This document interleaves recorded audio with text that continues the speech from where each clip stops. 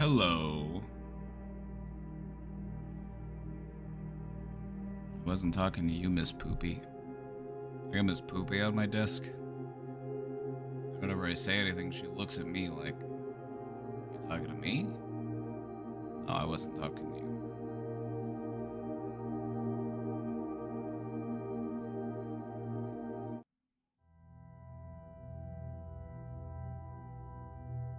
to you. All right.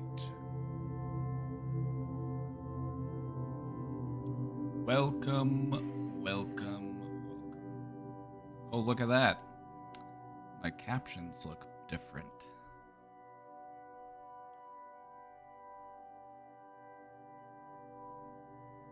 My captions look different.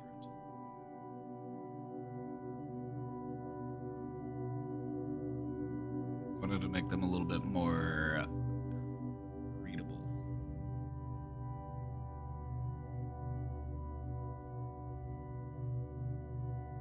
Miss Poop.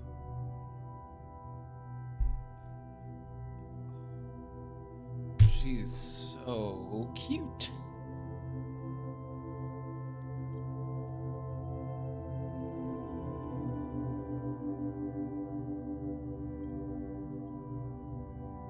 Look at her. Look at her. It's too much to handle.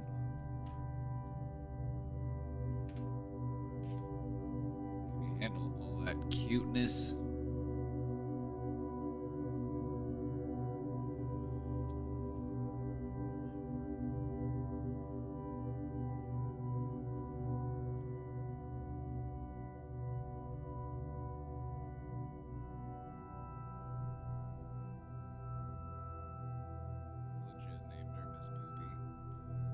Her legal name is Cleo, but we call her Miss Poopy.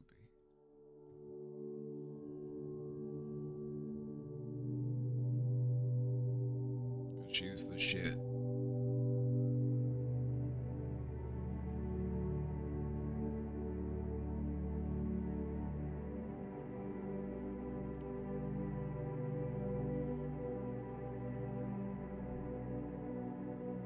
Welcome back, everybody. It's Tuesday. Hope you had a good weekend. You made it through Monday. So that's something.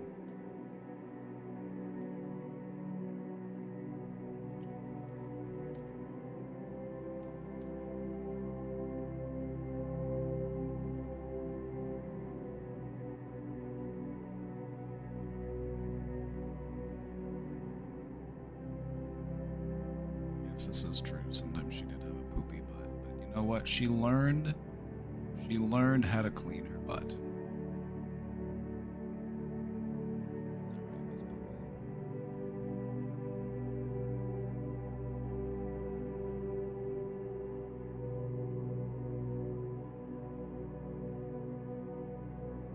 We've all done it. Oh yeah, by the way, Suze, please send some coffee. I'm not drinking it right now. This is tea, actually, but I did drink some of the coffee yesterday.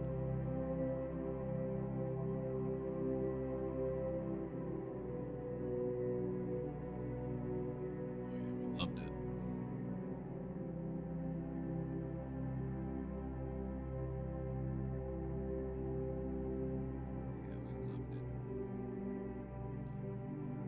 Describe smell. Well, my house smells like pulled pork right now because I'm slow cooking some carnitas for dinner. It's Taco Tuesday, so we're doing pulled pork. I got a gallon of apple cider from my aunt. So I went to my... Okay, let me tell you what I did on Sunday. Since I didn't stream on Sunday, I had a family thing to go to. I went to my aunt's house. And I got to see my aunts, my uncle. I got to see my cousins.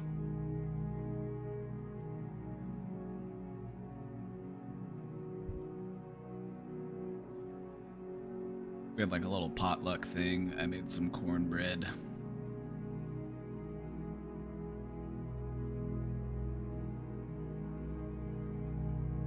whenever I go to my aunt's house, it's like I'll fix something, and then she'll like have something that's just been sitting around her house where she's like, "Oh, do you want this?" I'll be like, "Sure." So this time we were there, and all of the young cousins were out like in the downstairs like playroom area, and my aunt was like, the toilet doesn't work down there." And I was like, "Oh, toilet trouble. Tell me more." So I fixed her toilet.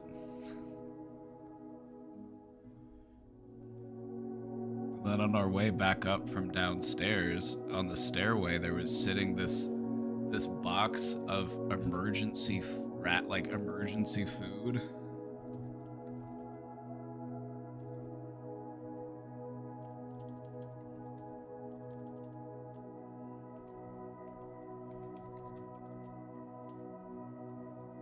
It was the one that you get from Costco.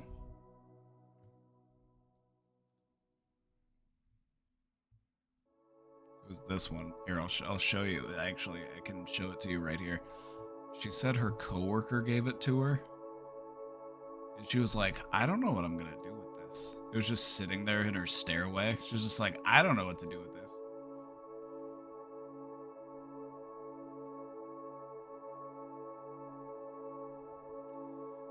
And I was like, you know, I've been thinking about getting one of those to take camping. Because it'd be nice to have like those dehydrated meals if you're going out like hiking and camping and stuff.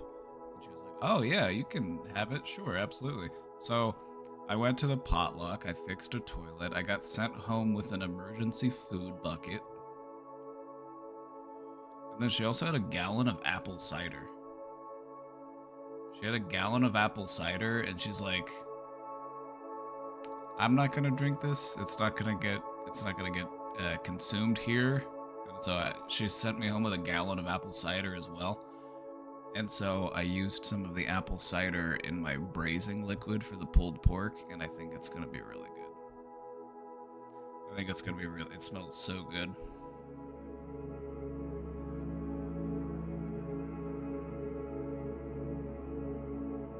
So yeah, I made out like a bandit yesterday. Also, I got to fix a toilet, which is awesome. I love whenever I get to fix a toilet. Hold on, okay, so my captions look like this on this overlay. My captions, oh, they're so small on this one. I need to fix that. I need to make them a little bigger. And I think I'll need to like rearrange some things. Yeah, I need to like that. Don't mind me, I did some changes to my overlays over the weekend. Just want to make things a little nicer. So we'll do the logo. Let's make the logo a little smaller. I think the bar is okay.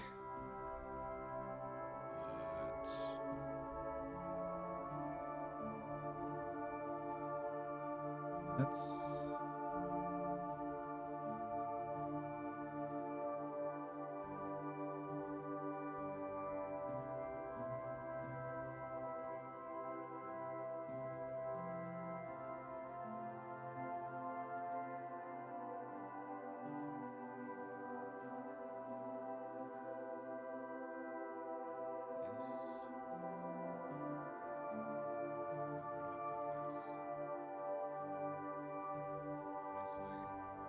let's get rid of it for now. Just get that out of here for now. Just get that out of the way. Oh, these new captions look sick, though.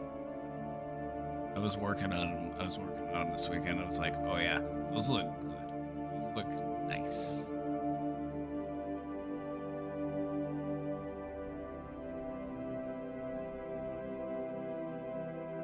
I realized recently, again maybe, that I'm also bad at taking compliments. Well, better late than never. Music kinda loud? Yeah, the music is a little loud. Music is a tad loud.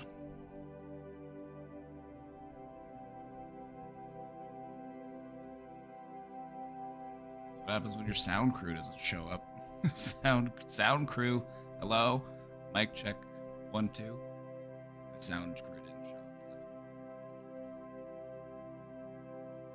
Actually, my sound crew's right here. She just isn't helping.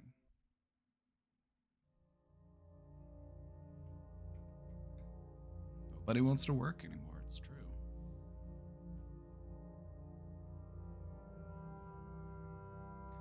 It's almost like I mentally reject compliments. I've trained myself to say people thank you, but immediately in my mind I'm like, yeah, ignore that. You gotta learn how to take people's word. You know?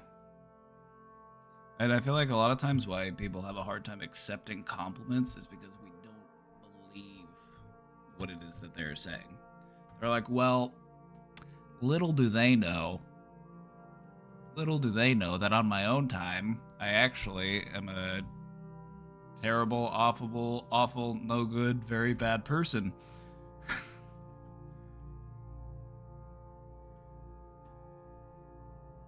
If only they knew. If only they knew. Can I move my mic closer, please? Is this close enough? How's this working? Is this working?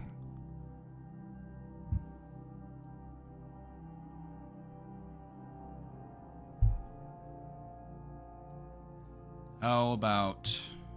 I just need to turn the gain up a little bit. There we go. That should be good. About the hawk to you. Let's hawk about it.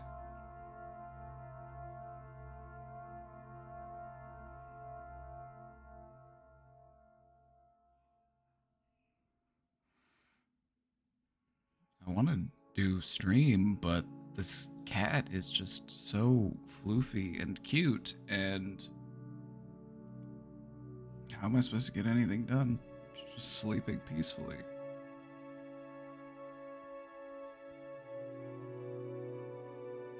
Let's hawk about your feelings to a day. It's Hawk Tua's day.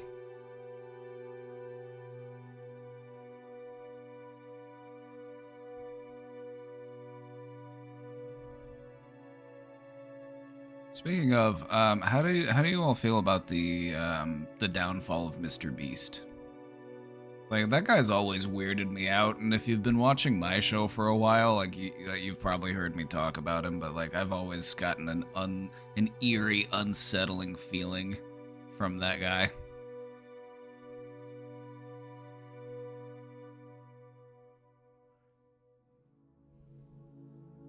It's always triggered my alarm bells. He doesn't smile with his eyes. You gotta watch out for that type. You gotta watch out. It's just that cold, dead stare.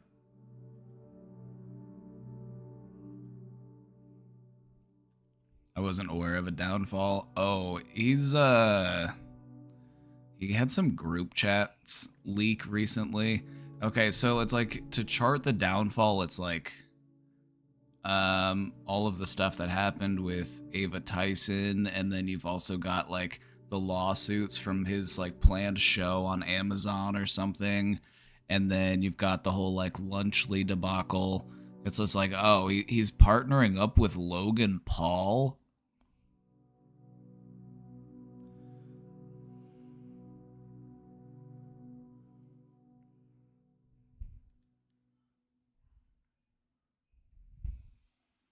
He's cute though. I don't know. I feel like that type of mentality is why serial killers get love letters in prison.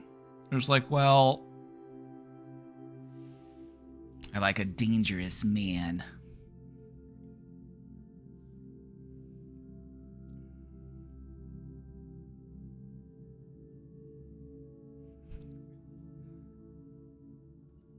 That's the first. I've never heard anybody say that he was cute.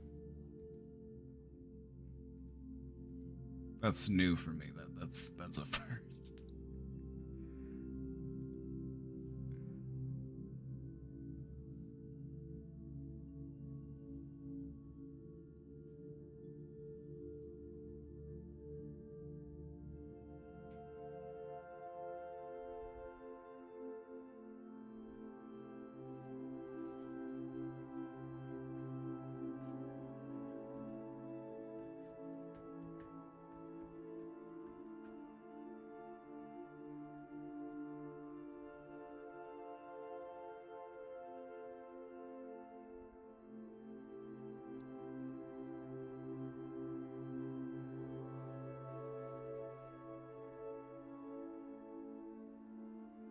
But anyway, enough of the worst people on the internet. How are you doing? How are you doing today?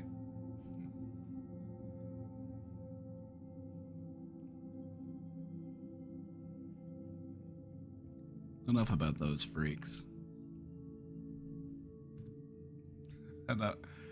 Oh, by the way, we're at 4934 followers. We're so close to 5,000. I can taste it.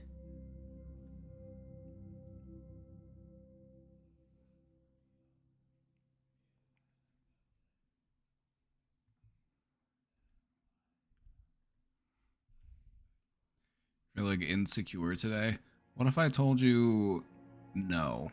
What if I told you what if I told you we're not going to allow that?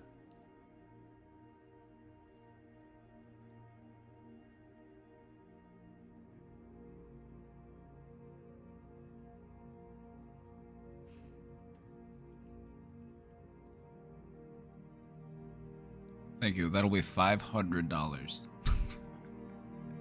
I'm joking. I'm joking.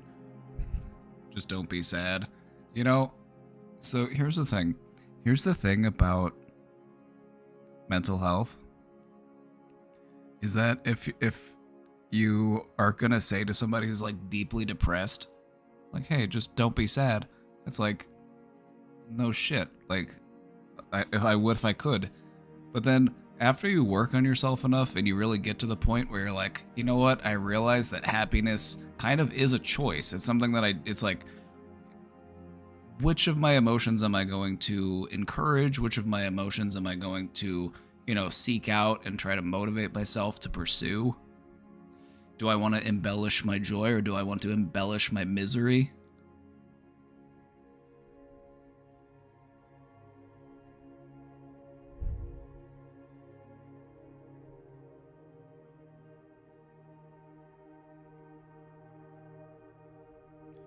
Like I had these old guys that would come to my recovery groups, and they led like a local AA chapter, and they would come and be like guest speakers at my recovery group, and they would always say, you got two dogs in you, and you got to wake up every day and you say, which one of them dogs are you gonna feed?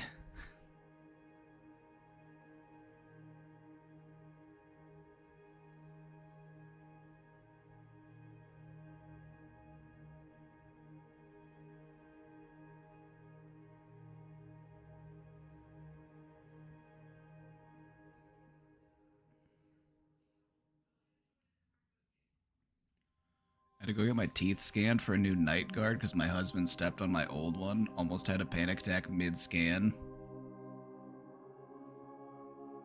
Keyword. Almost.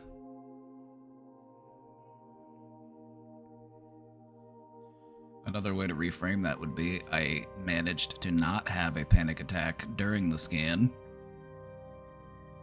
And that's a W.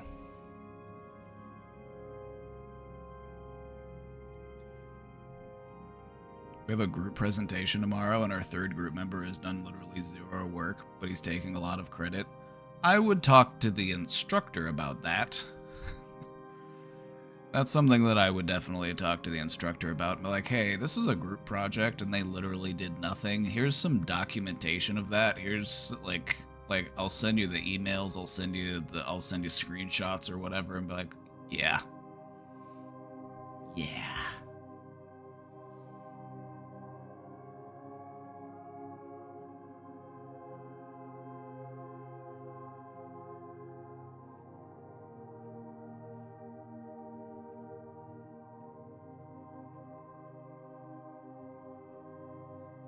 Went to see my new therapist yesterday, and I covered a lot of ground with her. That's my W.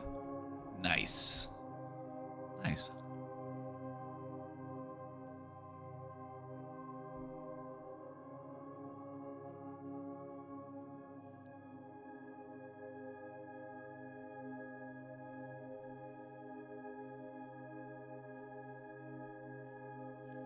You need to crack open your horrors in therapy and face them. Two dogs and positivity feel very surface, ineffective approach to me, leaving the wounds to fester in the dark. Oh yeah, no, I definitely agree with that. It's the way I look at trauma is like it's a wound that you have healed around. You know, like if you get like I'm gonna use a bullet as an example or an analogy because it's just it's kind of aggressive, but it does really fit. Trauma is like a bullet, and you can heal around it. But if you really want to heal completely, you have to like actually go in and like remove it so that you can heal instead of just healing around the wound.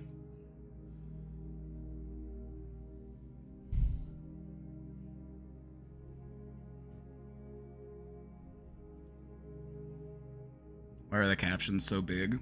So that you can see them from further away.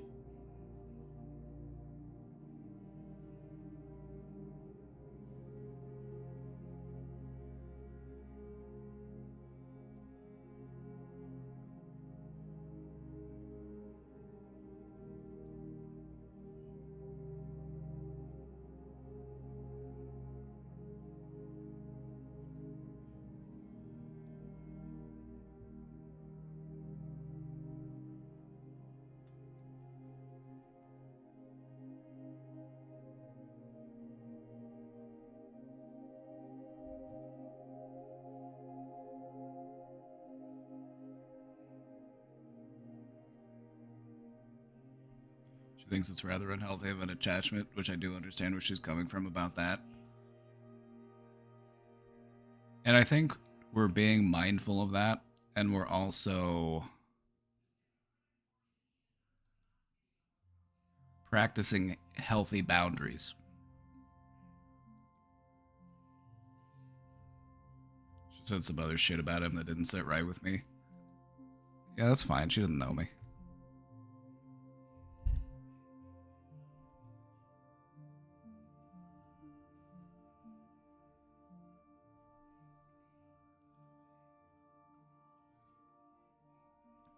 I've had other people talk about this space, this community, and me to their therapist, and I've gotten good feedback. Like they've said, like, "Oh, that sounds like a good support mechanism for you. That sounds, very helpful."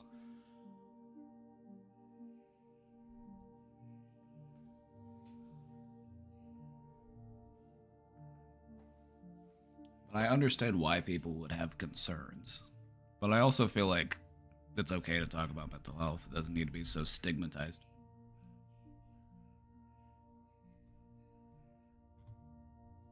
Should basically imply that you have financial motives for doing these streams. Okay, well, to be fair,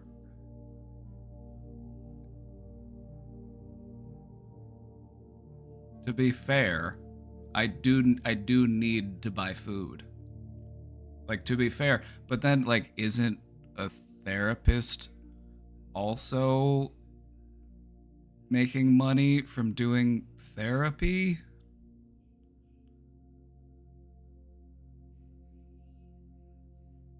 Like I don't like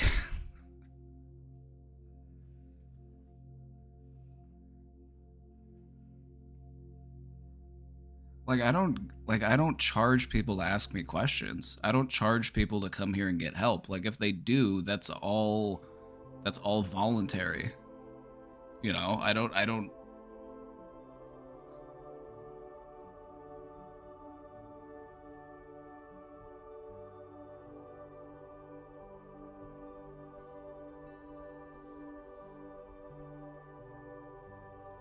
But I mean, we live in a capitalistic system. I'm like, you need money to survive, and I'm just like, let me just say, the money that I make from this does very little to cover any of the expenses that I have in life. I'm like, Casey makes most of the money, and she like, like if Casey wasn't making money from streaming, like I would have to go get a job somewhere.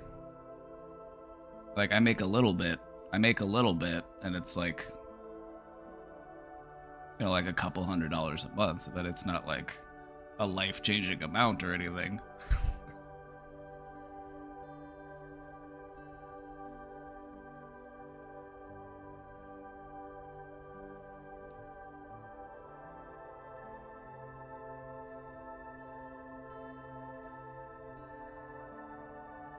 Did you say you worked for the state before? Yeah, I worked at a community health center. I worked with people who were on like Medicaid and Medicare. I worked with people who like weren't able to afford their own insurance. I worked with people who, you know.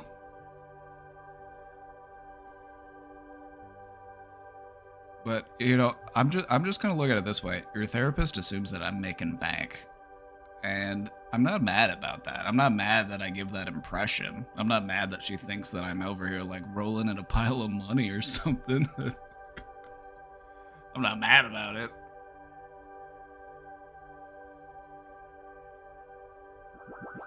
I'm doing unregulated group therapy.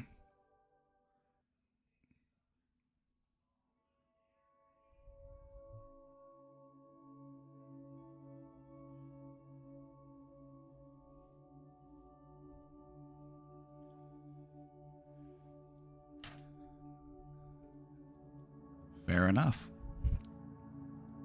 Fair enough.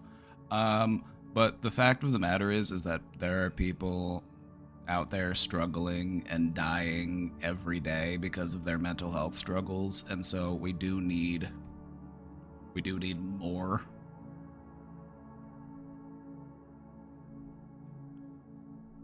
I'm like, we suffer from such an access issue when it comes to mental health. Like, there is just such a tremendous need for mental health support, but there's also just such a lack of accessibility. And that's the niche I'm trying to fill here. Oh, hello there. Welcome in, Raiders. Make yourselves at home. Thank you so much for the raid, Mike. Hope you had a good stream today. Saw you were talking to Mr. Austin Show.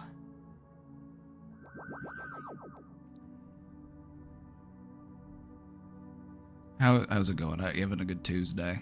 You're feeling good today?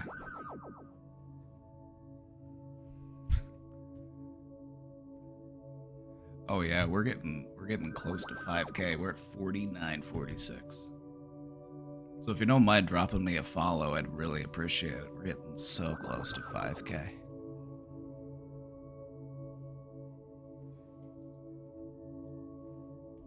How am I doing? Oh, I'm doing great. We've got an exciting presentation we're going to go over today. I put a presentation together all about the effects of isolation.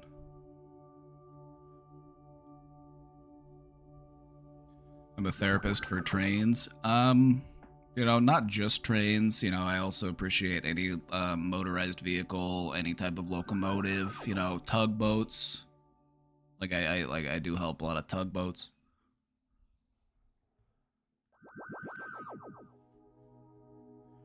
Do I do these AMA once a week? I do them 6 days a week.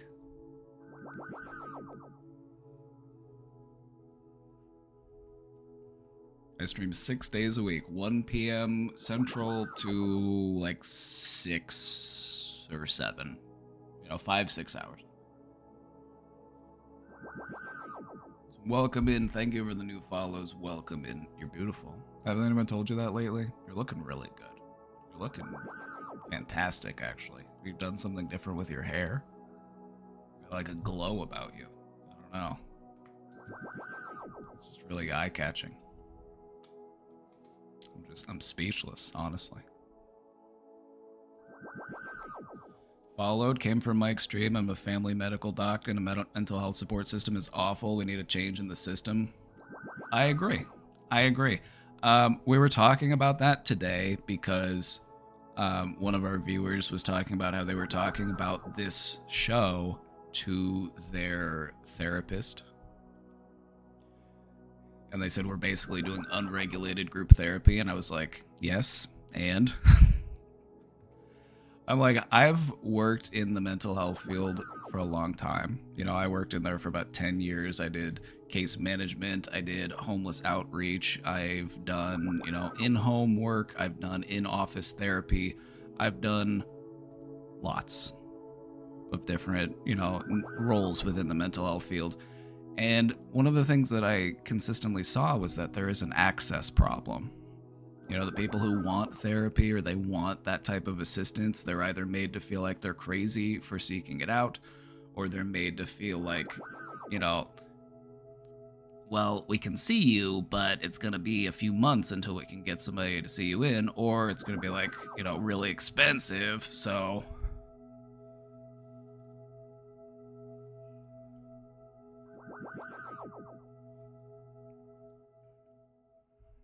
also, the therapist apparently thought I made a bunch of money from this. They said I was motivated by financial gain. I was like, I wish that I made that kind of money. I mean, wouldn't that be sweet? Wouldn't that be nice? But no, I'm up here giving it away for free. So, you know, any of the support that I get from people is, you know, entirely voluntary. But no, that's what we were talking about when you popped in. But no, we've got a really exciting presentation to do today, and I think we might get into it pretty soon, actually. We might wait to get into the question box until after the presentation. Because I'm just so excited to go over this presentation. It's really fun. It's a really fun one. I mean, you didn't make much money when you were professionally either. Right? Right? Like, working in a community mental health system pays terribly. And you also see some of the most like at risk, like severe and persistent mental illness like patients that exist in the population, and you're also getting paid the least. So I'm like, you know what, I'll do it online, I'll do it on the internet, these are my people.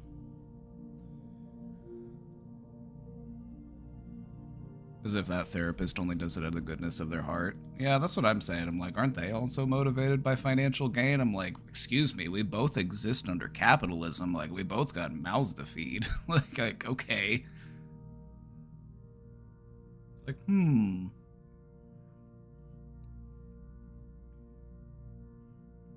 But no, I'm not trying to cast shade on them or anything. They don't know me. They're operating without much context. So I'm like, I've also gotten good feedback from therapists. I've had a lot of other people tell me that they talk to their therapists about what we do here.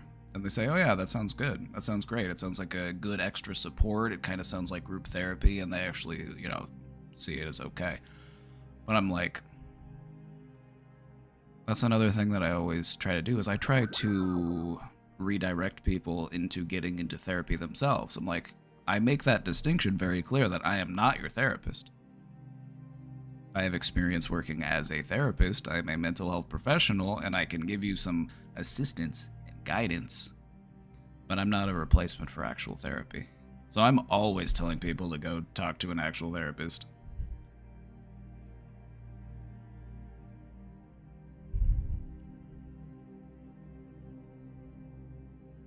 Have I heard of MAST? It's a social therapy exercise I went into with my anarchist org, and it taught me a lot about active listening that I still use. I haven't heard of that, but active listening, isn't that such a great skill? I feel like that's something that we need to teach people more, is the art of active listening.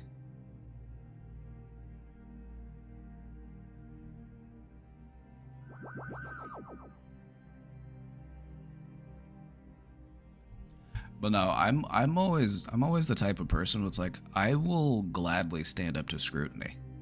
Like, show me to your therapist. Like, let them see what we do here. Like, we have nothing that we're trying to like keep hidden or keep under wraps or anything. Like, I do all of this like very open and very transparently.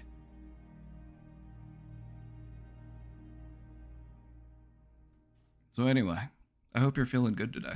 I hope you're having a fantastic Tuesday. Tell them if it's a cult. Definitely not a cult, by the way. Definitely not. It's definitely not what's going on here, alright? You got nothing to worry about.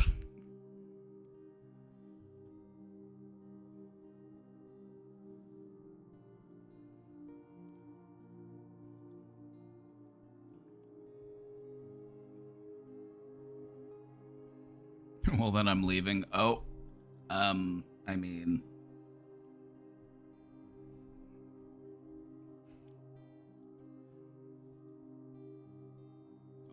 Oh, hey, Devin. How's it going?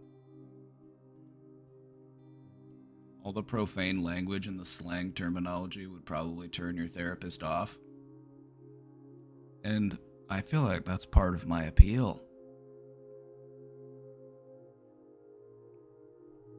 I feel like that's part of my appeal.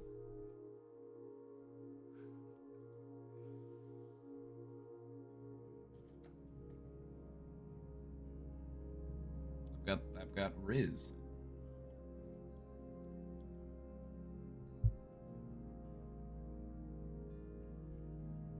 If you live in America, you're probably in 3 different cults at a time without even knowing it. Yeah. Yeah.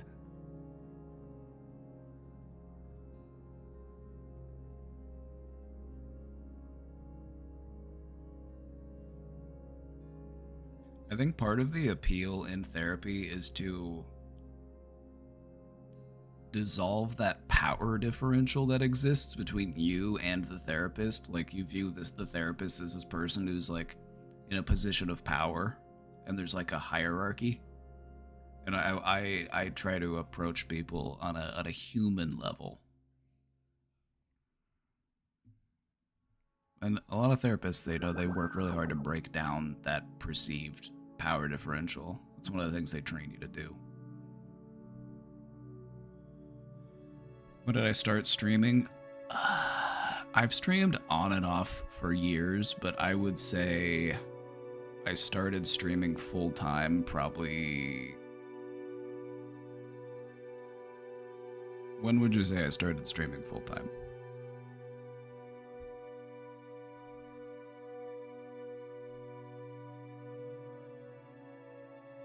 I started streaming 6 days a week like a month or 2 ago. But before that, I was streaming like 4 days a week for probably like a year.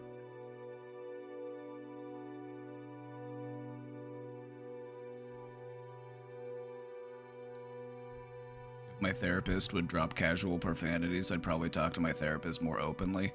You know, I did do that in actual therapy sometimes. Like, if the client used that language, I would use that language too.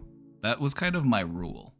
Like, if my client says fuck and shit and piss, I will say fuck and shit and piss. I kind of wait for them to give me the go-ahead. That was my approach. That was my approach in therapy. Like, I won't be the first one to say it, but if you say it, then that's kind of like giving me the go-ahead. And they always loved it. People always loved it when I did that. You could tell that there was just this expectation of what a therapist is supposed to be.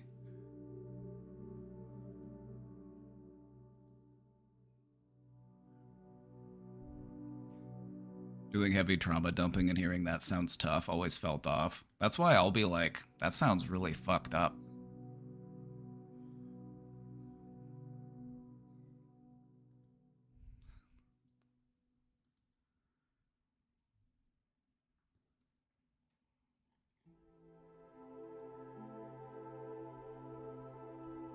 I learned how to treat myself like an actual person in therapy, and if that's how everyone has to learn right now, we should make seeking help free for people who get told they don't need therapy all the time.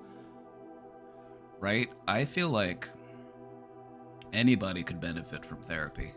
And I kind of view this stream as like an entryway to therapy for a lot of people. You know, it's the Costco sample of an actual therapist relationship. Not the cat. Oh yeah, Miss Poopy is taking over my desk today. Around every hour, she will get up and rotate, and you will see a big wall of floof, and then she will lay back down and go back to sleep again. She'll literally sleep on my desk for 5 hours straight.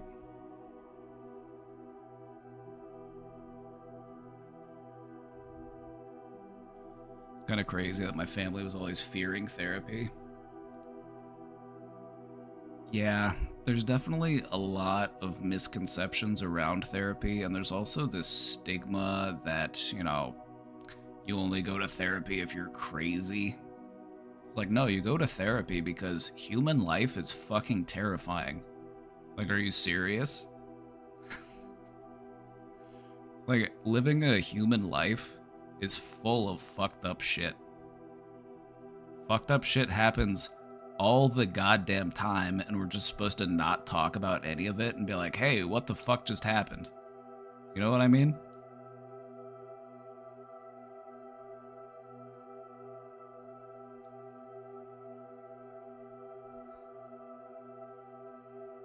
Even without major trauma. Precisely, because you don't need major trauma in order to be traumatized, even. Because pain is subjective. The stigma of admitting weakness, right? It's like, how are you going to get stronger unless you are able to acknowledge your weaknesses? It just doesn't make any sense.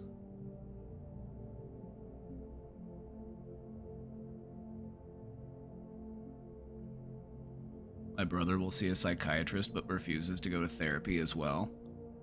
He just medicates, and part of the time I think he needs more introspection. Yeah. Yeah, if you are seeing just a psychiatrist, it's like you could be doing so much more. You could be doing some really profound work so that you don't have to rely so heavily on the psychotropic medications.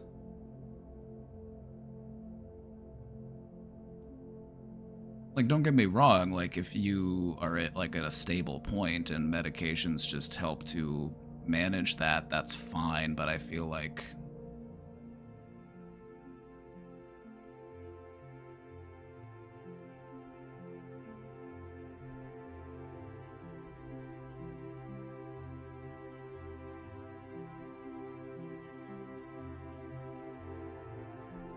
my approach for dealing with, like, that sort of, like, I would describe it as a certain, like, machismo. It's that, like, toxic masculine trait where it's just like, I don't need to talk about my feelings. The way I approach that is I try to beat them at their own game, and I use toxic masculinity to combat toxic masculinity. And so I will tell them things like, so you're telling me you're afraid of your feelings, huh? Sounds to me like you're scared. Are you a chicken? Are you a little poo-poo diaper baby?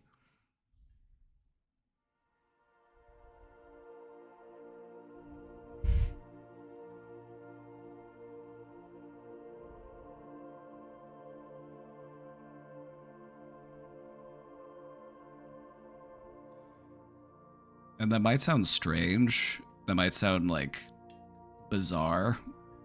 But you have to think about it from the perspective of a toxically masculine person. If you come at them with, like, empathy and understanding and, like, tenderness, they're gonna be like, oh, you're a soy boy beta cuck. They're like, you kind of have to beat them at their own game.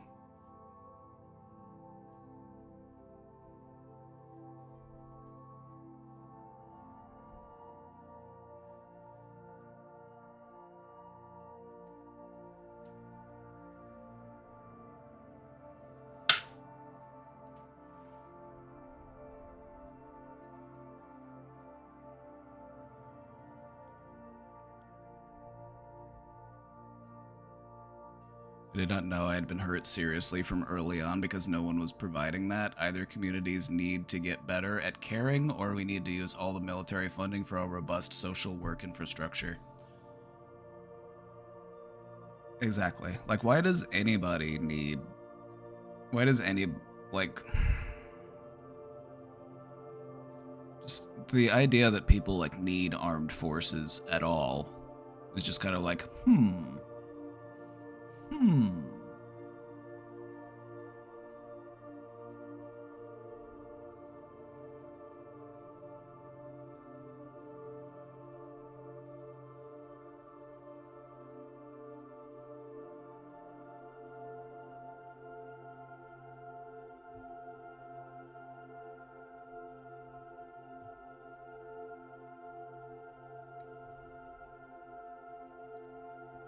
Alrighty.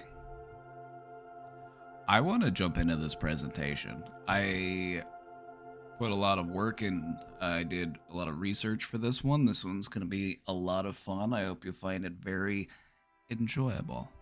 I hope you find it entertaining and educating. That was my goal.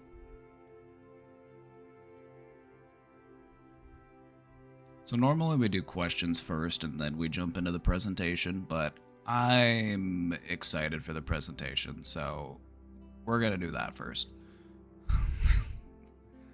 We're going to do that first. Today we're going to be talking all about the effects of isolation on our psychology. Am I going to open the box next? The box will be open, don't worry. I have the box and a tool to open the box sitting right here, so nothing to worry about. It will be opened.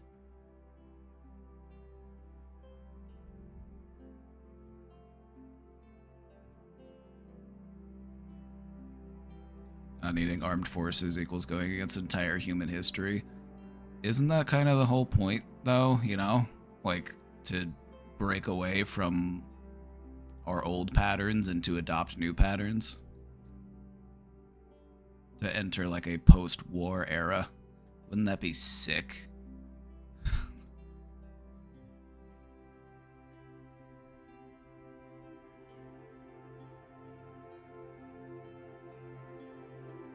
Isolation, like solitary confinement or hermit lifestyle. All of it.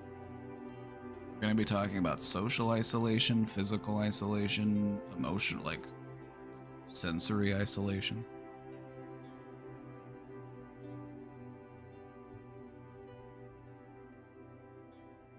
So buckle up.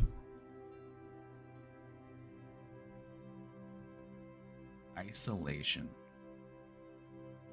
Will there be advanced going outside and getting enrichment tips? You know, we might sprinkle some throughout. A lot of what we'll be talking about today is how isolation affects your perception of reality. When you spend too much time all by yourself in a sensory deprived environment, you aren't stimulated. It changes the way that you perceive reality. It changes the way that you perceive the flow of time.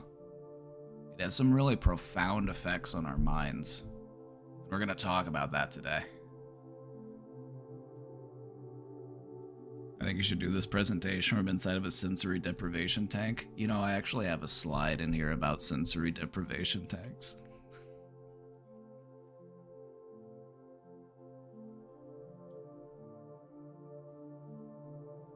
I appreciate all of the new followers. Thank you. We're at 4967. We're trying to get to 5,000. We're so close. We're so close. We get 5,000. I scream.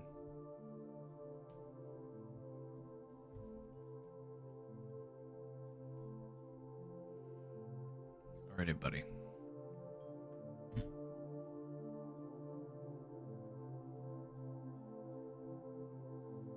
Personally, I'm still pissed at what that comedian said about my island. I wouldn't use the word comedian. I would say what that racist said about my island. I wouldn't even give this racist the label of comedian because comedians are funny. And what he's more of a racist fascist than it. I wouldn't even.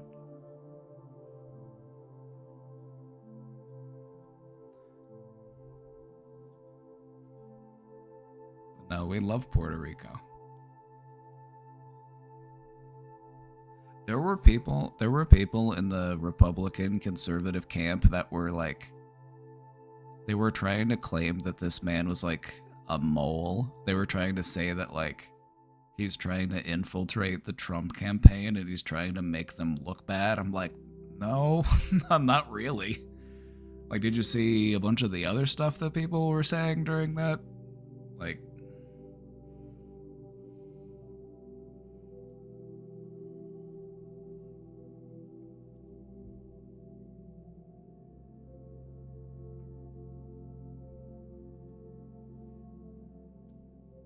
Republicans are really getting to the point where they're just saying the quiet parts out loud now.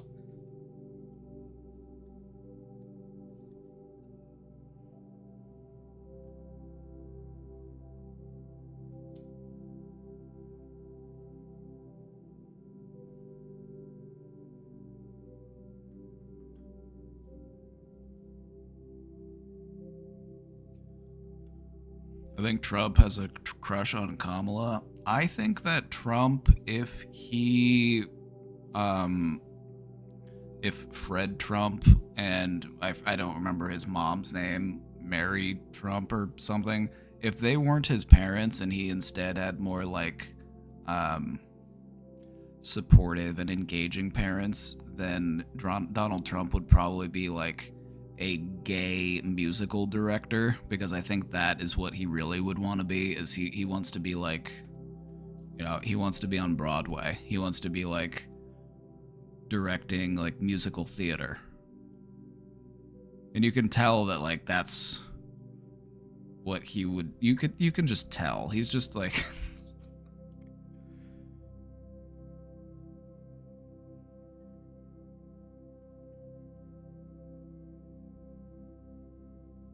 he's so camp. He's true. He's a little zesty. Oh yeah, he's so zesty. He's so zesty.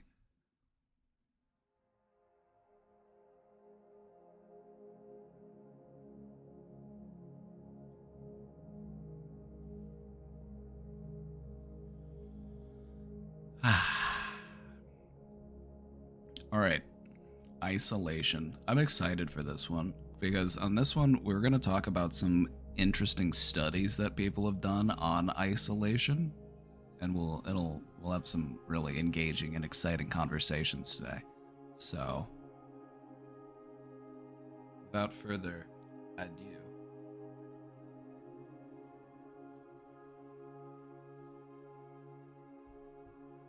the way he describes men half the time. Oh yeah, have you heard Trump gush about Tom Cruise? The way he'll just talk about men like, he had the biggest, strongest arms I've ever seen. You should have seen him. Wonder what it would feel like if he were to squeeze me.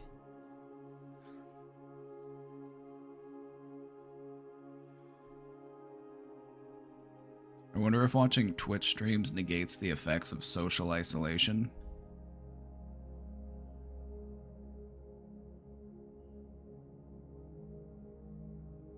Not entirely. Not entirely. I think it's more of a stopgap measure. Like it can be good in the interim, it can be good in the short term, but long term you can't really replace that genuine human connection.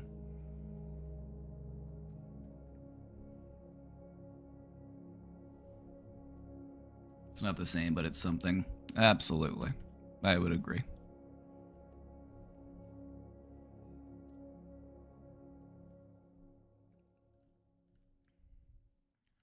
I don't have IRL friends, so I come on Twitch sometimes to chat. But you're so cool. Why would you not have friends? Like, you're actually, like, a cool person. I'm confused.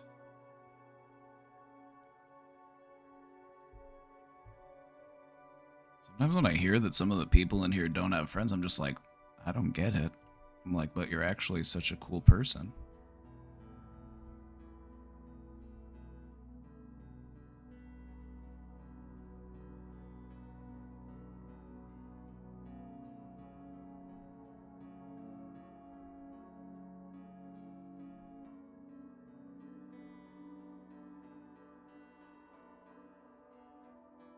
Feel free to make friends here. Feel free to make friends here. That's another thing that we try to encourage here is, we got a lot of people who come in here and they feel socially anxious or they feel socially isolated, and I'm like, I know it's not a perfect replacement for the real deal, but it's helpful.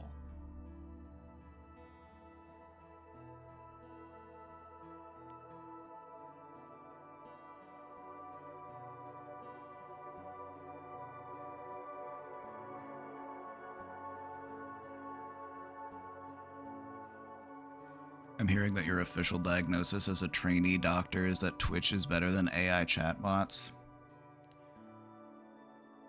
Yeah, AI chatbots. Ooh, I feel like that's something we'll want to break down and talk about soon, because the popularity of AI chatbots is on the rise. And I feel like, mm, mm,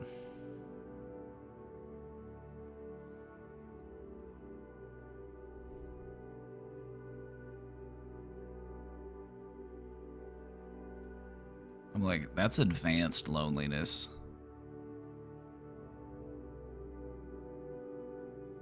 Because I feel like when you look at AI chatbots from the perspective of somebody who isn't like cripplingly lonely, from somebody who's just been deprived of meaningful social contact for like years,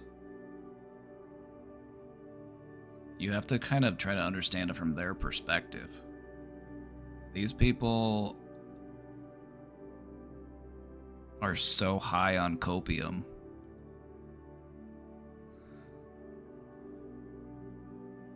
They're so jacked up on copium that it's just like, it feels real enough to them that it essentially becomes real to them. People are really good at denying things that they don't want to be true. They're also really, we have a lot of cognitive distortions that we're trying to work through and operate against.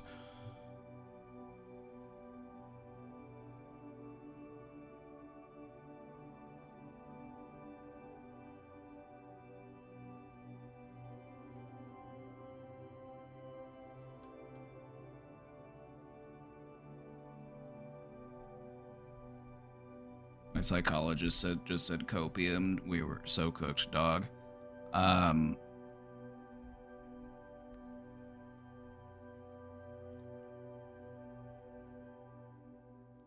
We are hope maxing, and we are self-awareness pilled.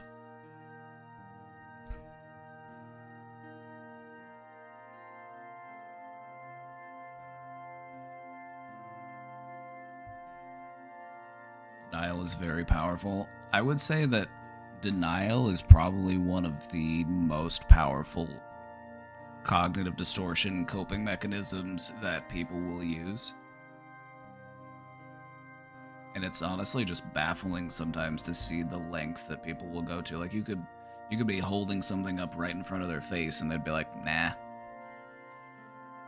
Think like flat earthers.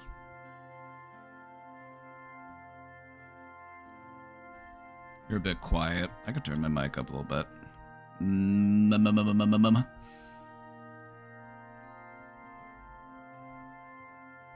We're hope maxing. We're self-help pilled. Is this the church? Yeah, get this out of here.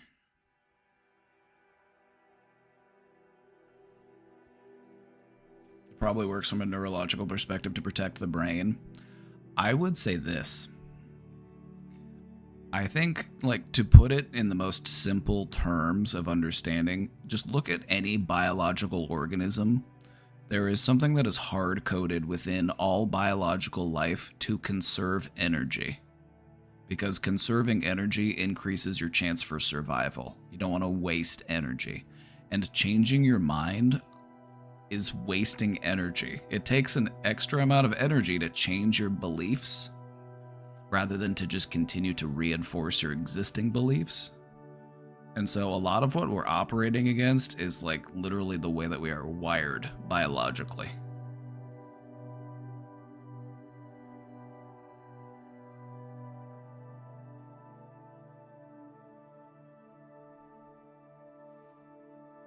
The paradox of mental health is that you have to accept that you are wrong about yourself in many ways, but that it can be a good thing because we are so wired against being wrong. Like, for a lot of people, to be wrong about something is very painful. And they take great effort to not be wrong about anything. But the fact of the matter is you might not be the person that you think you are, but that could be a good thing. Almost 5K, let's go. We're so close, we're at 49.66, we're getting there. Thanks again for the raid, Mike. I always appreciate the support. Best Nepo streamer on Twitch. You come to the Brain Domain for that free mental health support. We're helping all the leftists. We're getting them out of their houses. Before long, we'll be running drills.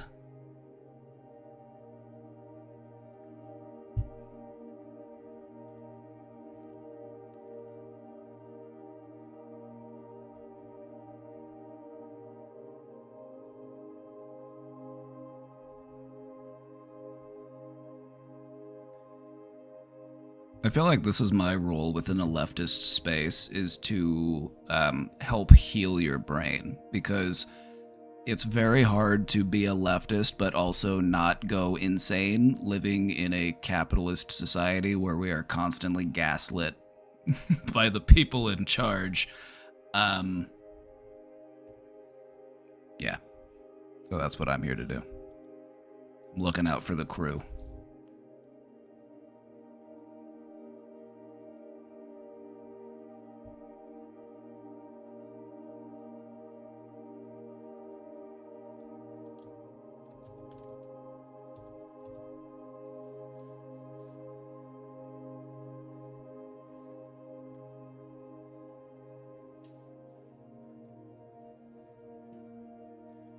Mr. Brain, Mike told me earlier that when somebody is in deep denial and wrong, they are my enemy and only weak liberals want to reach across the aisle. Right? It's like, I understand the significance of the gesture that's being made when you reach across the aisle. Like, oh, we're both humans, oh, we're both, we're all in this together, but don't worry about reaching so far. There are people closer to you that you don't have to reach as far to be able to connect with and reach. Like, worry about them first. Like, don't worry about convincing the person who's just the complete antithesis of all of your beliefs. Talk to people who are more reasonable and open to, engaging in these types of dialogues.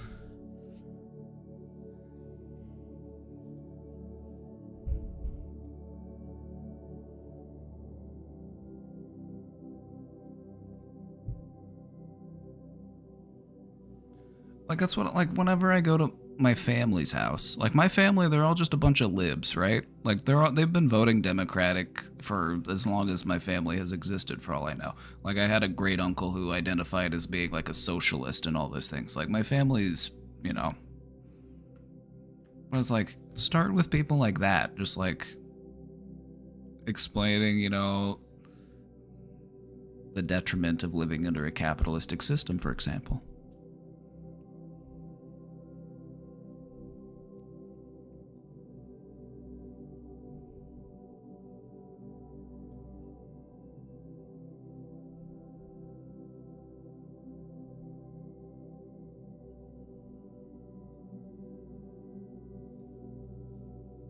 Anyway, this presentation,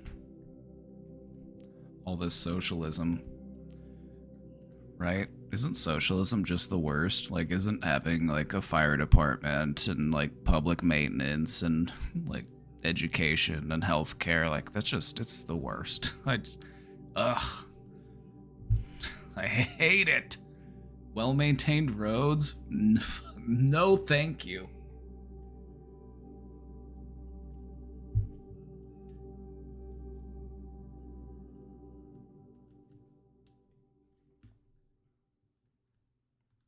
The thing about socialism is that the wealthiest people in our system directly benefit the most from all of our social efforts. It's not the people who actually need it the most that benefit from it the most. It's the hyper wealthy that actually reap all those benefits.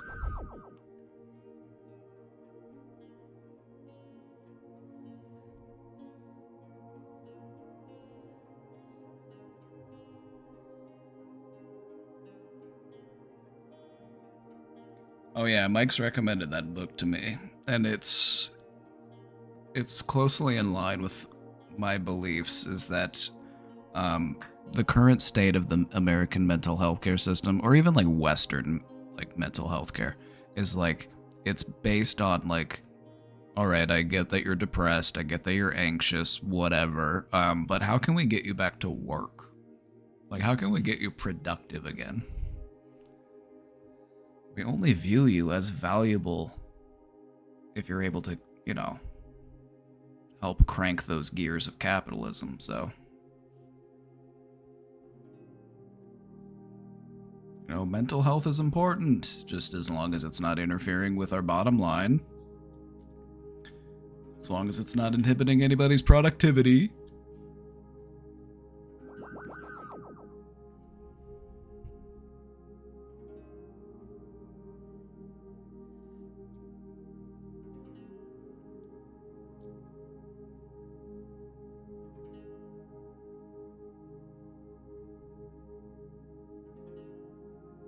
My family is full lib. They're voting for Kamala because of the lesser of two evils fallacy, and when I try to explain why she's bad, I get shut down, so I don't talk about it anymore.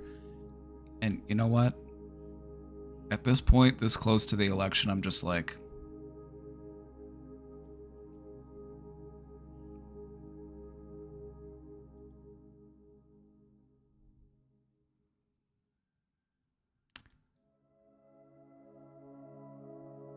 I would rather just continue to talk about how, like, openly racist, you know, the Republican platform has been, and how they're, like, reiterating, like, fascist Nazi talking points.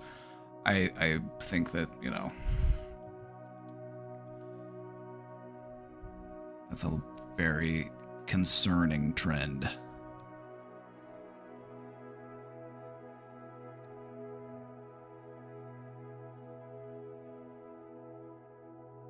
My sister is voting for Trump, and it shocked me as her being a woman, but I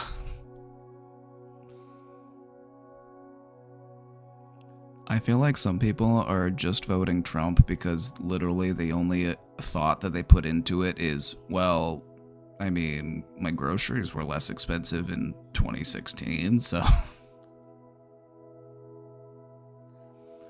Or they'll be like, yeah, Trump is objectively more entertaining.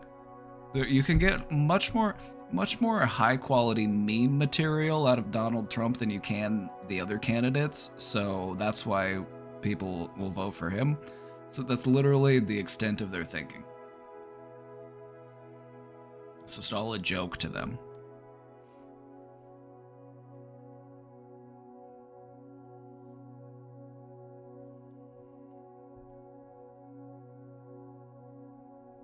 So do you think not everyone should have a vote?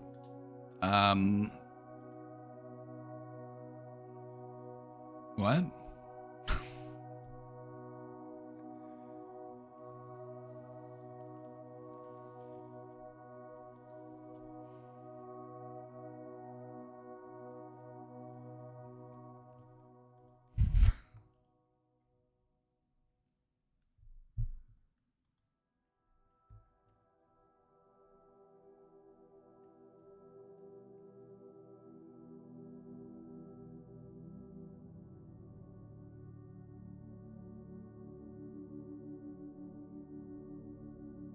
I don't know, I'm just listening while gaming.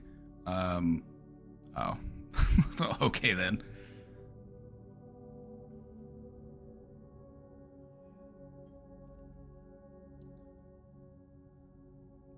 Honestly, get rid of the Electoral College. I think it's, like, I want ranked choice voting. Also, the Electoral College is just outdated. It's just like, because it's just got to the point where it's just like the balance will always hang on like somewhere between 6 to 8 swing states. It's like, oh boy, here we go again.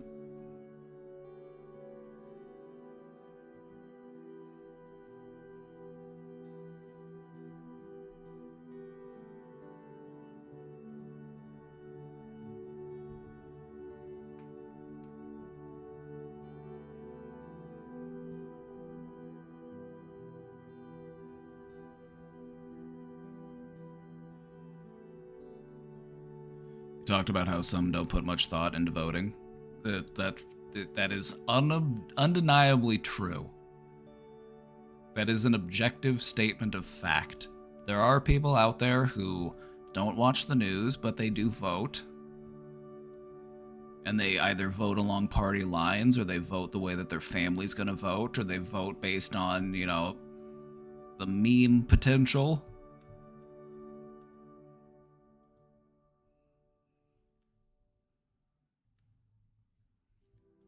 I think they should make Washington, D.C. a state. I think they should make Puerto Rico a state. They should make Guam a state. Anybody else? Let's add some more stars to the flag.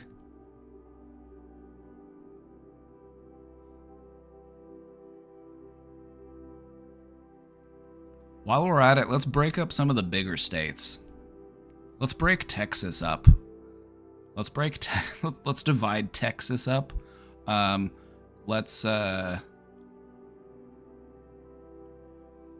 go for 69 states. Let's try to get to 69.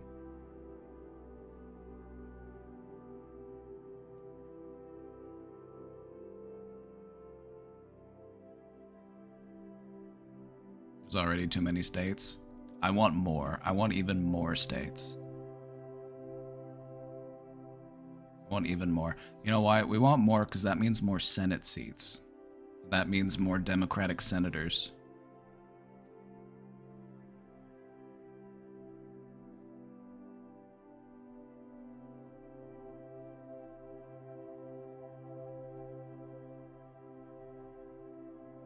We do not need more states. Girl, you're Canadian.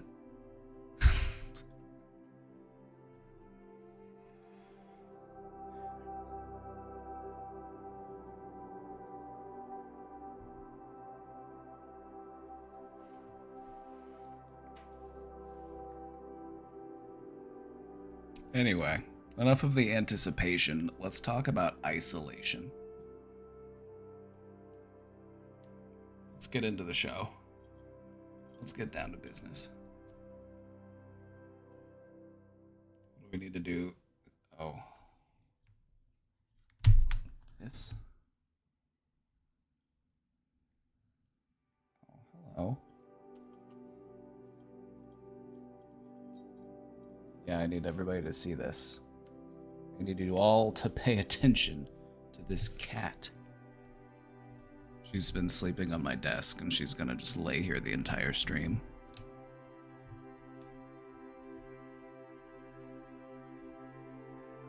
That's Miss Doodoo Lapoo.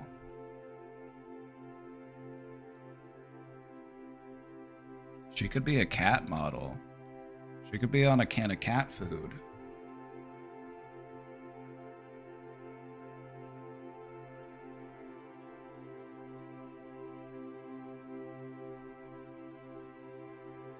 All right, everybody, the isolation presentation. Let's get into it. Isolation. I kind of want to start a poll. All right, yeah, let's do a little poll real quick.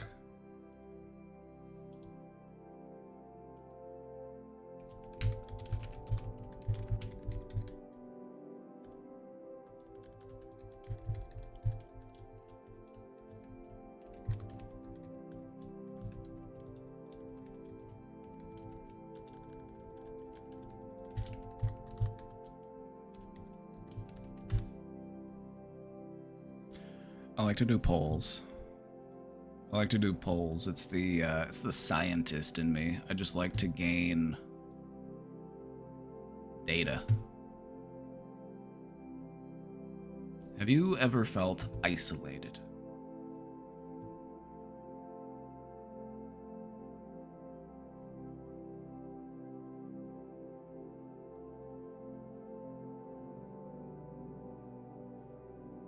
I don't think we're getting any no's. I feel like this is something that, oh, we got one. We got a no.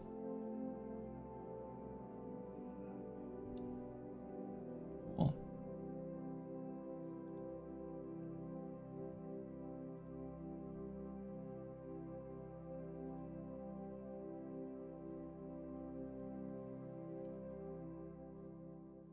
How do I know if I haven't heard the presentation yet, though? Good point. Good point.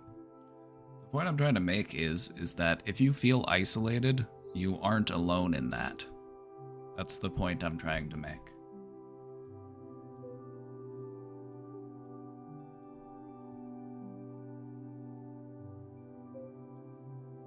You can feel isolated, but be surrounded by people.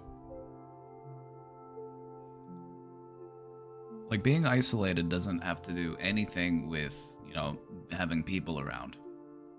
Isolation is a feeling of being by yourself, feeling unheard, unseen, invalidated. You're just Joshin. Oh, I see what you did there. Because my name is Josh.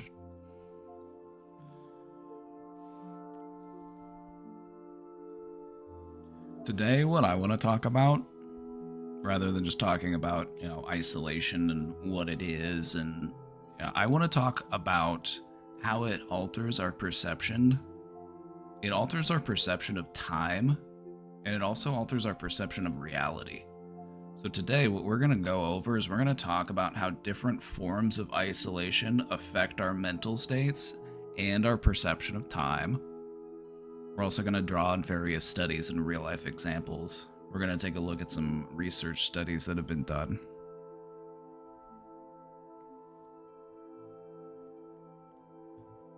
One unbothered chatter. I know, who are you? I wonder who this one person is. I've never felt isolated in my entire life. I want to study your brain.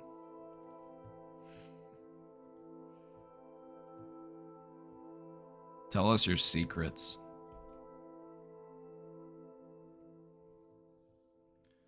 Understanding isolation is important because it shows us how the mind relies on external stimuli. And this could be, things that tell us what time it is, if we are shut off and we, can't see the sun and we're kind of just free running, essentially. It alters your perceptions. Also, the word for this, it comes from German Gestalt psychology. It's Zeitgebers. It literally means time givers. So, if you can't see the sun, if you can't, hear the birds, if you don't have like external references for the passage of time, your mind perceives time differently.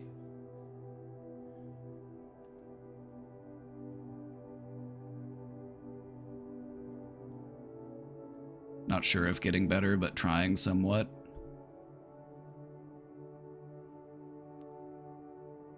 And that's kind of how it is, especially when you're starting to get to work on it. It's like, I feel like I'm headed in the right direction, but maybe I'm not really aware of it yet. Sometimes you have to be at it for a little while to really recognize and appreciate the progress that you have made.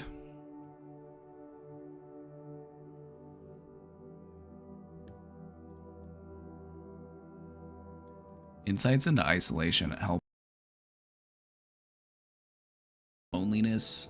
We can also improve our mental health strategies. We can prepare for future challenges, such as long-duration space travel. We're also going to look at some studies that have been done by NASA. So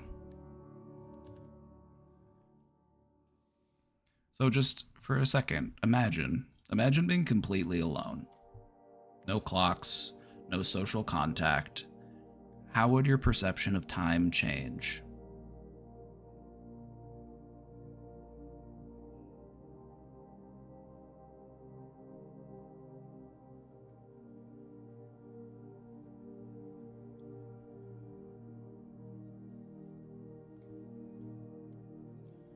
I'm too socially aware. I kept the dark topics to myself, but when you can't share, you spiral into that type of open isolation.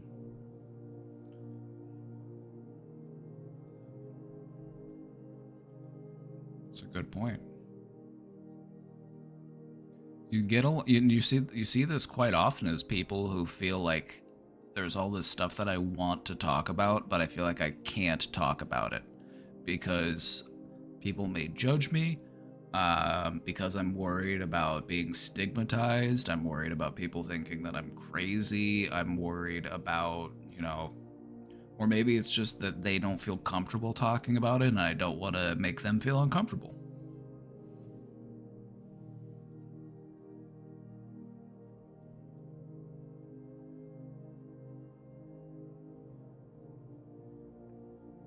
Unsurprising to anyone, 98% of us said that we have felt isolated. And I'm glad to hear that so many of us are working on it. I'm glad to hear that. So just being here, engaging, it's a good way to work on that feeling.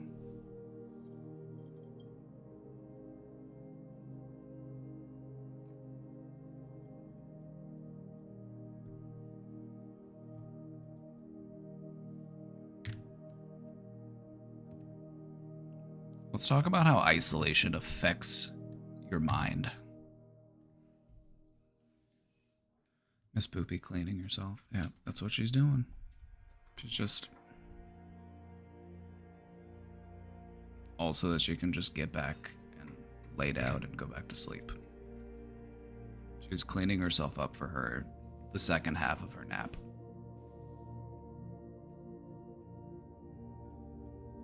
Isolation results in cognitive changes, which means that you may experience impaired memory, a decreased attention span, and you also may deal with a diminished executive function.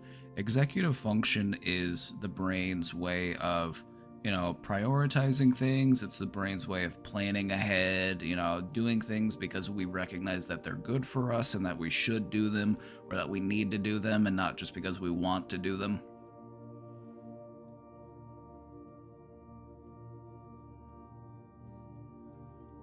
And so whenever we are isolated, whether it be physically isolated, mentally isolated, socially isolated, we are lacking that sort of external structure that we need to help us function at a high level.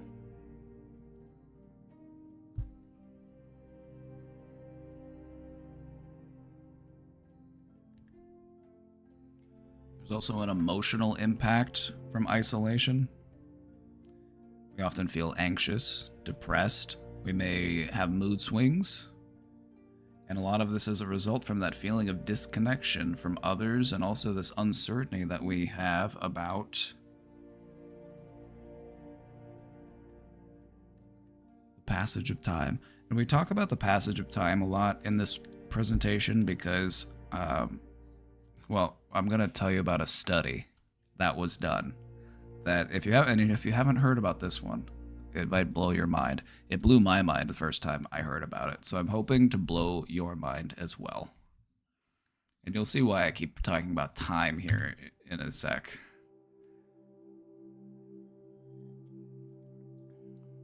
When you are in isolation, you may experience perceptual distortions. People will frequently report feeling like time is slowing down, speeding up, or even standing still. Just think about time, and how you perceive it.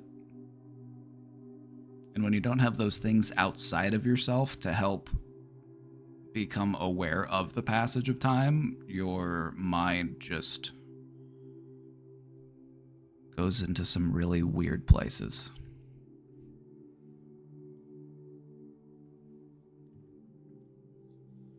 All right.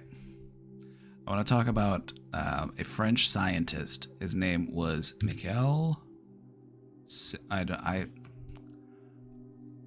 really bad at French pronunciations. So I'm going to call him Michel Sif.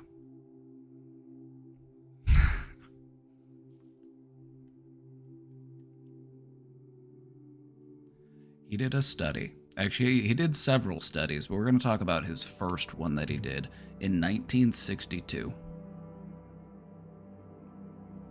In 1962, Michel went down into a cave for 63 days. For 63 days, he lived in a cave with no natural light, no time references. This means no clocks, no Zeitgebers, as the Germans would say.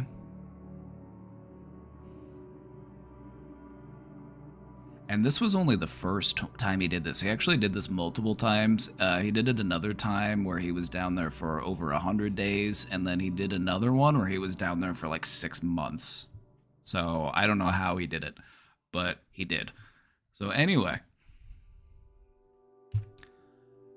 what ended up happening was his internal clock shifted. Instead of operating on a 24-hour cycle, he shifted to a 48-hour cycle.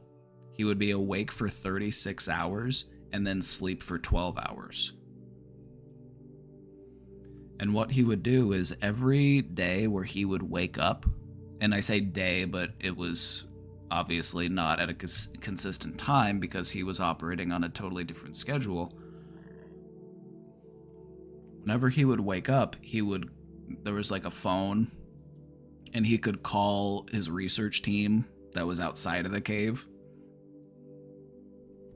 just to like check in with them. They wouldn't tell him like what time it was. They were basically just making sure that he was alive and still, functioning.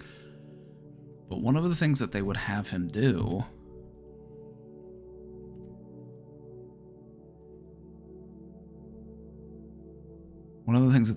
is count. They would have him count to 120. And they asked him to count in time with seconds. So you would count 120, but you would do one number every second, so it should take you about 2 minutes. And what they found was that at the start, he was closer to taking about 2 minutes to count to 120, but by the end of the study, it would take him about 5 minutes to count to 120. He was experiencing a slowed perception of time. He basically experienced time at double the rate. And as you can see, he was on this 48-hour cycle instead of a 24-hour cycle.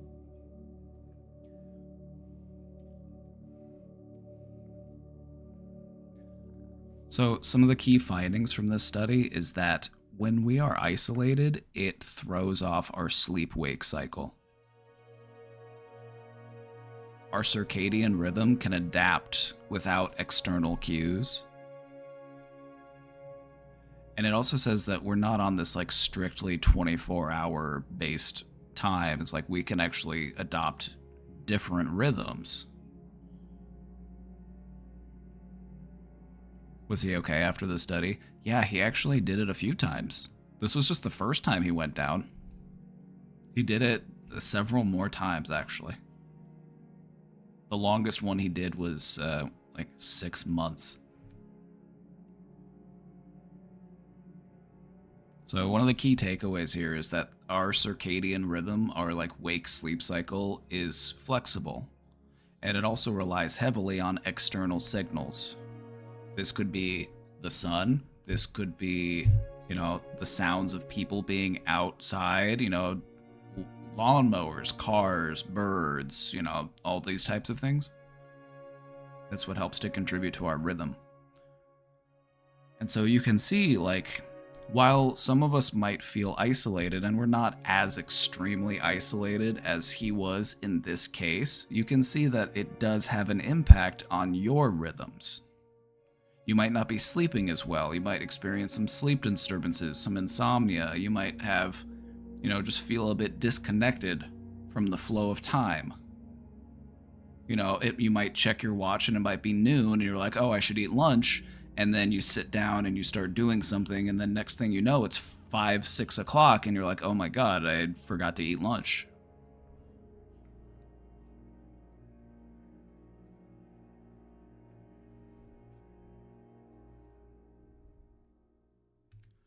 This was his setup down in the cave.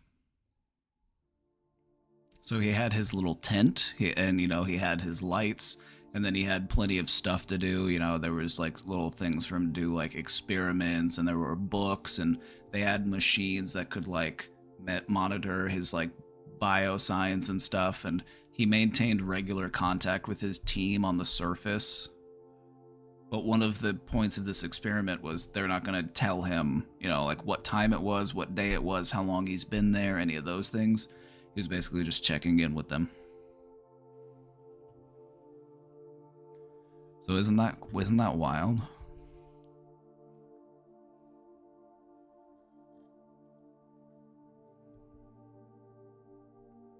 So what they've found is that if you remove yourself from all external time givers, the Zeitgebers, these like external cues for what time it is, people will they have different circadian rhythms, but some people will fall into like a 25-hour cycle instead of a 24-hour cycle, which is pretty close, but it's just like, huh. Interesting to think about. All right. Let's talk about another fun study. Let's talk about Biosphere 2. This is a real picture, by the way. This isn't from a movie. This almost looks like it's from a Wes Anderson film. This doc was such a good watch. Yeah, there's a documentary about it.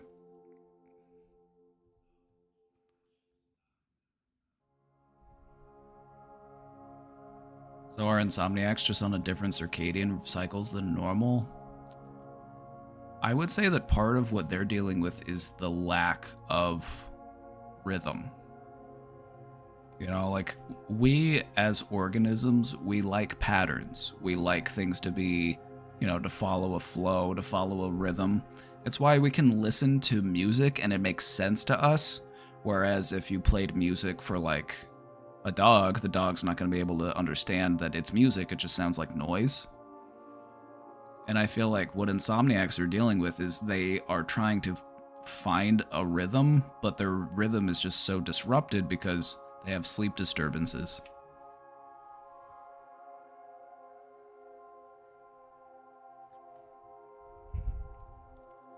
If you haven't heard of Biosphere 2, get ready. This was an experiment that was conducted in the early 90s where they put 8 people into an entirely closed-off ecosystem. It was meant to be entirely separated from the outside world. You know, even as far as like producing oxygen.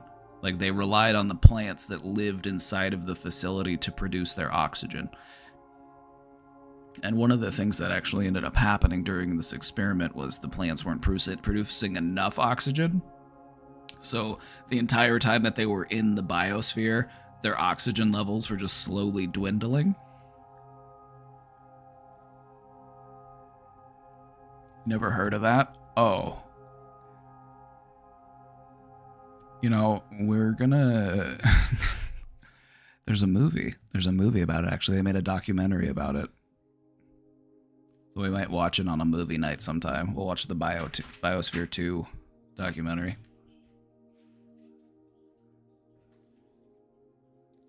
Oh, hello. Oh, some soup? Oh, thank you. Oh, thank you. Oh, trade me. Casey brought me some soup. I made some soup yesterday. It's like a curry lentil soup. After 41 months. Hey, row your motorboat. Thanks for the 41 months. 5-hour train ride? Oh yeah, you're headed down to Michigan, aren't you?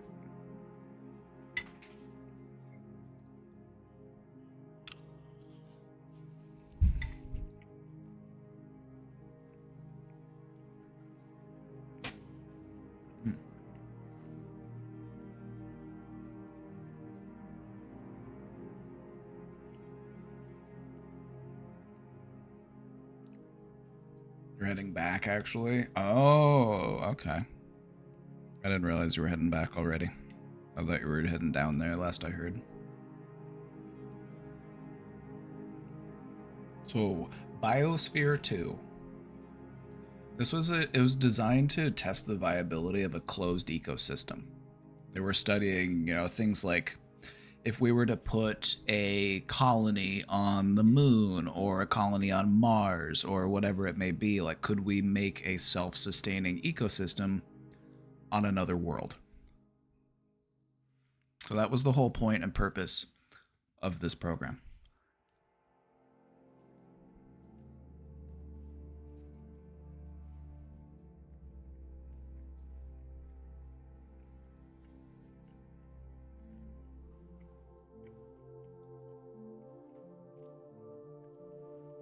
As you can expect, there were complications.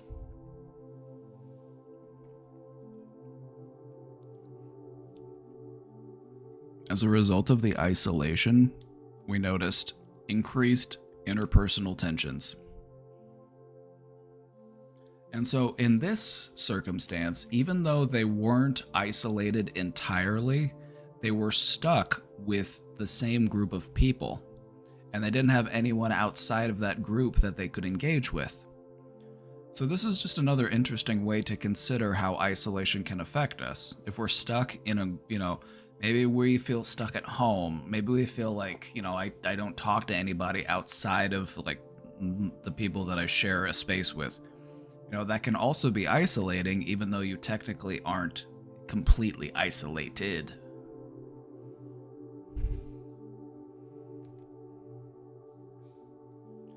What ended up happening was that this confinement ended up leading to significant stress and behavioral issues. The group ended up breaking apart into two different factions because they each had different views regarding how the research project should be conducted. And basically the way that the lines were drawn was there was the like hardcore group that were like, no, the biosphere must stand on its own. We cannot allow outside help. We cannot, What happened to the first biosphere? We don't talk about the first biosphere. Actually, I don't know. Biosphere 2 was just the more like, it was the bigger one. That's why we talk about Biosphere 2. But anyway, there ended up being a divide between all of the participants. And these were all like scientists, mind you. Like these were people who were there to like do research and keep the facility going, and like botanists and like different experts. And what ended up happening is that there were factions that formed. They broke into two different factions because within, the first few weeks or month or so of the experiment, there were like issues that were happening, and like they needed like outside intervention to like assist. But there were like hardliners who were just like, no, it's like that would negate the validity of this experiment and of this study. And then there's like, so we should just let it fail. So yeah, Biosphere 2. Here's some pictures. Isn't this interesting? This is it from the outside. It's a huge complex. And then on the inside, they had like entire they had like a desert area. They had like a tropical area.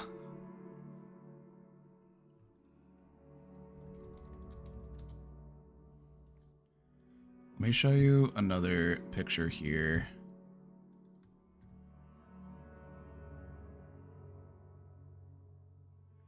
It was the largest closed system ever made.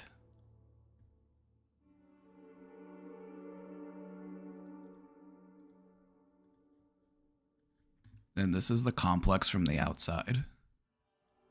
It was massive.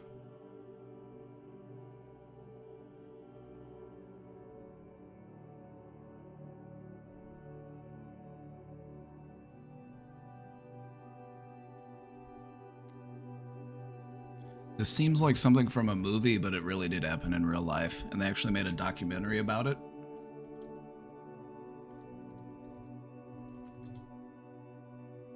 And they also made a parody movie about it. They actually made a parody film about this called Biodome with Pauly Shore. in 1996. Yeah, exactly, Tato Tuva. This is what inspired the movie Biodome with Pauly Shore and that one Baldwin brother.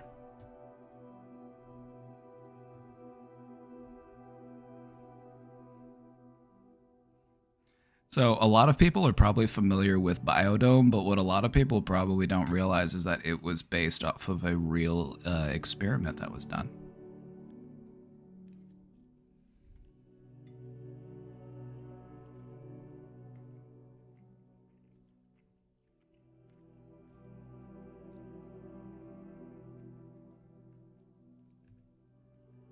Let's talk about some other notable research that's been done into the effects of isolation. In case you're curious, this field of research is known as confined environment psychology.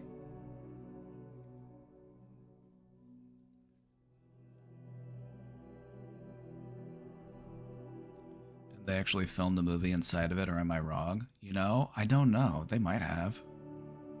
It would make sense. That would probably save them some money. Film it inside the actual biodome. Rather than have to build a new biodome for the film.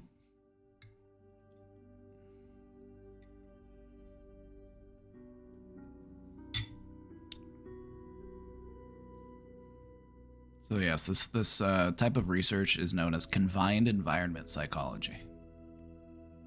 This includes the research that they've done at the Concordia Antarctic Research Station.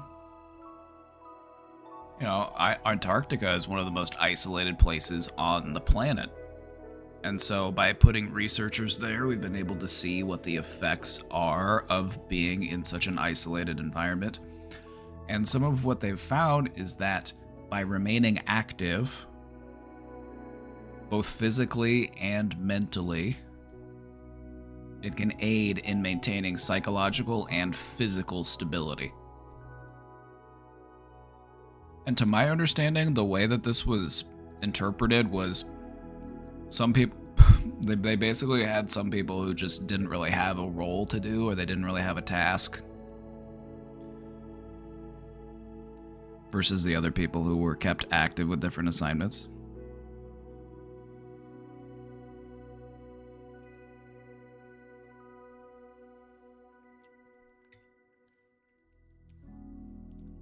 The research I looked at referred to them as active participants and inactive participants.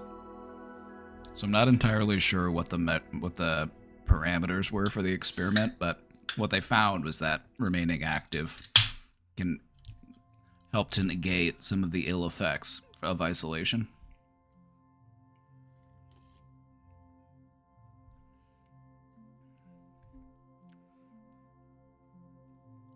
There's also been a lot of research put into this by the American and Russian space programs. This picture here is actually from the Sirius 19 experiment, in which some astronauts were put into a self-contained little unit, which I'll show you a picture of. And a lot of this research is done to the benefit of like space travel and space programs. You know, if you're going to be on a spaceship for a long time, or if you're going to be on a colony, or you're going to be on like a research station, like what's that going to do to you? I wonder if they talk to lighthouse people too. That's a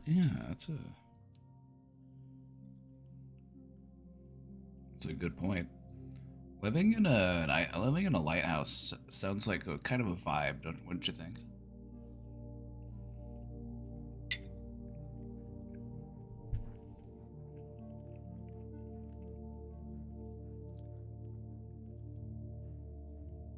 So, both the American and the Russian space programs have conducted a lot of research dating back to the 60s on the effects of isolation, and they continue to do research to this day.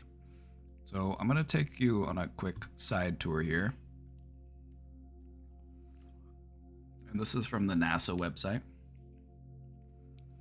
Currently located at the Institute of Biomedical Problems of the Russian Academy of Sciences in Moscow.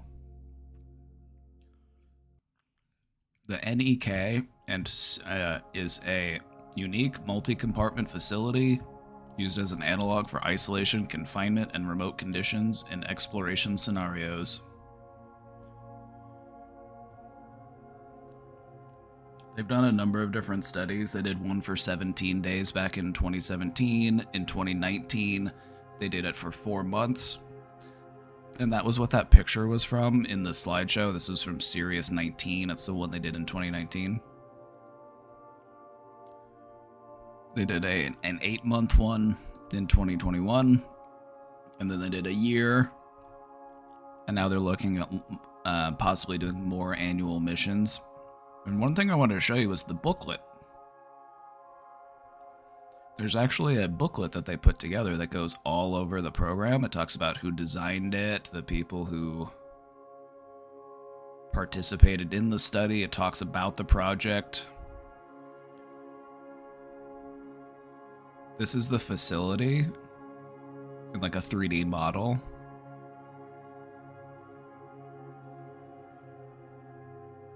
Here's some pictures of it from the outside. And then on the inside, they gave them plenty of stuff to do. Plenty of stuff to stay busy.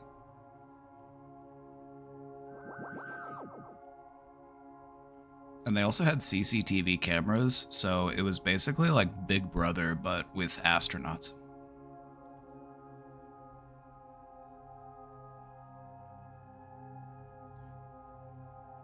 They also had a little part that was made to look like the surface of a planet, and they did like VR training exercises. They got the crew. It was a split crew. There were both from Russia and the United States. So this is pretty interesting. If this is something that you find interesting, it's all online. It's right there on the NASA website, and they have this whole booklet. It's got some cool pictures, all the experiments and the biometrics, and like they were doing like regular health screenings and health scans and just like anything you can think of to like just really monitor the effects of prolonged isolation on people. So yeah, and a little garden, a little greenhouse. Plenty of recreational activities.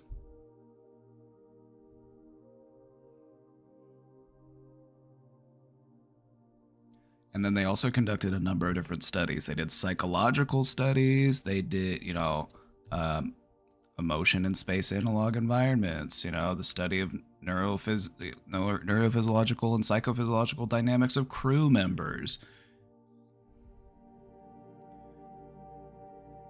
So yeah, they conducted a ton of different studies while they were in there too. But anyway.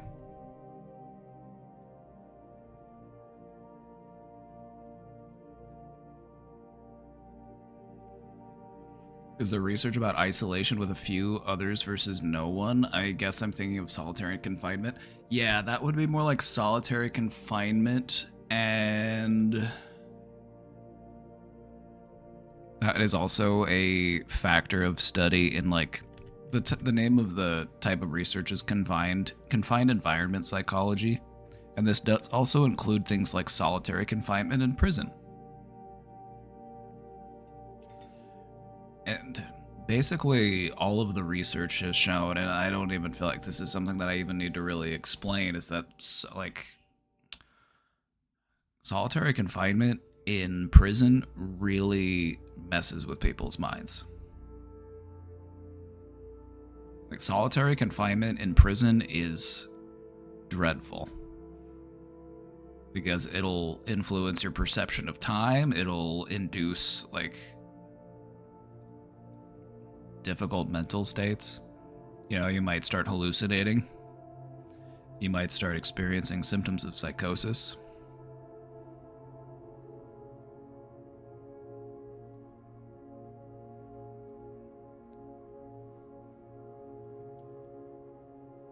We aren't meant to be that level of socially deprived.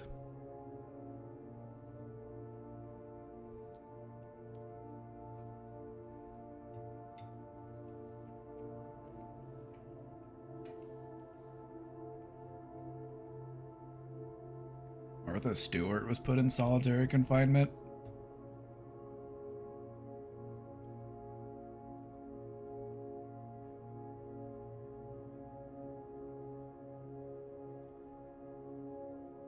Oh my god, you're right. I didn't know that this just came out 5 days ago.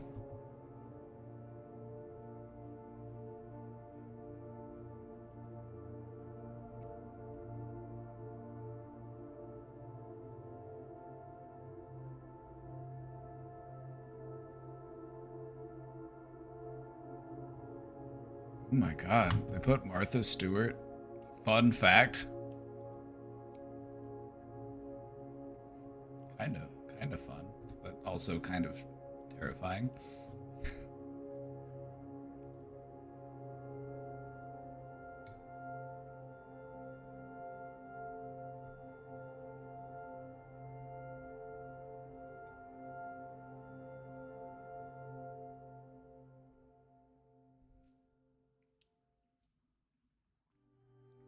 I never would have guessed. I never would have seen that coming. Martha Stewart getting stuck in solitary.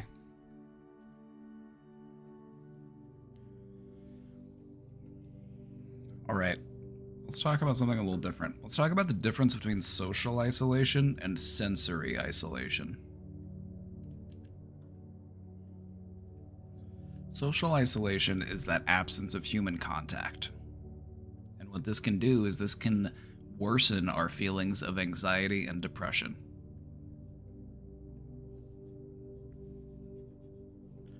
Which, if you've ever dealt with anxiety or depression, you would notice, or you might be aware, that there's a sort of feedback loop that happens.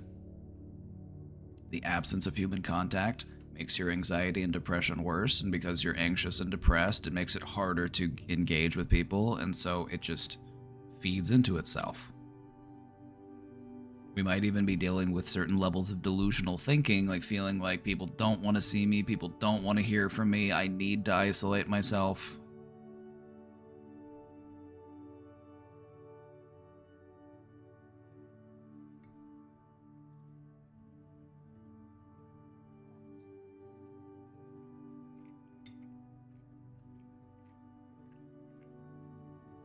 Get out of my brain. It's our brain, comrade. Like it or not, this is a shared experience.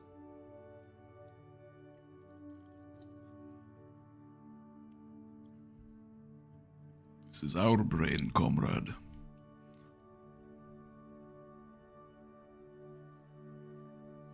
Sensory isolation is when we limit our sensory input.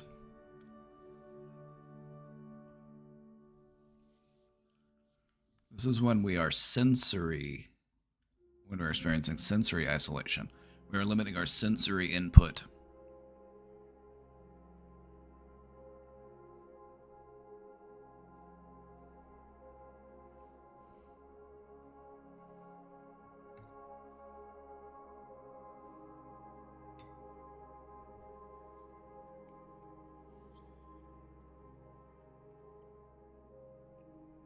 When we have a limited access to sensory input, this can induce hallucinations. It can also detach us from reality. It's also known as sensory deprivation. And this is one of the things that'll happen in solitary confinement, or, in one of those Mr. Beast videos where Mr. Beast locks a person in a room and says, I'll give you $1,000 a day every day you stay in the room. Hopefully you understand why that's so incredibly fucked up.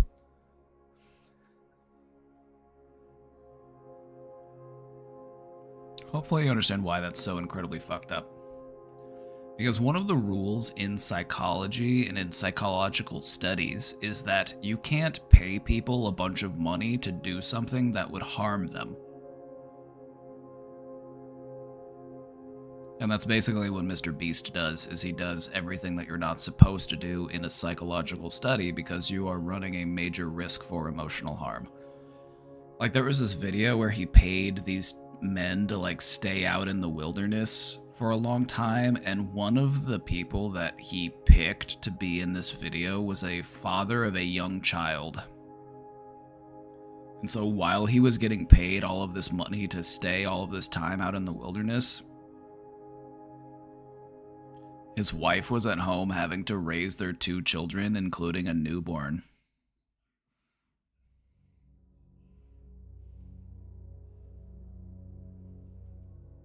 And you're not going to convince me that that isn't just kind of evil to put somebody in that position. Like, hey, you want to go stay out in the woods, but you can't see your kid?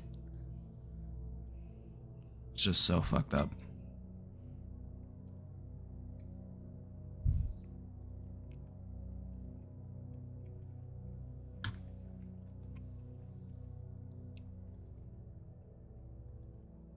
No, it's true. It happened. It's in a Mr. Beast video. It's in the one where he like paid people to stay out in the wilderness. And they would get money for every day that they stayed out in the wilderness. And one of the people that they picked for this video was like a parent of a newborn. And he's just talking about it like, it's so hard being away from my kid, you know, I'm missing out on this bonding time, I'm never gonna get that back, but I am getting paid, so it makes it really hard. I'm just like, it's just so deranged. I'm like, what evil person conceptualizes this kind of idea?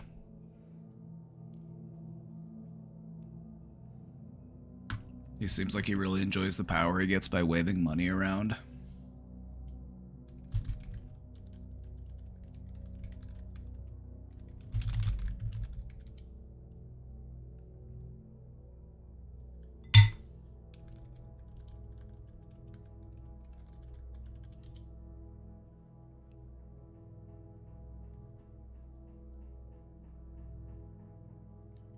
Like, have you seen his face? It's like the smile doesn't reach the eyes. The smile doesn't reach the eyes.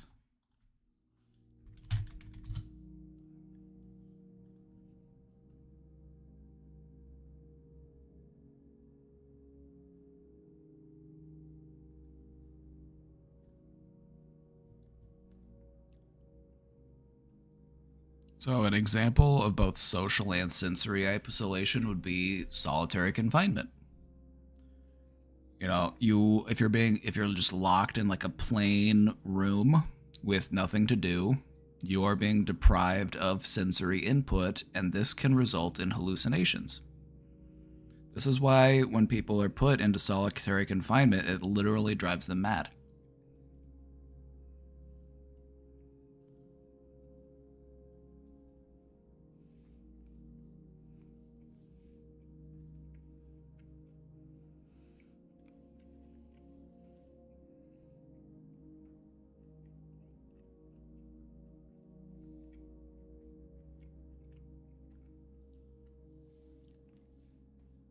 So while not having connection with humans, not having human contact makes us anxious and depressed, if we're able to remain engaged like through our senses, if we stay busy essentially, if we have something to do, something to occupy our time, something to occupy our mind, we can keep it together relatively decently. But if you lack those engaging things, if you are just isolated and alone, it's very bad for you. Solitary confinement has been shown to significantly impact mental health, leading to severe psychological effects. It's essentially a form of torture.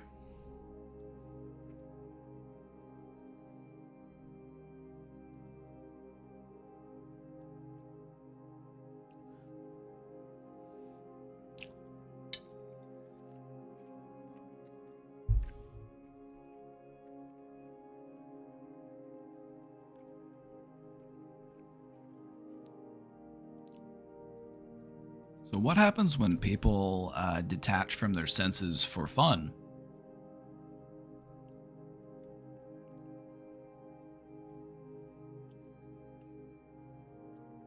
Found out I'm using isolations as a means to punish myself. Neat. Well, knock it off. We've all done it. We've all done it.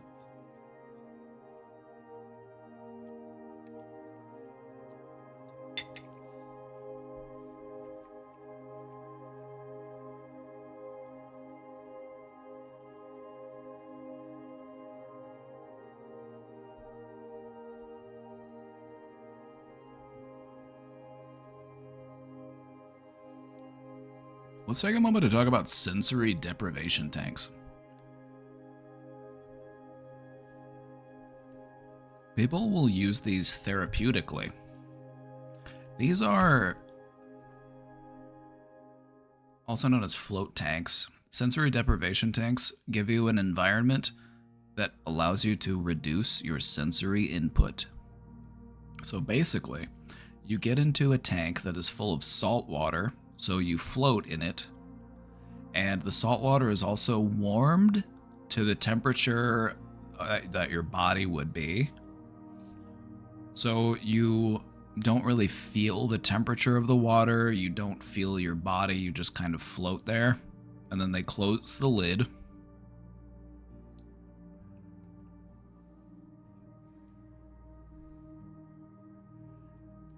And this shuts you off from your sensory information.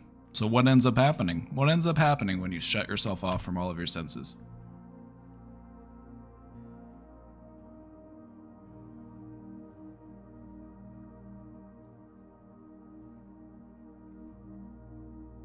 What ends up happening is people often experience profound relaxation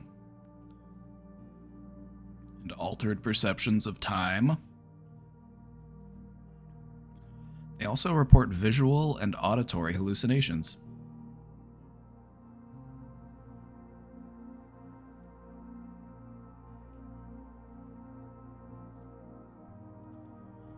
Because here's the thing about your brain.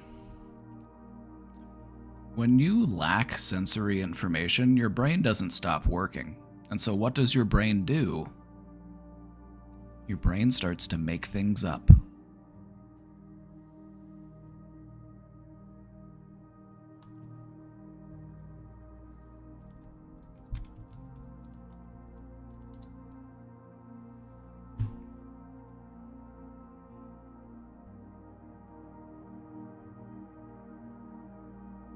This effect is also known as the Ganzfeld effect, which is also German because a lot of the original studies that were done into like perception were done by German psychologists, which is why you have things like the Ganzfeld and Zeitgeber. The Ganzfeld effect comes from German for complete field. Whenever you are... And let me show you how they did the Ganzfeld effect. They basically put, and this is something you could even try at home if you want to, if you're curious.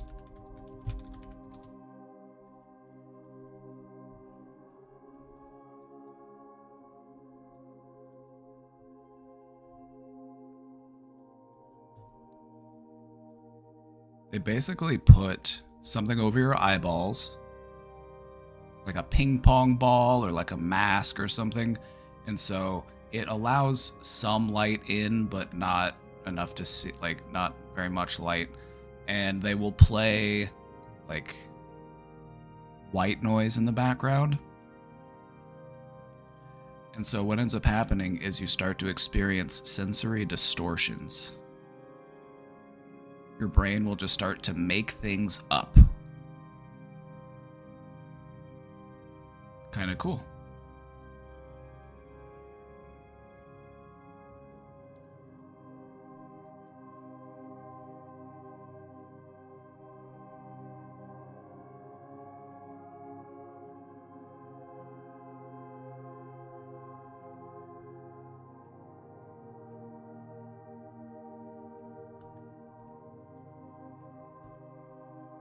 Kind of scary, can't trust my own brain.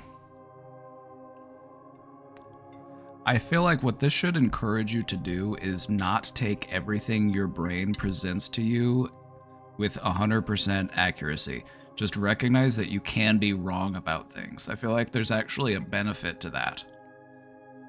Because if I can be wrong about things, then maybe I'm wrong about me, and maybe I don't need to be so hard on myself all the time. Maybe I actually can be more compassionate and patient with myself. Maybe I can become more open to accepting compliments. Maybe I don't need to beat myself up all the time. Maybe I don't need to continue to punish myself for something that I did 20 years ago. That type of thing.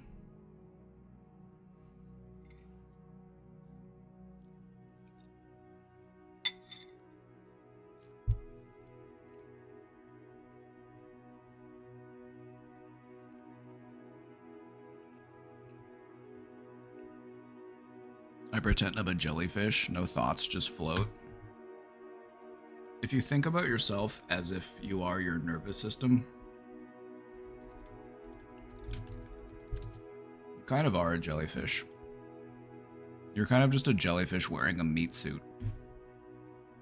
Like, if this is you, if this is everything that senses things, everything that perceives things, you're basically just a jellyfish wearing meat and bone. So you kind of are a jellyfish.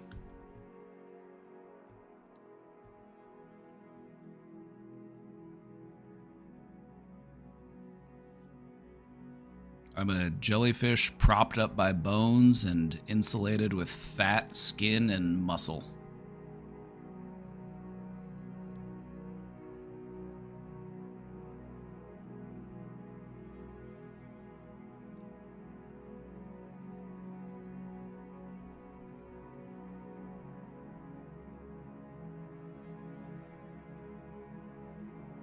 Clinical research has shown that, or it suggests that float tanks can reduce stress and anxiety through controlled sensory isolation.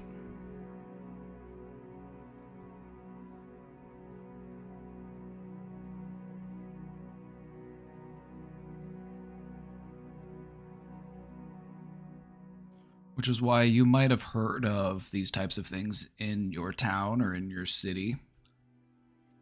They have them all over the place.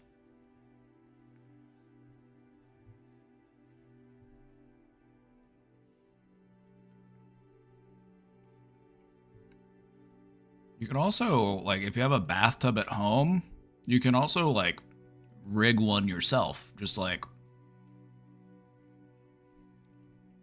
But the reason why you do it in a tank is because you can actually, like, float and stretch out. You're not as confined as if you were in a bathtub, but still. There are also other ways that you can, like, shut off your senses, like wearing an eye mask, noise-canceling headphones, weighted blankets. You know, there are different degrees that you can go to. And what I've found is that sometimes if I want to go really deep into meditation, I put in my earbuds or like noise-canceling headphones. I will put on like an eye mask. I will get under a weighted blanket. And I find that that will really just like free up my senses.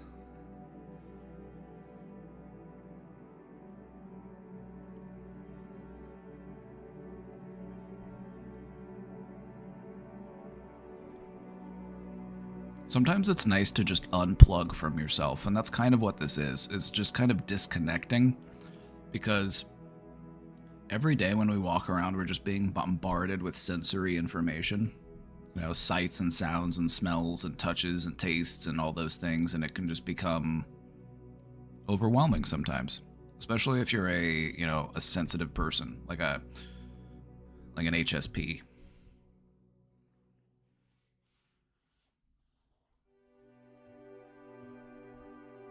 Can't stand a weighted blanket. I feel like someone is trapping me. Now that's something we could unpack.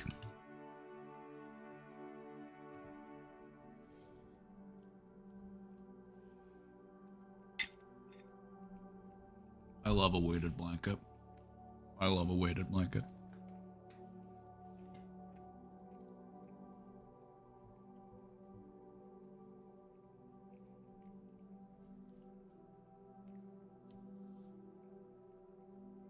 Let's talk a little bit about isolation and hallucinations. So why it happens, and we covered this in the previous slide, as far as like why do we experience hallucinations when we are isolated? And it is because in the absence of external stimuli, our brains create their own sensory experiences.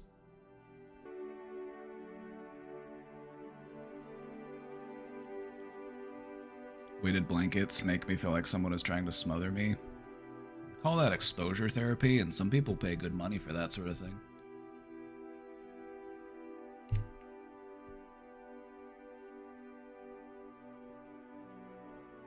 A real world example of this would be mountaineers and explorers reporting seeing imaginary companions or hearing voices during long periods of solitude, as noted in this kind of picture here. And they refer to this as the third man factor, or third man syndrome is another way to refer to it. This reports to situations where an unseen presence, such as a spirit, provides comfort or support during a traumatic experience.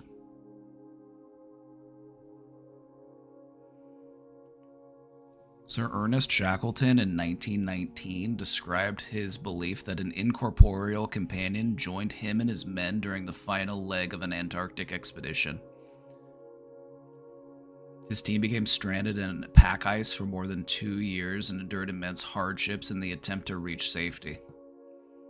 During that long and racking march of 36 hours over the unnamed mountains and glaciers of South Georgia, it seemed often to me that we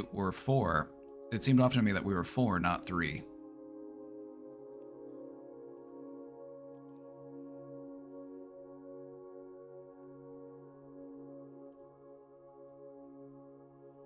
And so this is something that's often, this is a phenomenon that's often reported by people who are, climbing mountains. They might feel like there is someone there that's like cheering them on or giving them encouragement or guiding them.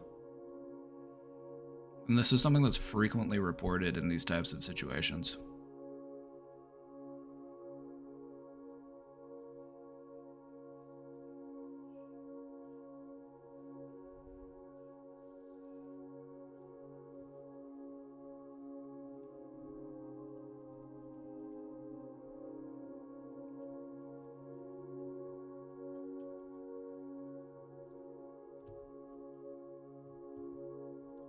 And again, what's happening here is that our brain will fill in sensory gaps, and this will create distortions in reality.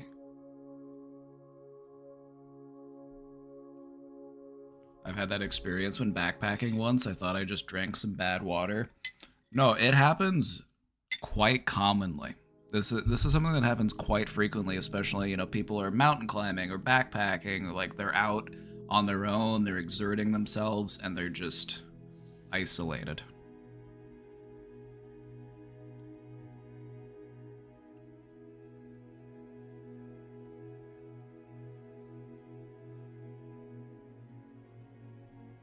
I used to have this really bad night terrors. The thing that was most terrifying was the presence. It felt like someone or something was there.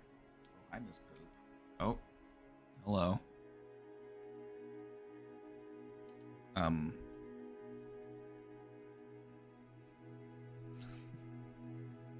she got up and she switched around. Good, good.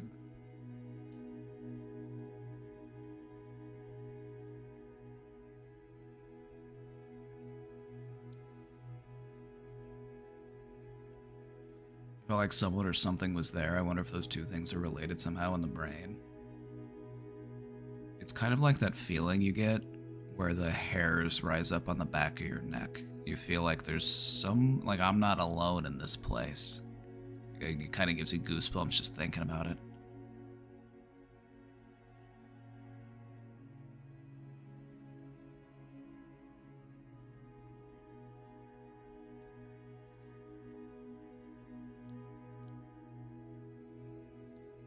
Yeah, Wilson from Castaway is a great example of this. The guy's all alone on an island and he makes friends with a volleyball.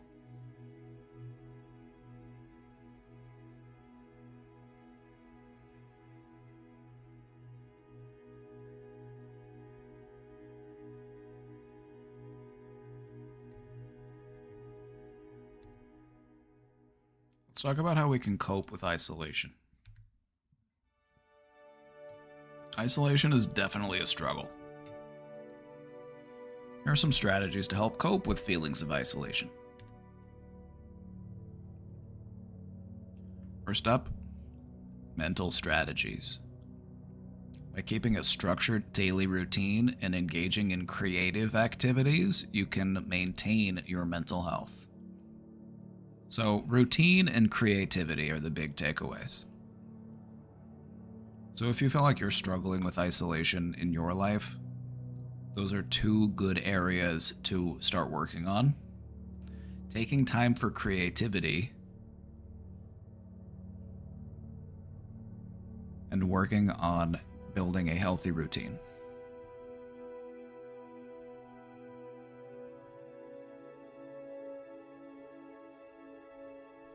I think this has any relation to sleep paralysis. Oh, the third man? Yeah, I would say so. To my understanding, part of the reason why sleep paralysis happens is because part of your brain is awake, but not all of your brain is awake. And so there is that other part of you that is awake, and it's like generating these feelings, it's generating these images, it's generating this sensory information.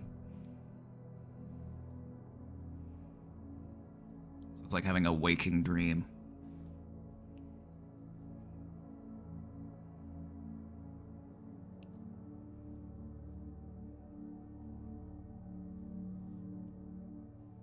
But I would say that approaching them from a place of fear is what gives them control and power.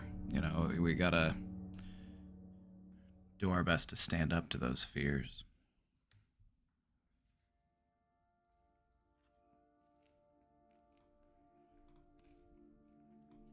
What is a healthy routine? Well, that depends. But I would say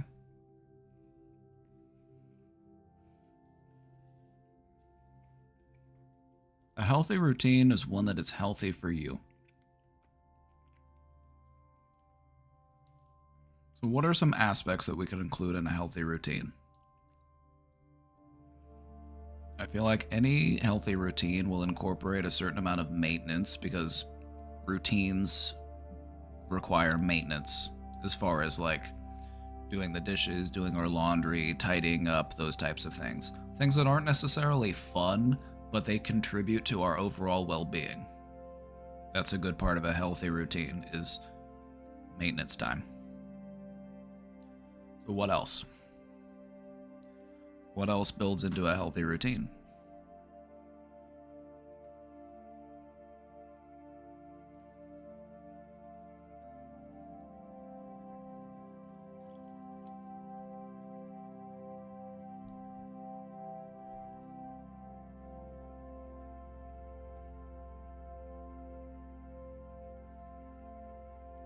Physical activity, I would say absolutely.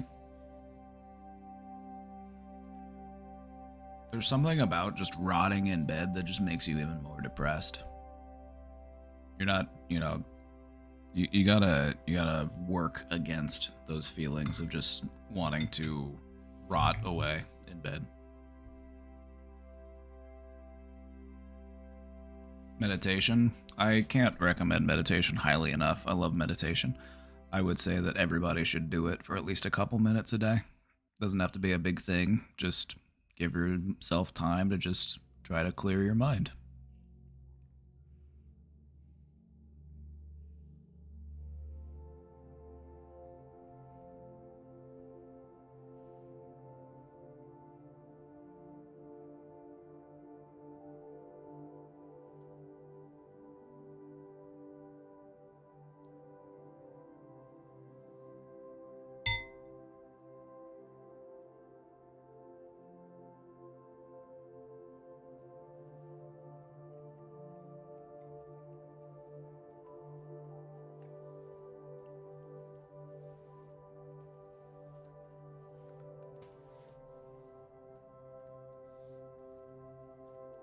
I was skeptical until I listened to your guided meditation, and I try to do it twice a week now.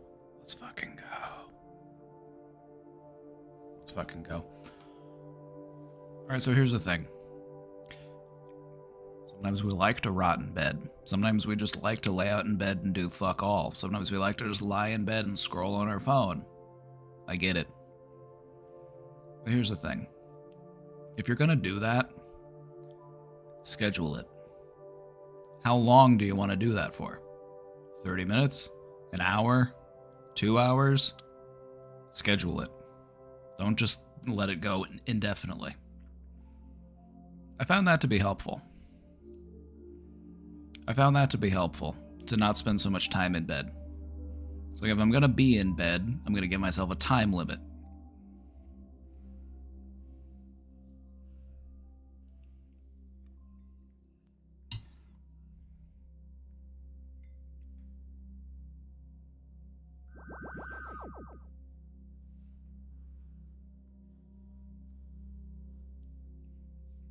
What happened to I'm good enough? You are good enough.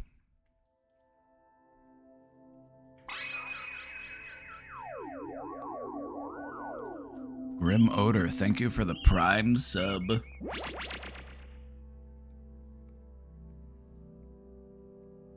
here's the thing, you are good enough. But if you're working on building healthier routines for yourself, such as not spending an excessive amount of time just rotting in bed, to just demand yourself to make all of these changes right now isn't going to work. Like, you're like, okay, well, I need to go to the gym. I need to go to the gym 2 hours a day. I need to cook myself a healthy meal. I need to call my friends. I need to clean my house. I need to walk my dog. I need to do all these things. You'll get there. You got to work up to it. And so if you're at a stage right now where you feel like getting out of bed is hard, that's okay. But recognize that this isn't how I want things to be indefinitely. This isn't really bringing me the joy and satisfaction that I feel like life should be bringing me. So if you need to be sad, be sad. But it's okay to limit it. It's okay to set a time limit for yourself. You gotta feel it to heal it.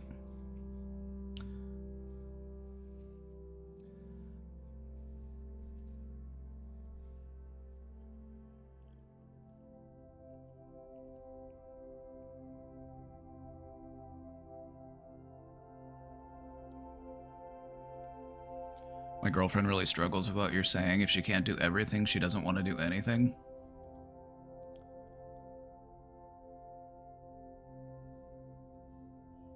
Sometimes if you're just able to do one thing, it makes that one thing even more meaningful. And if you do too many things, it kind of waters down the experience.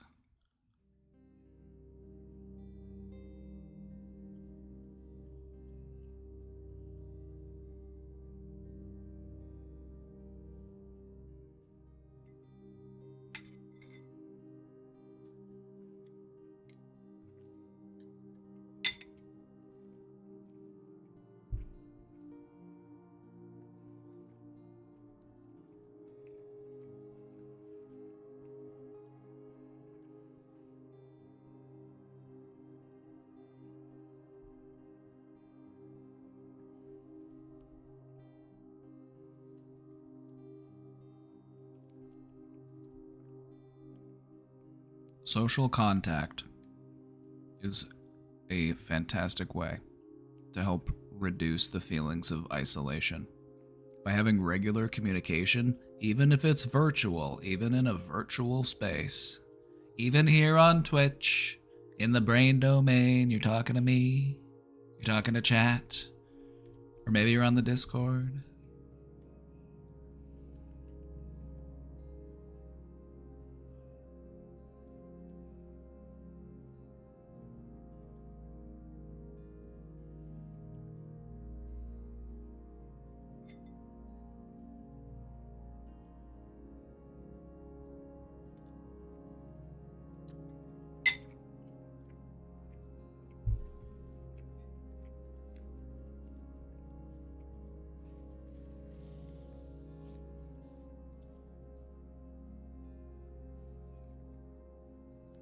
I found breaking stuff down to simple things helps, but not always. That's progress. That's progress, and that's what you gotta do. You just gotta focus on that next step. When you focus on every step that you have to do to get where you're trying to go, you're going to feel overwhelmed. But a journey of 1,000 miles begins with a single step. So just focus on that next step. That's the one that matters most.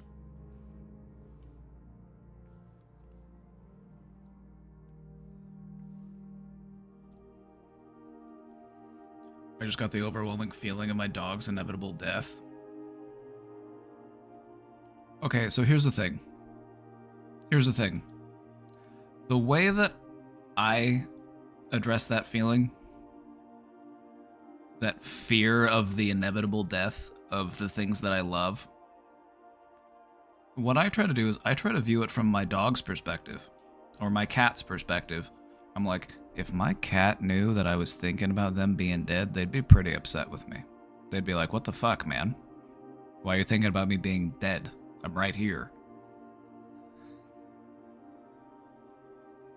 They're like, why aren't you appreciating me while I'm right here? Like, come over here and pet me. Like, what are you doing? You're over there thinking about me being dead? So that's what I do to cope with those feelings. I'm like, well, it would upset my cat if they knew.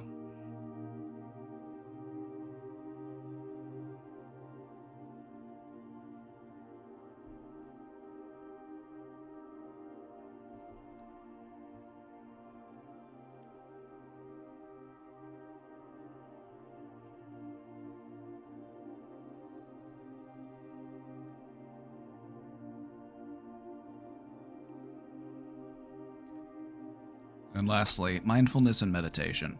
These are helpful in all things. These are helpful in all aspects of life. Like approaching things from a mindful, aware place.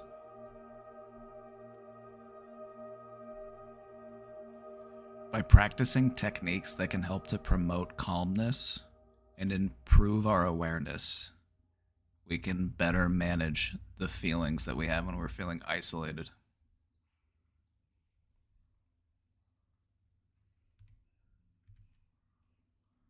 In conclusion, isolation significantly affects our perception.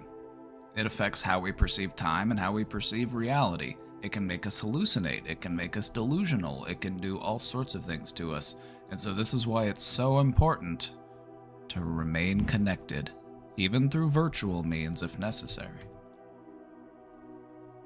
By better understanding the effects of isolation, we can take steps to better cope with the challenges it brings, or to improve our understanding of how we can utilize it for therapeutic effects, such as in sensory deprivation environments. You know, sometimes it's nice to disconnect. Sometimes it's nice to shut off our senses. Some further reading and resources for you to consider if you are interested would be the book that was written by Michael Siff, remember the guy who went down in the cave? He wrote a book called The Man Who Kept Time. So if you want to learn more about his experiences of living in a cave underground. There's also a book titled Endurance by Alfred Lansing, which is about isolation in Antarctic exploration.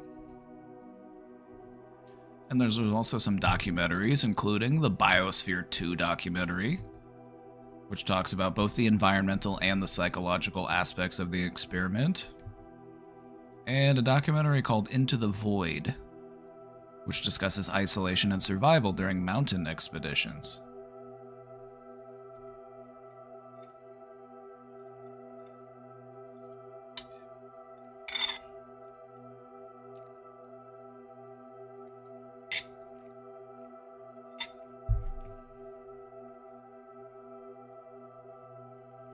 So this has been the isolation presentation. I hope you have enjoyed. I hope you found this both educational and entertaining. That was my goal.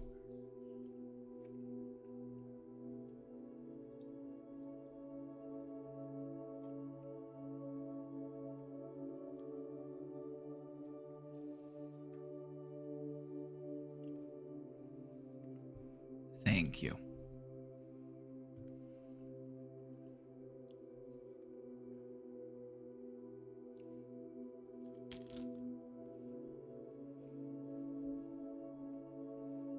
I'm interested in watching the documentary. Yeah, me too. I haven't seen the Biosphere 2 doc, but I'm interested.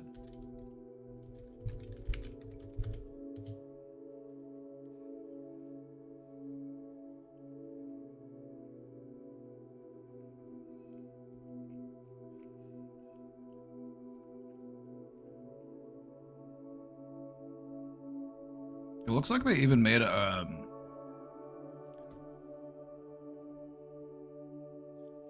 more recent documentary that looks like it came out in 2020. Ooh, Rusty Golden Fleece, thanks for the 420.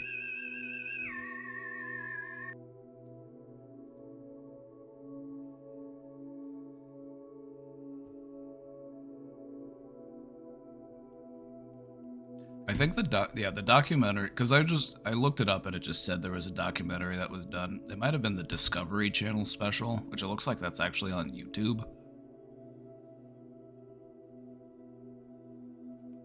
But it looks like they came out with a recent documentary in 2020.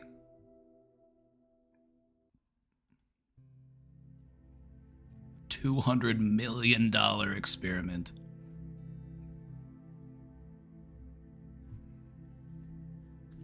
Was Biodome filmed in the actual biosphere?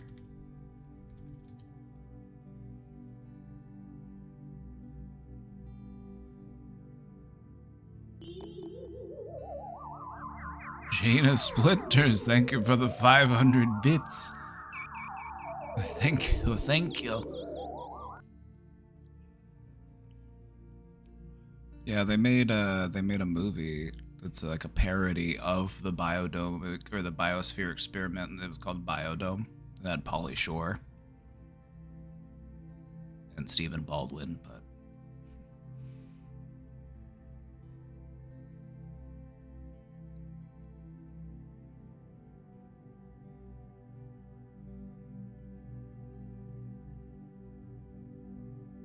on Rotten Tomatoes, the film has an approval rating of 4%.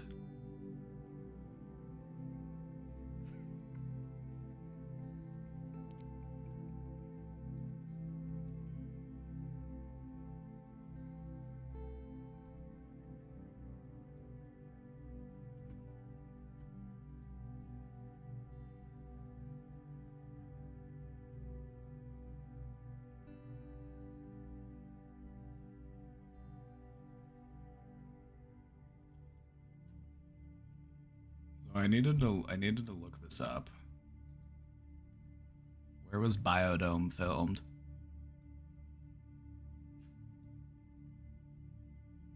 Primarily filmed in California. They filmed the exterior shots at the Biosphere 2 location.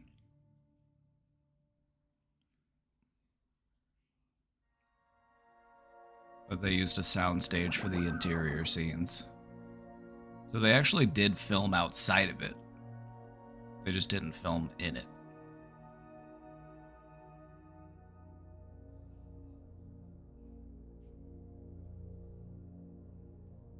Well, now we know.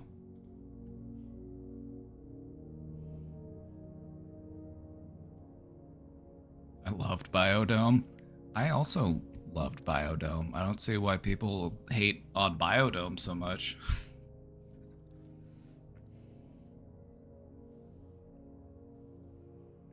What's your thoughts on this and how religion using these psychosis states to their advantage, even putting people into mass psychosis?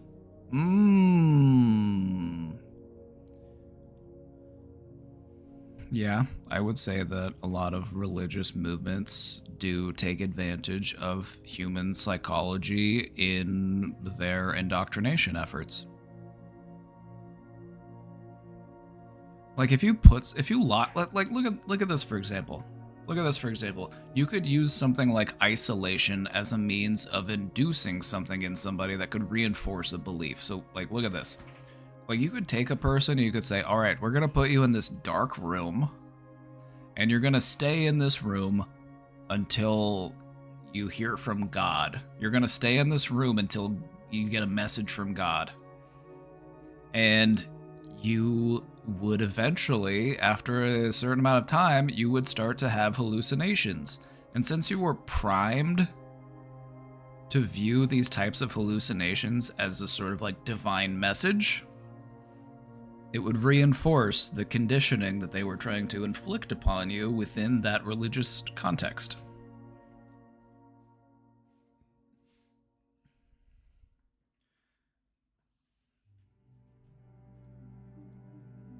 Just like that movie. Yeah, just like that movie we watched on movie night last week.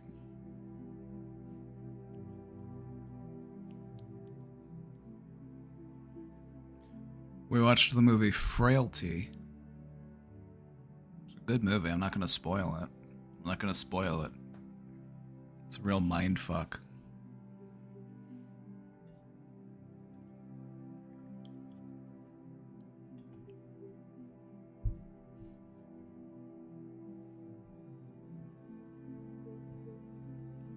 Right, I'm gonna take a quick bathroom break.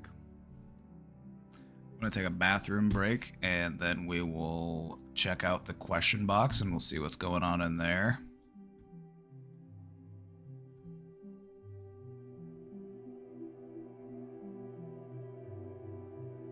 So stay tuned. Don't touch that mouse. Be right back.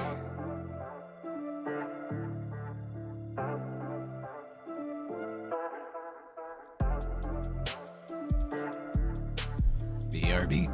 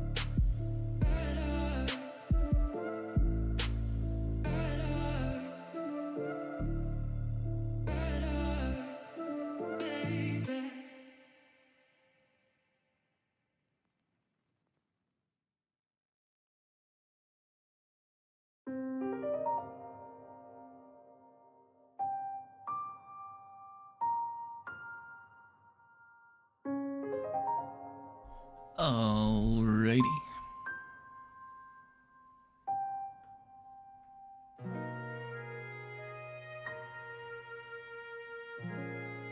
The AFK pick is giving Markiplier.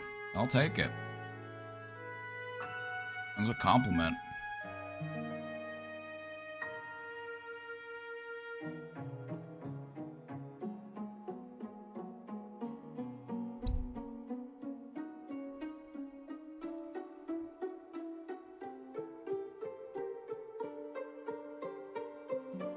These bush are lovely.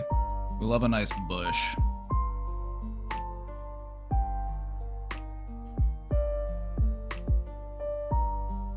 I remember the furry awakening someone had in here. I do. I do.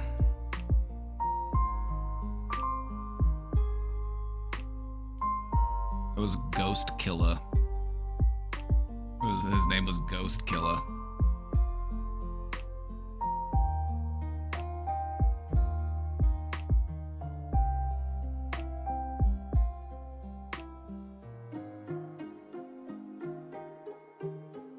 You know, we've had a few different awakenings in here. We've also had a trans awakening happen in here. We've had a trans awakening. We've had a furry awakening.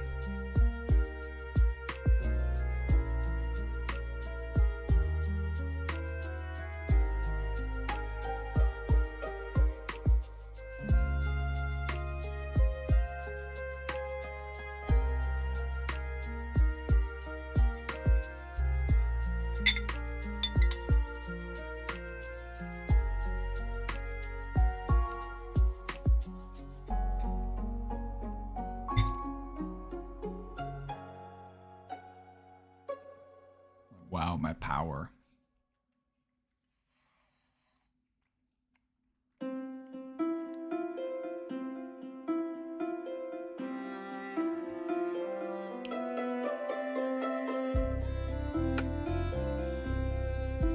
Right, gamers.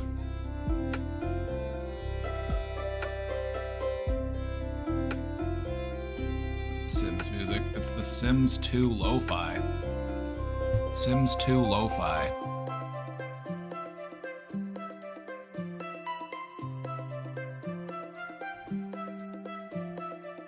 Like my shirt.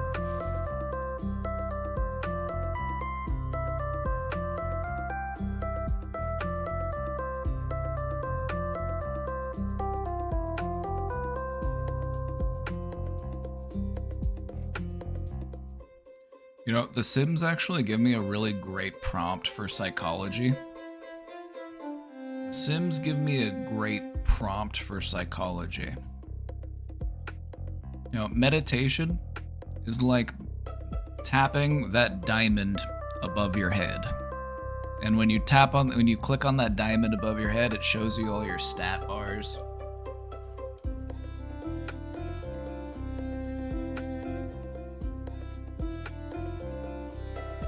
And you get to see, like, what's my fun level at? What's my hygiene? My hunger? My sleep? My socialization?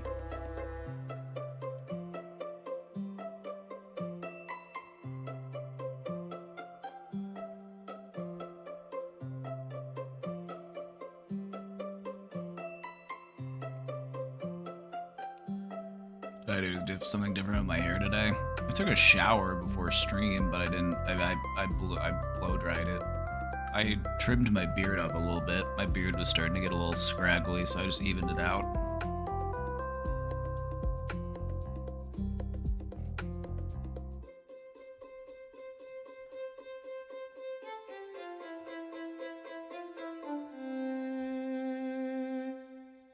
Right.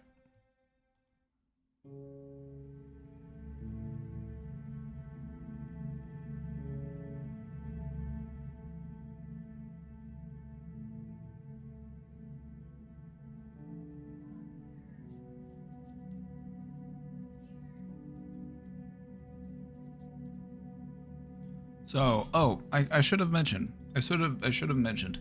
I've been planning out content, right? For presentations. I guess I should tell you this because I haven't told you my plan yet. I talked about it a little bit in the Discord, but I haven't talked about it on stream yet, so I'd like to go ahead and do that now. What I did was I put together weeks worth of ideas. And each of these weeks would have a general overarching theme. And so, like, this week has a theme. and we're going to talk about some, but this week's all about perception and like our person. Yeah. But anyway, you want a sneak peek?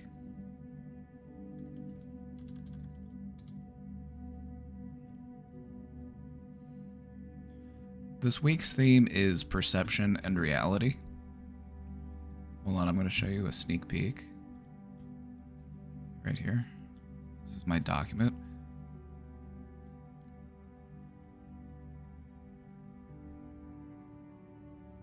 Week 1, this is perception and reality week.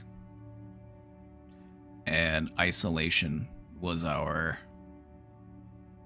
topic of today. And tomorrow, we've got another topic planned, and it is the Mandela effect. We're going over the Mandela effect tomorrow. It's too small. Good, I don't want you to.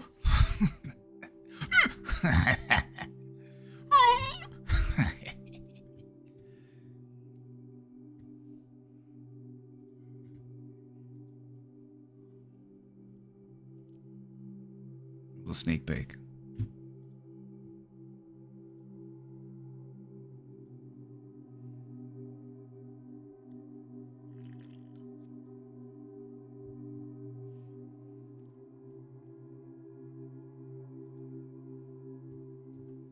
So yeah, tomorrow I have a presentation put together about the Mandela effect. So that one's going to be fun.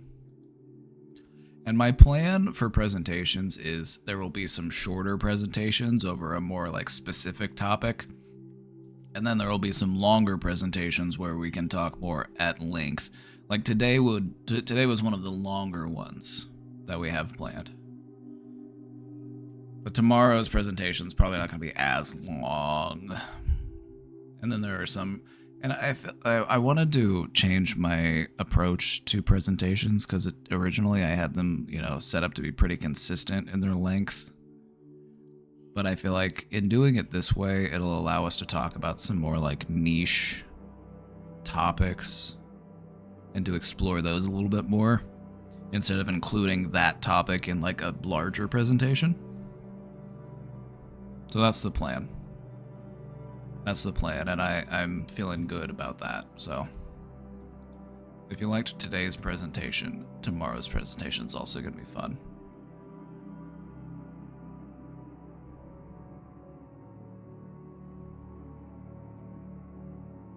Sneak peek.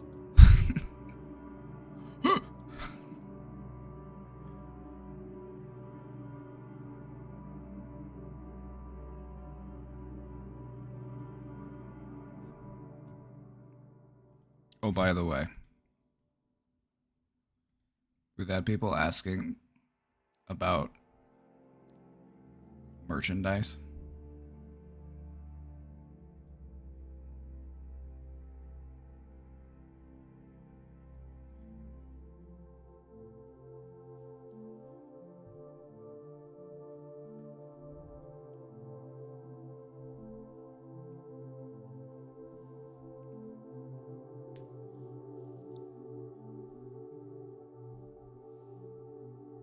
So I did put some together.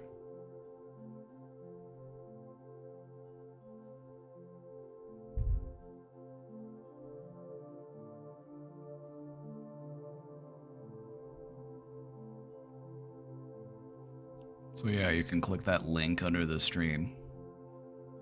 You can now have a cup. So I did this through Fourth Wall, who partners with Stream Elements, and I made everything as cheap as they would let me. I made everything, like, there's a minimum that they'll allow you to make the price, and I made everything as cheap as I could. So, like, the mug, it's got the little brain guy on one side, and it's got the logo on the other side.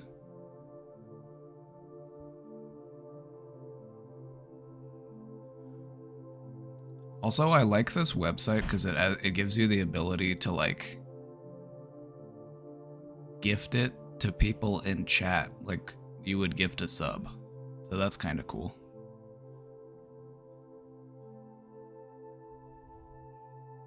Is the shipping expensive? I don't know what the shipping is like, if I'm being honest. That I don't know. But I put these together because I had to like design them. And I'm gonna maybe put some more together too.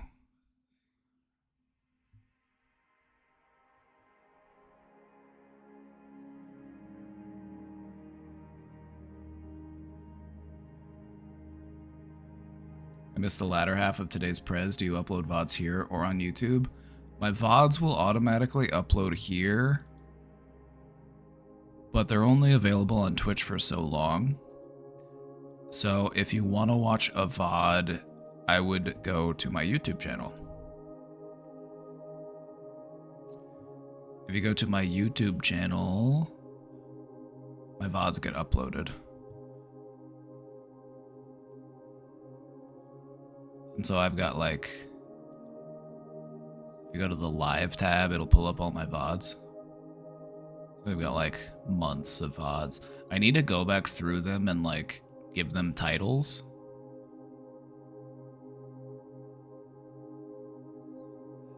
But I'm lazy.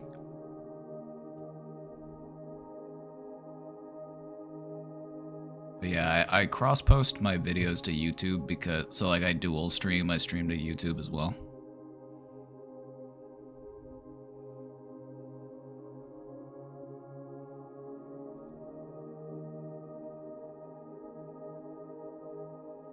And then YouTube will back up my VODs for me. Pretty nice.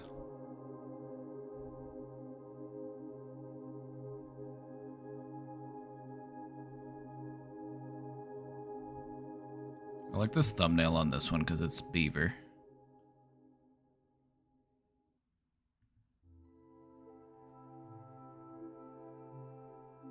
I'm gonna become a brain domain archivist and save all your presentations. Please go for it. I have a whole library at this point. Like,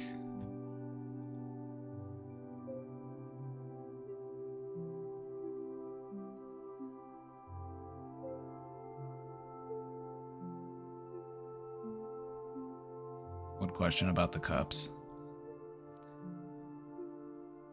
I don't know much about the cups. When I was, okay, so on this website that allows you to do the merch, it allows you to pick from all sorts of different things. There's like t-shirts and hats and hoodies and all that stuff. And I was like, well, I gotta make a cup. I gotta do a coffee cup. That just really feels on brand for me.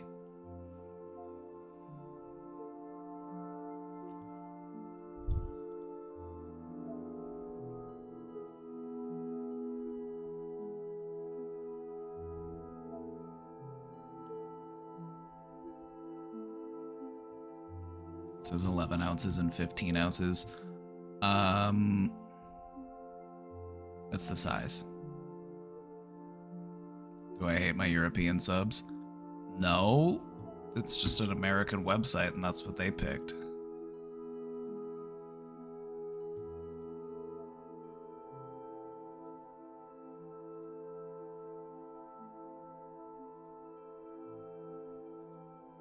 What would you use? Milliliters?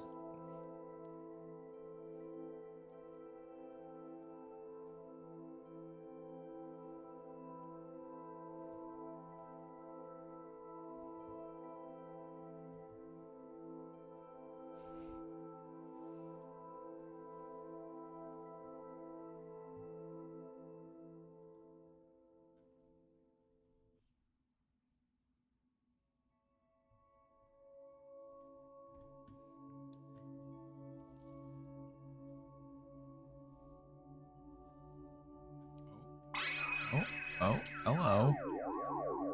Poopy. She just got up for a little stretch, and she laid right back down. Hey, Dr. Maggot.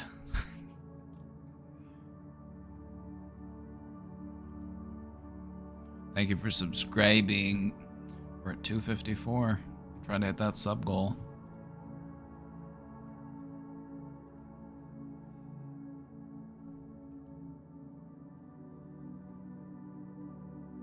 Is it question box time? It is question box time.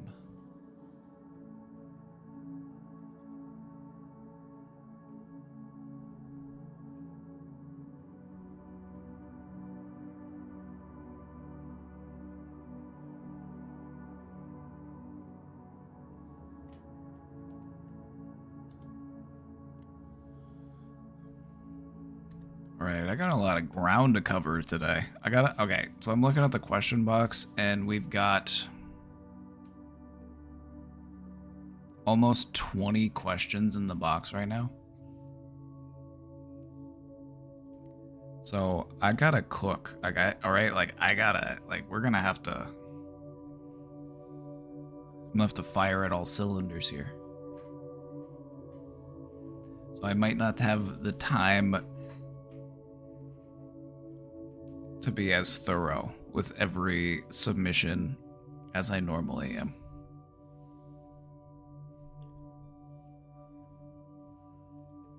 Also, I'm sure at least one of them is just saying, "Hi, Josh, I'm gay," because we get one of those a day. Fishes are aliens. This is true.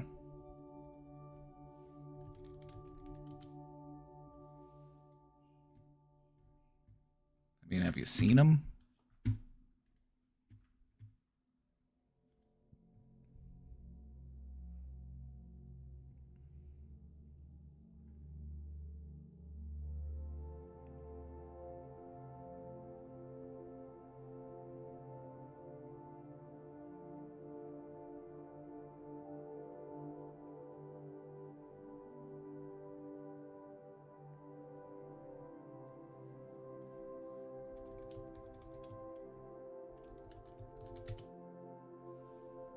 What about this guy?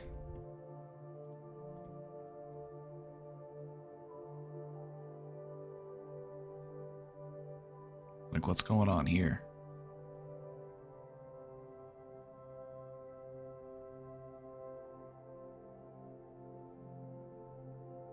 Imagine being James Cameron going down there in a tiny ass submersible. Now that's some isolation, right? Now that's isolation. Just imagine you're thousands of feet underwater. And you look outside and you just see this thing just staring at you.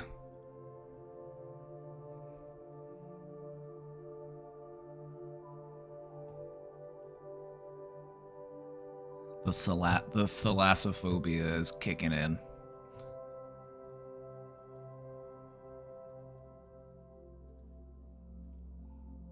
A TikTok, huh? Okay. I'm at Walmart, and I don't even know how I should feel about this. Y'all let me know.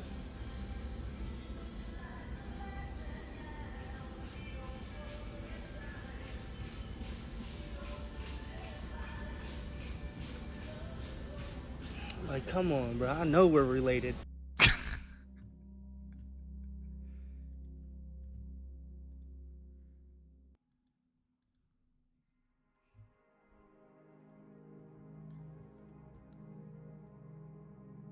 Explain this, liberals. Don't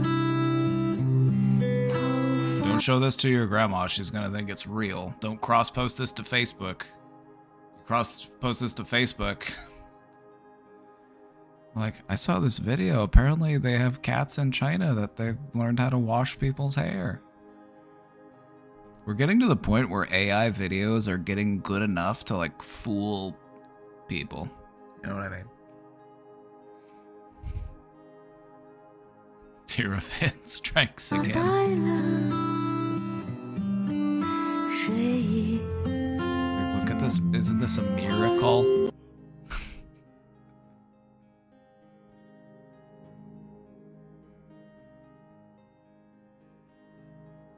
Can't even recognize AI in some photos. Some AI photos are getting so good that they're basically indistinguishable. Like, it's like there, you might be able to see like some little things that like give it away, but there are some that are just so good, it's freaky. But the thing about AI is that AI like text to video is getting way better. It's still pretty crappy right now, but it's way better than it used to be. And it's getting better every day. Also, I feel like there's enough people out there who would just suspend their disbelief and they just be like, that cat was washing hair. Wasn't that a blessing? Wasn't that just such a miracle?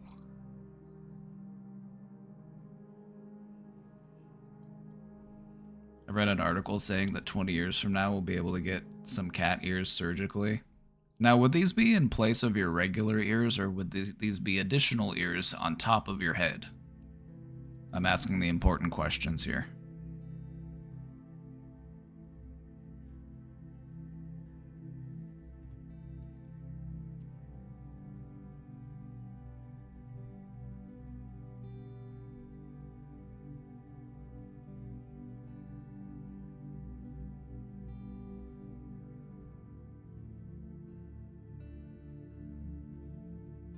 Also, would they be functional or would they be just for aesthetic? I would be assuming that having surgically added ears just for like for aesthetic would be much easier than having like a functional ear put onto your body. Like they could probably put a non-functioning ear onto your body today, like with our current understanding of medical technology.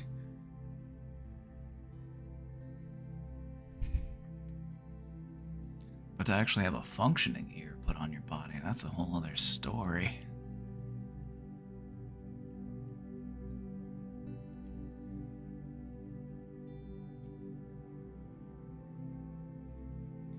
But yeah, if you went into a doctor today and you're like, I want to have cat ears put on to the top of my head, they're like, all right, we're going to take some cartilage out of your ribs, we're going to take some skin off of your butt, and we're going to make you a fake ear. We're also going to transplant some of your hair follicles from your scalp so that the ear can actually grow hair as well. Oh my god. Miss Poopy, quit. She's on my function keys. Every time the cat walks over the keyboard, I learn about a new shortcut that I did not know about before. She was just freaking out. She was holding something down and it was making everything freak out. You haven't seen the ears they grow on people now? Yeah, what they do is they take a piece of your cartilage out of your ribs and then they carve it into the shape of an ear and then they implant it into your arm so that it can grow blood vessels and then... Like, how did they figure that out? That's wild. That's wild that they were able to figure that out.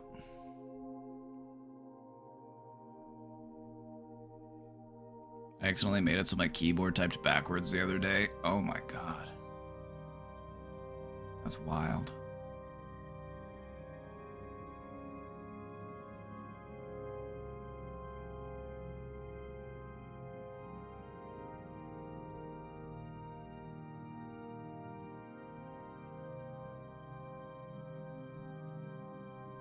Having a bit of dilemma at the moment, I would appreciate any advice you may have to offer.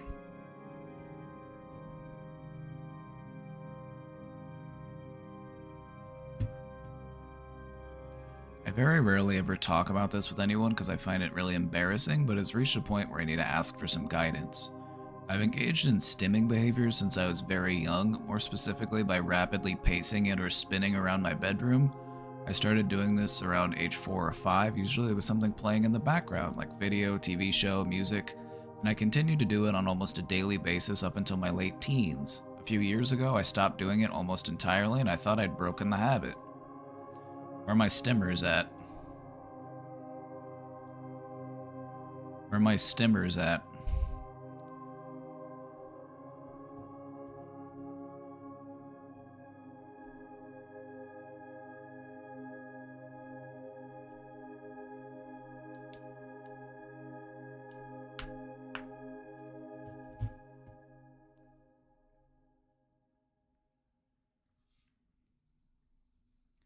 However, in the past couple of weeks, I've noticed myself doing it again every single day, multiple times a day, for up to an hour at a time. I find that I have a tendency to stim far more often during periods of my life where I'm very hyper-fixated on or excited about something in particular. In this case, it's probably to do with my recent discovery of the brain domain streams. It's not that I don't want to stim at all, because I do find it to be a good release of energy, a way to pass the time, but also a good way for me to brainstorm ideas more effectively. I tend to process things best during repetitive physical movement, but I've been stimming so much that it's physically hurting me pretty badly. Well, that's not good.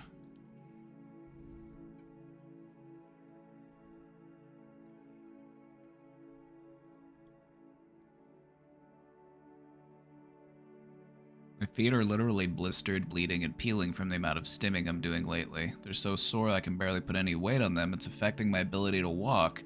Yet even when it hurts to stim, I continue to stim anyway because I just don't feel like the urge has fully been satisfied. I can't put on socks for stimming either because not only does that create a slipping hazard, but mainly because wearing socks in general is an absolute sensory hell for me. I cannot stand the feeling of socks on my feet. It literally drives me insane. Does anyone have any suggestions or possible solutions to this problem besides just wear socks?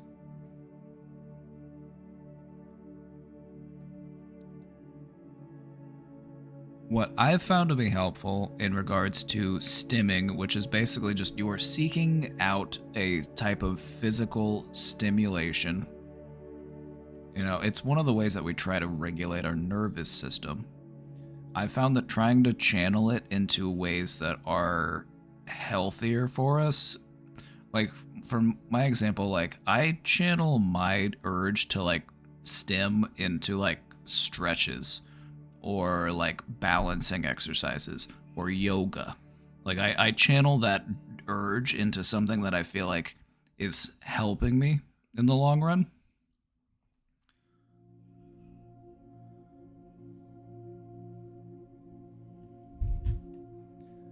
So what I would recommend is just trying to find other ways to satisfy that feeling, because that's what stimming is all about. It's like you have this feeling and you're trying to satisfy that feeling. And remember, whenever you are trying a new coping skill or a new strategy, it will not be as effective in the beginning as it will eventually. And so sometimes it takes a little bit of time to practice something new before it's able to give us that feeling of satisfaction we're looking for.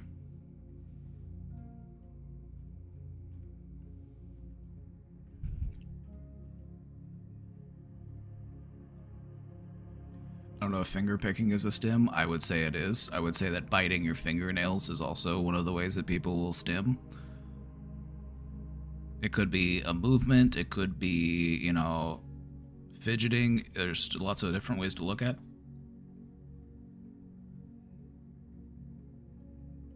So I guess what I would look at is what's a way that we can channel this into something that's healthier and more productive.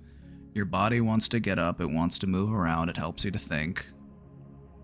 Are going on walks an option? Are, you know, is there, like, what are some other options? What are some, like, nothing too outside of what we're already doing, but something that's just a slight deviation to what it is we're doing right now?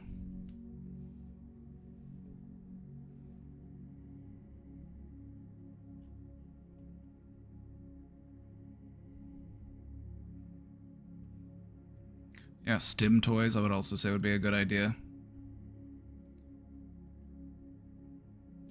Yeah, kind of like remember when fidget spinners were really popular, just like like stimulating types of toys. They also make those little like silicone, like little bubble popping type things. Like it's basically like reusable plastic wrap or like bubble wrap.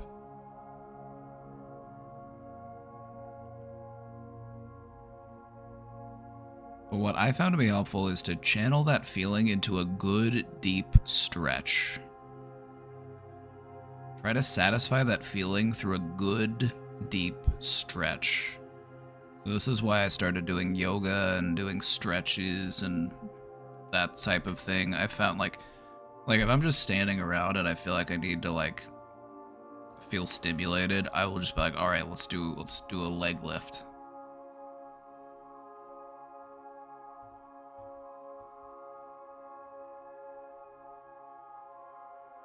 Or maybe even like a stationary bike, or, you know, going on a walk or that sort of thing. You know, something that's a little different, but may also help to satisfy that feeling.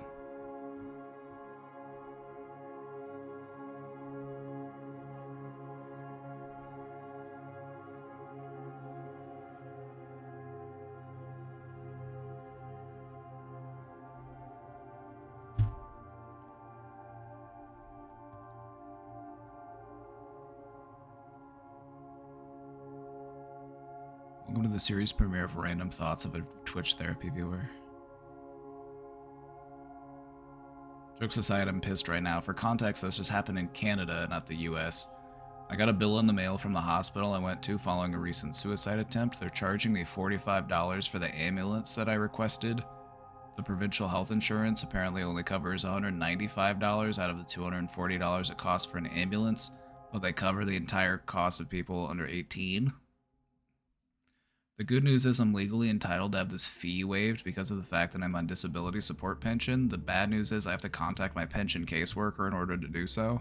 So I had to go through all the headache of leaving a voicemail for them. I thought Canadian healthcare was, at least mostly, free for the citizens. I'm so fucking mad. I'm trying to have empathy here, but I am an American, and the idea of a $45 fee for an ambulance that sounds like a dream for me.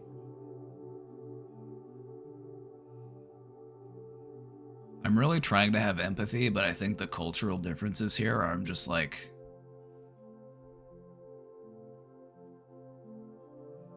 Like, if I had to call an ambulance, I'm looking at, like, thousands of dollars, potentially.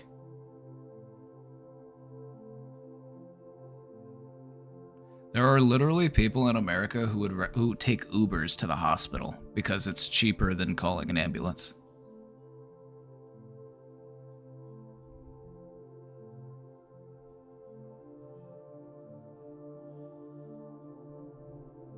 So I would just say, just look at it this way. At least the situation can be resolved.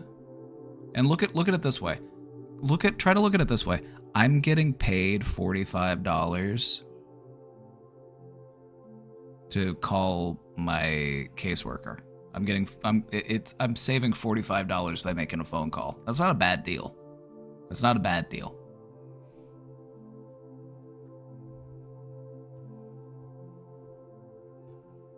Sorry if this sounded extremely out of touch. Well, that's how we feel about sorry in here.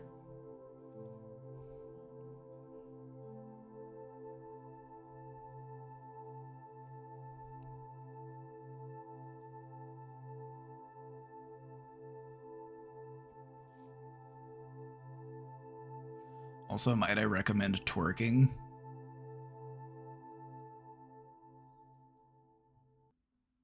You know, you're actually onto something with that one. You're actually onto something that one. You said, can I recommend twerking as a way of, like, stimulation? You're actually onto something with that one. Shaking your ass feels good. And think about it. You never shake your ass when you're having a bad time. You only shake your ass when you're having fun and you're having a good time. So I would go so far as to say that shaking your ass is actually beneficial for your mental health.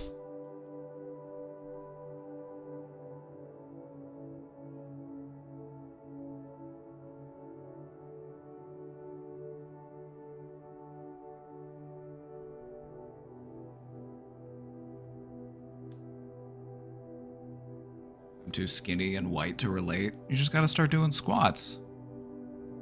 Like, I wanted to learn how to twerk, and so I got caked up. You just gotta start practicing. Anything's possible.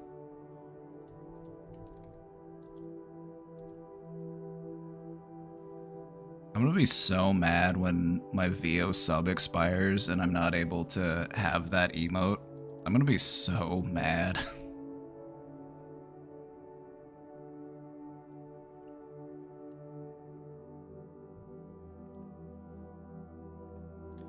By the way, free VO, she was banned for 30 days and she did nothing wrong. She was invited on a Twitch vetted panel, and then retroactively everyone on the panel was banned for 30 days, even though she had nothing to do with designing the panel.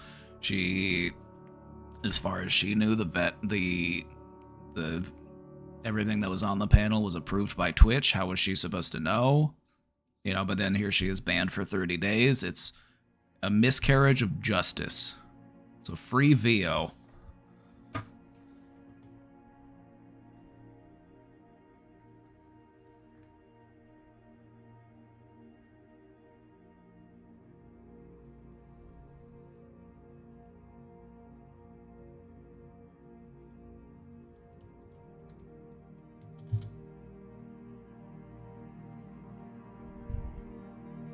Yeah, 30-day ban, and Asmongold got a 14-day ban for saying some of just the most downright hateful and disgusting stuff. Yeah. Yeah.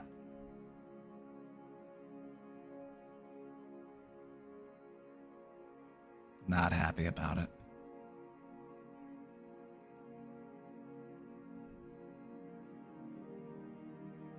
How do you keep a positive outlook on life when there's so much in the world that isn't great?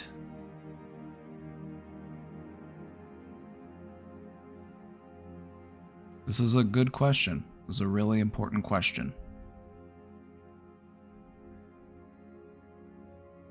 And the way that I look at it is,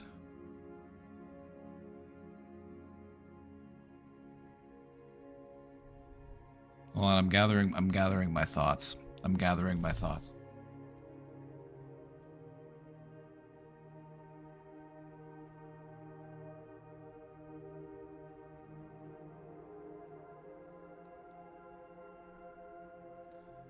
What immediately comes to mind for me is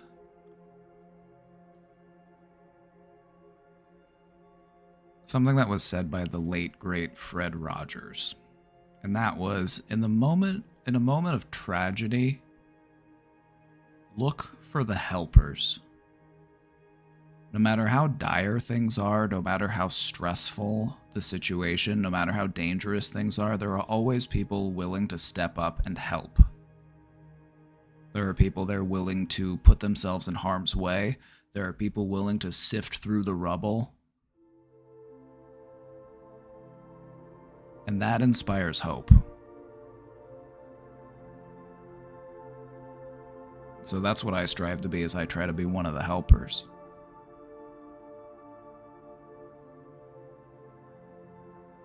And so it's true. There's a lot in the world that isn't great. But that shouldn't stop you from trying to make it a better place. You know, think globally, act locally.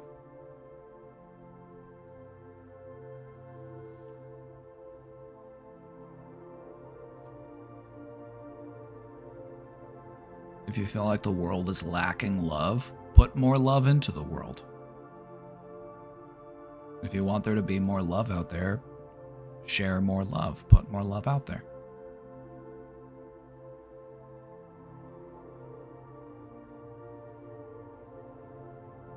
I would also say this. We also live in a time where we have instantaneous access to the worst possible things that are happening around the world. We can find out within minutes that something terrible has happened thousands of miles away from us. That's only been possible relatively recently. And I don't think that our brains are really wired to process that or to handle that amount of input.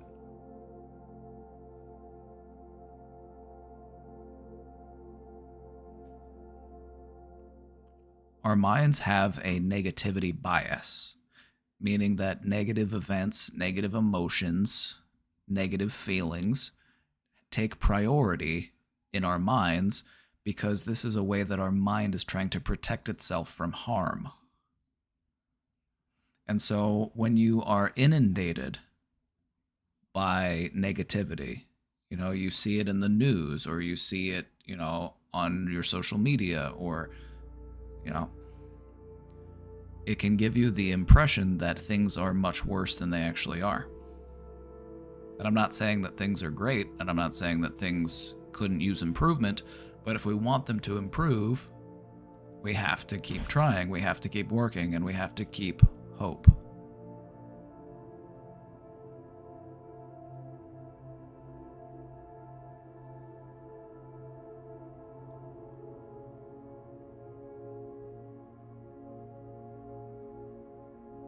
I kind of miss the days when I just ignored the world's problems.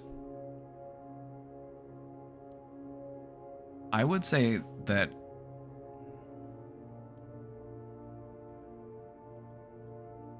We don't have to stay up to date on all of the world's problems every single day.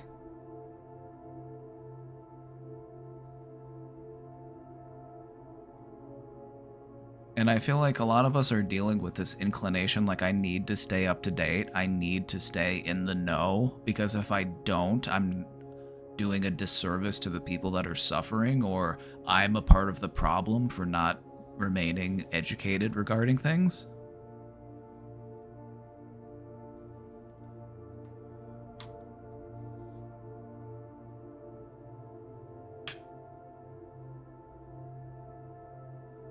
So it's okay to take a break from it. It's okay to take a break from it. It's okay to have fun. It's okay to enjoy life. You know, just because there is suffering in the world, it doesn't mean that we need to constantly remind ourselves of it. It's okay to live your life. It's okay to have friends. It's okay to show love. Because that's what living is all about. It's about doing that in spite of the fact that suffering exists.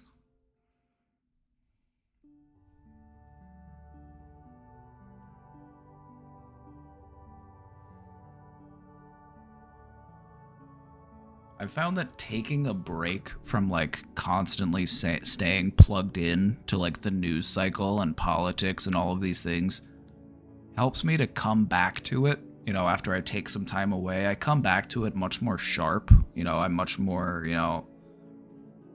able to process it more clearly rather than just feeling so inundated by it, feeling so overwhelmed. Because it really does feel like it drowns you. You learn about one tragedy that happened in the world, and then before you have any time to process that tragedy, how many more tragedies have happened?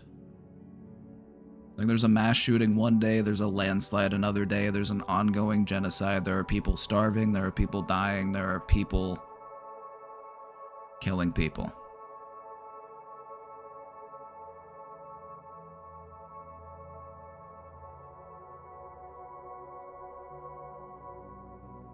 And it's okay to not think about it 24/7. I don't think that is healthy for anybody to do. It's okay to live your life.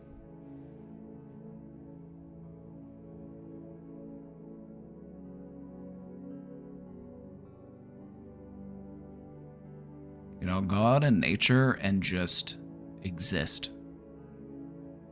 Just go out in nature and just remind yourself that I am a part of all of this. I am a product of nature. There are the rocks and the trees and the birds and all the little critters, and there's me, and we are all in this together. And we are all part of a larger whole.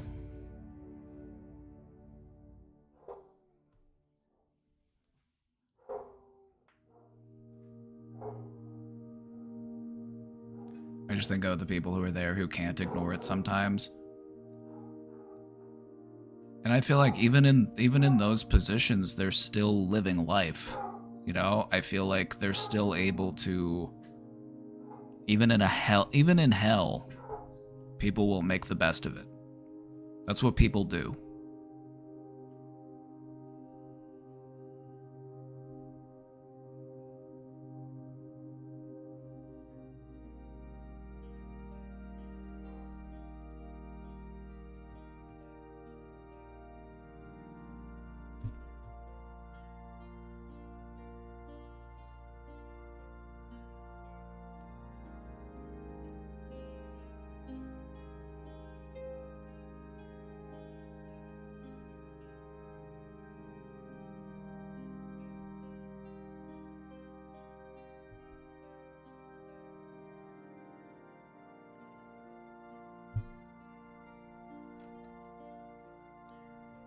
All right, let's keep cooking.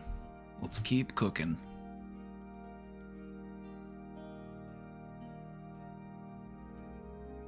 I got some ground to cover.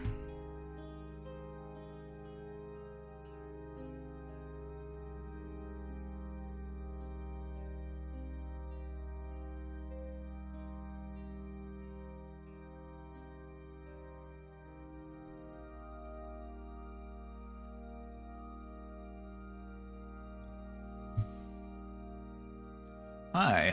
I don't know if you remember, I'm 22, but it's me again. This is a bit of a long dump, and you can come back to another time if you don't have the time.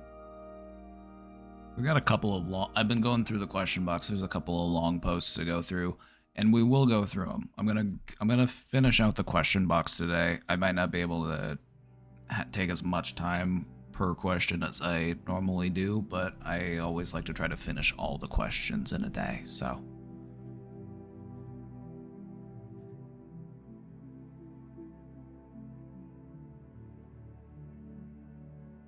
Let's get to it.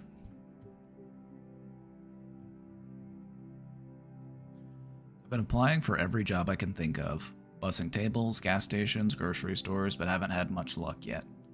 I wanted to go out for a day, so I let my parents know ahead of time because I thought it was respectful, but my mom responded with, "Oh, so you don't ask anymore?" Even though she's previously made it clear she didn't want to be involved in those decisions regarding the person I wanted to hang out with. It's a bit of an interesting situation, but maybe I'll get into it another time about this person. Note, this person is one of the best people I've ever met. That same night, my parents ended up yelling at me about needing to find a job. I've shown them proof, applications, rejections, interviews, but it didn't matter. It was like, just because I wanted a day out after being alone in the house for so long, I was somehow failing them. It doesn't sound like they're doing much to exactly motivate you. You know,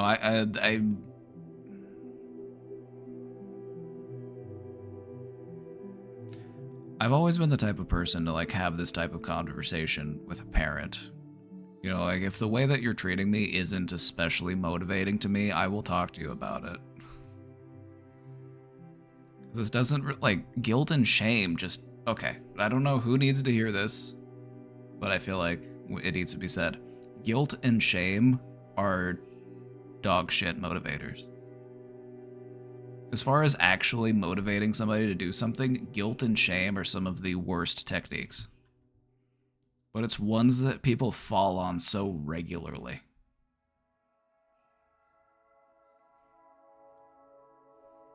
It's like, no, whatever happened to inspiring people?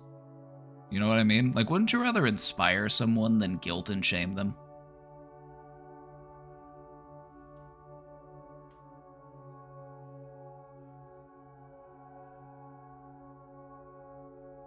I feel like this is part of what's going on is they are projecting their own insecurities onto you. Like they feel like you aren't doing the things that you need to do, and so they're reflecting on it. Like, have we failed as parents? Have we not done enough? You know what I mean?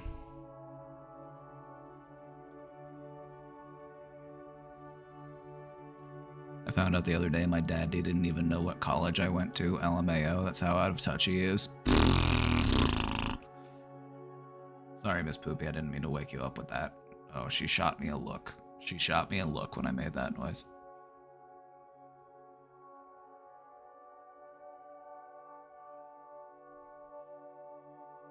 I guess if you were to talk to your parents about this, I would just say that I would just approach it from the perspective of, you know, I feel like I'm losing hope. I would tell them I feel like I'm losing hope. And it's making it hard for me to do what I need to do because I'm just feeling so hopeless. You know, maybe let them know that the way that they are approaching this is not inspiring hope within you, and it's actually making it even harder to do what it is that they're trying to get you to do.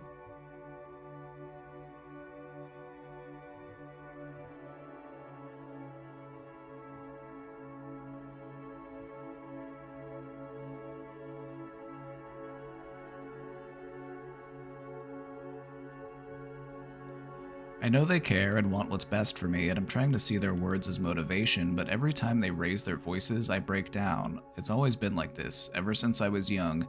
Anytime I show even a flicker of emotion, my dad explodes. He tells me I don't know real struggle.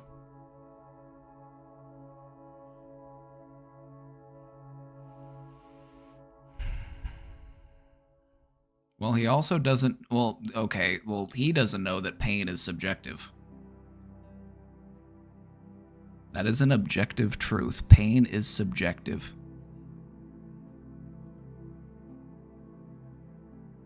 We don't have to have the same degree of pain in order to both experience pain.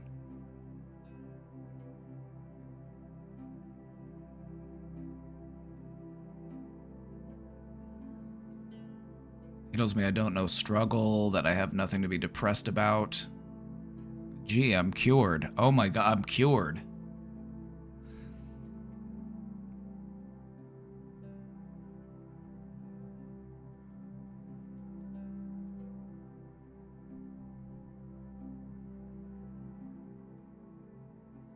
One of the things I'll never forget is when he put his fist inches in front of my face and said, "I'm not afraid to go to jail."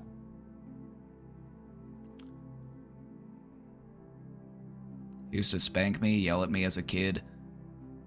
Huh. And you would think that, you know, this is his approach, and yet it didn't work. Interesting. All of the yelling and screaming and beating, it didn't work. How curious. Huh.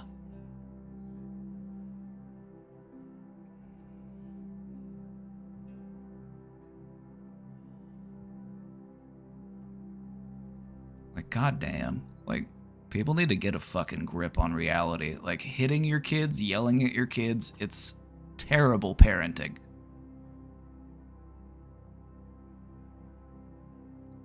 Let me just abuse them into being a good person. That'll work. It's like, no, it won't. That's fucking idiotic.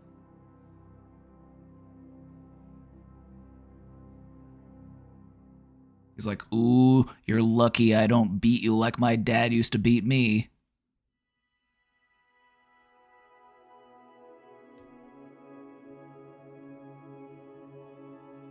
And you realize this is what is happening, I hope, is that he is continuing a cycle of abuse that he endured as a child, and so he endured abuse from his parents, undoubtedly. And he's passing that down to you. That doesn't make it right, it doesn't make it fair, it doesn't make it acceptable, but that is the truth. Generational trauma.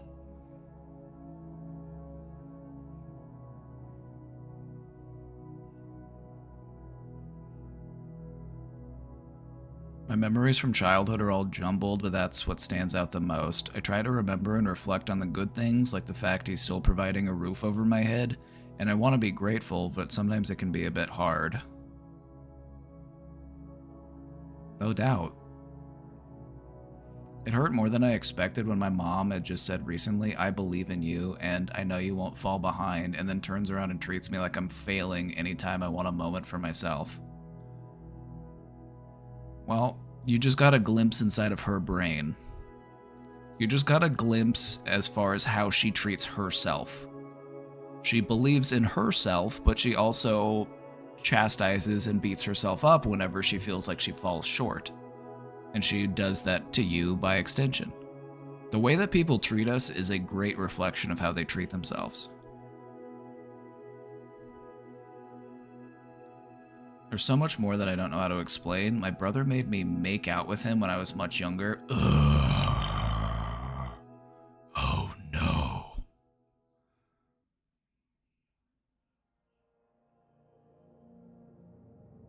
Have you ever thought about talking to anybody about all this? I would hope that, because you deserve that support. You deserve to feel validated. You deserve to talk about these things and to process these things in a healthy way.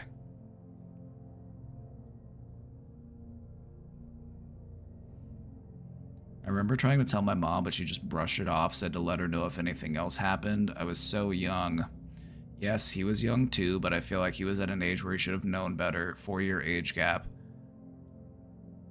And then fast forward to when I forcibly had to tell my parents about being SA'd. That changed my life even more. They continuously blame me. Marks on my arm weren't enough to prove that it did what it did to me back then.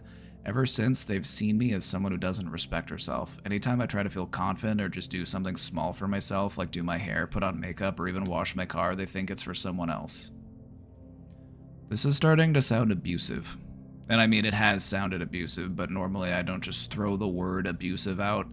But this is starting to sound like chronic, habitual, like, pattern of abuse.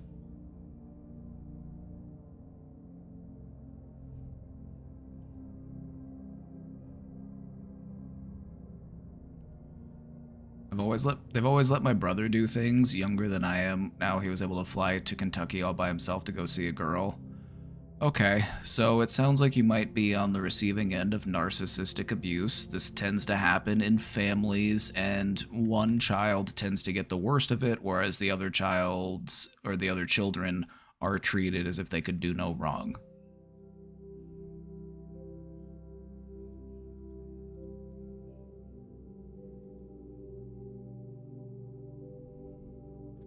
So yeah, you definitely deserve better, because this isn't unfair. This is unfair. This is... You know, you deserve to feel loved, you deserve to be supported, you deserve to be encouraged.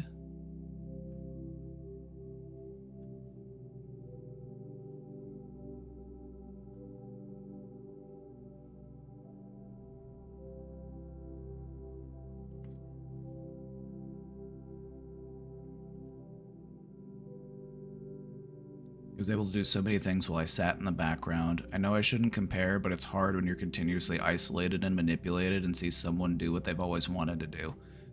This is narcissistic abuse. They tend to have a scapegoat. And it sounds like that was you, unfortunately. I keep telling myself it's okay to feel and it's okay to cry. I talk to the little girl inside of me, letting her know it's all right, and sometimes it helps, but at the end of the day, I still don't know what to do. Try your best to get out. Just try your best to distance yourself from that abuse, because it's just going to continue. It's one of those things that just doesn't really get better on its own. Sometimes you just need to get out and just put some space in between you and the person that's mistreating you.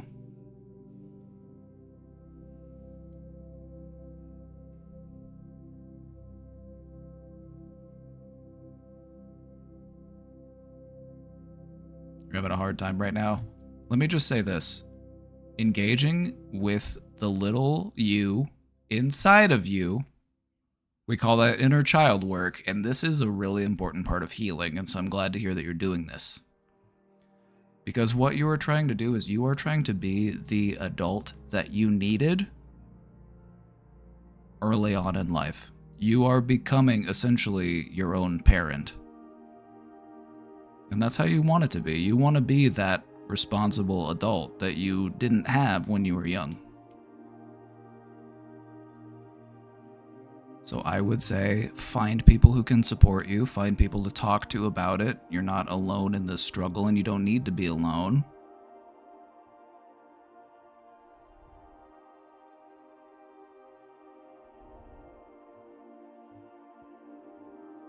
I would also familiarize yourself with the patterns of narcissistic abuse. Oops. Wrong button.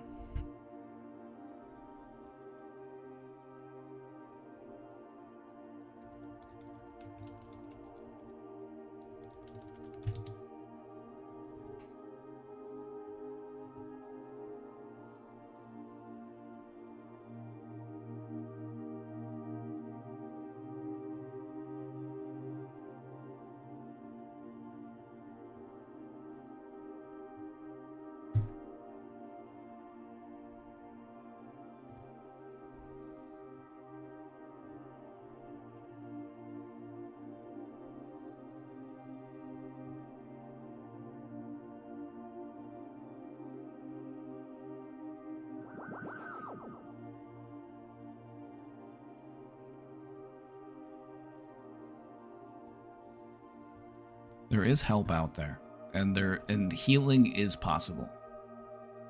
So I want you to feel hope in this moment, because in spite of all of this hardship that you've had to deal with, you're still looking out for yourself and you're still trying to do better and you're breaking the cycle.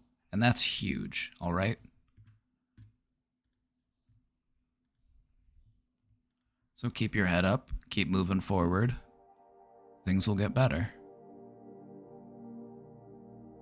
And let me just say, fuck those people. Fuck those people.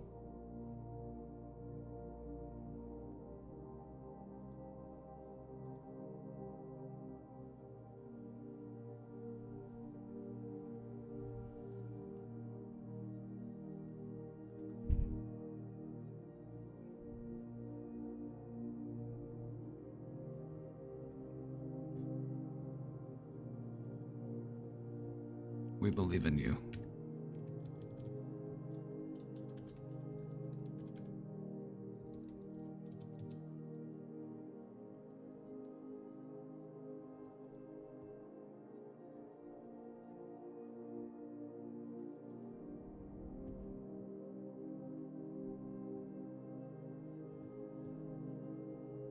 Right, gang, we've got another episode of cricket trauma dumping on a Twitch therapist. I hope you're seated. Today's trauma to dump about the story of when and how I was diagnosed with BPD. I've decided to share this because it's quite a unique situation in the sense that it wasn't my psychiatrist who assessed me for it, but I assessed myself and brought it to their attention.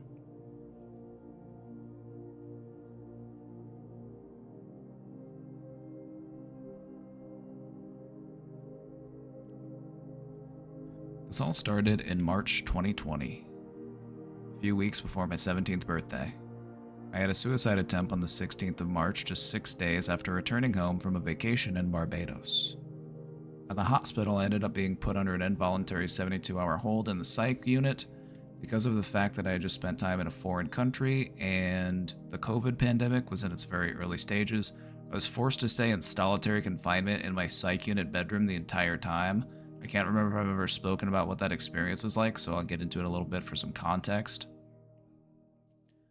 So I had to wear a mask and eye shield 24/7, including while I slept. Sensory nightmare.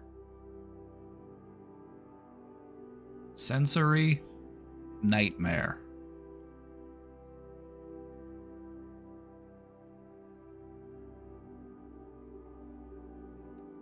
I was not permitted any phone calls or visits with my family, so I had absolutely no contact with the outside world. I had to ask for staff members to unlock the bathroom door and watch me use the bathroom if I needed it. I did not get to have any clean change of clothes, showers, toothbrush, and other personal hygiene routines. Involuntary psych ward holds are very often traumatizing. I've known so many people who were admitted to a psych unit because they were in emotional distress, and then they come out of the psych hold and they're just like, oh my god, I'm so happy to be out of there. It's like whatever problems they were facing that brought them to the point where they were hospitalized, it was like the problems that they had to deal with in being hospitalized ended up overriding those other problems.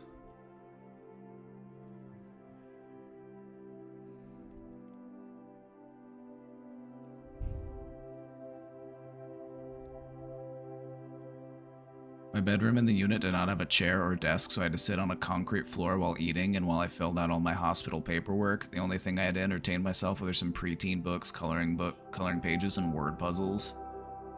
So yeah, not a fun experience to say the least. Whenever I did get to go home, one of the first things I did was to put together a document to show to my psychiatrist. This was an idea I'd had for quite some time, but it was the hospitalization that really pushed me to actually do something about it. In this document, I explained in as much detail as possible the exact reasons why I genuinely believed I had BPD. I went symptom by symptom, giving multiple examples of ways in which I demonstrated each one. It turned out to be almost 6 pages long, and I sent it to my psychiatrist via email. They were probably like, thank you for doing my job for me. At my next in-person appointment, my psychiatrist told me that upon reviewing the document I wrote, they completely understood that I know my own mind better than anyone else, and they did fully agree with it from a clinical standpoint. Therefore, they confirmed that I had formally added the diagnosis of BPD to my medical files. I was honestly relieved to hear this. I felt like I could finally put a specific name to the set of symptoms that impacted me so heavily.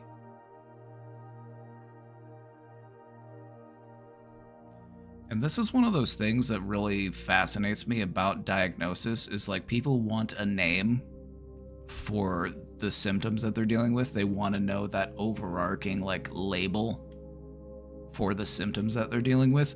But in reality, in treating any mental condition, you don't treat the diagnosis, you treat the symptoms. Because within a diagnosis, you can have two people that present entirely differently or who demonstrate entirely different symptoms, but they have the same diagnosis. And that's part of the flaw with our current diagnostic system.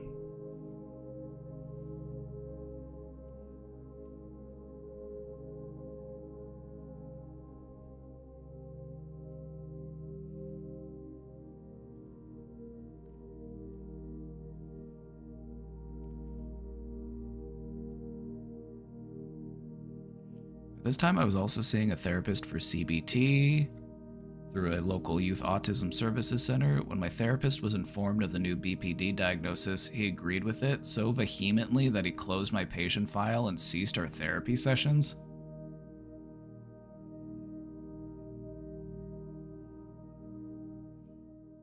What? What?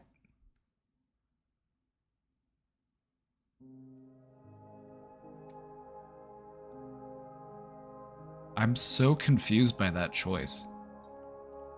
Like, imagine disagreeing with a diagnosis so vehemently that you're just like, I'll just never see them again. Like, what? This person has a diagnosis that includes a fear of abandonment. Let me abandon them.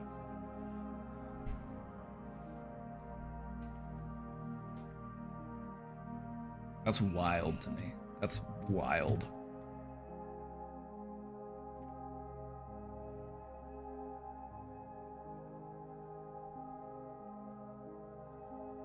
That is wild.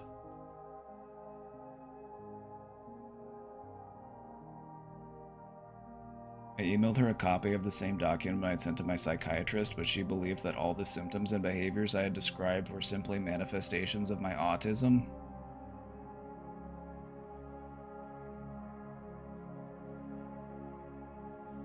Kind of invalidating, huh?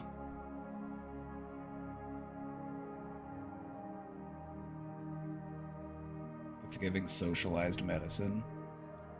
You know, and that's something that a lot of people don't fully understand or appreciate, is that just because socialized medicine does exist doesn't mean that it's always good.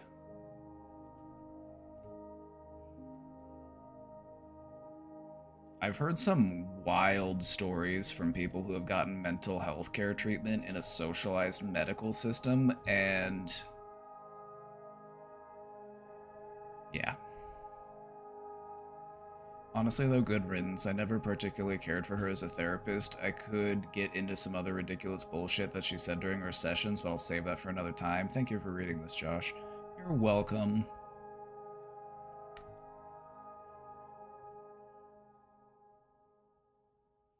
I just feel like telling someone, no, you're wrong, let's stop doing therapy, is just such a weird way of handling that situation.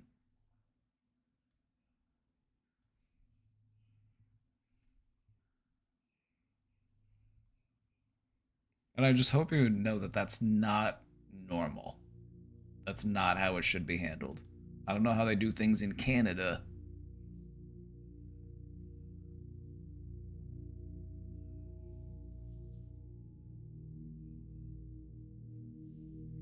As soon as something changes, your case is sent for reassessment and you go without treatment for months.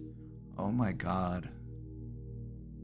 Is socialized medicine a bureaucratic nightmare? Oh no.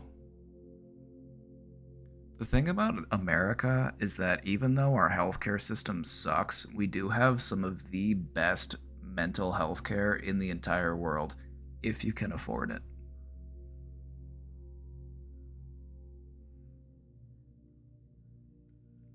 Our problem is with access. That's the problem.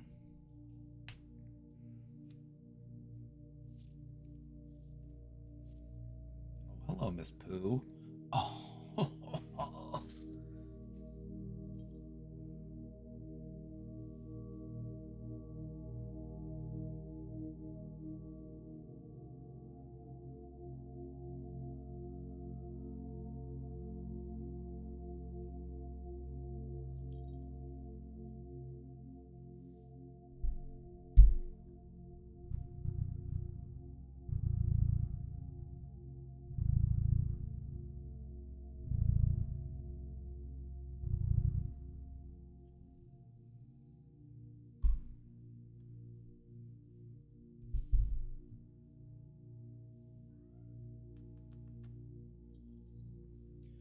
You know, that does make a lot of sense. If it's a socialized healthcare system, they might not have been allowed to treat you. Maybe they were only certified to treat people in terms of like an autism diagnosis, and so but I mean the thing is you still had the autism diagnosis. You had both, so I don't see why that would exclude you from services with them. It's not like it overrode or like negated the autism diagnosis.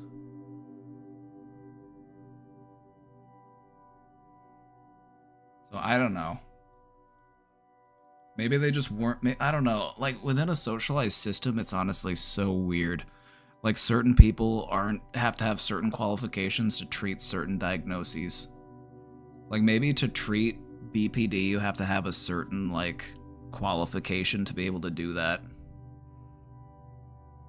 Maybe that's why. I don't know. Either way, it's weird. Whether it was the therapist or whether it's the system that the therapist practiced within, it's still just like, it's bizarre to me.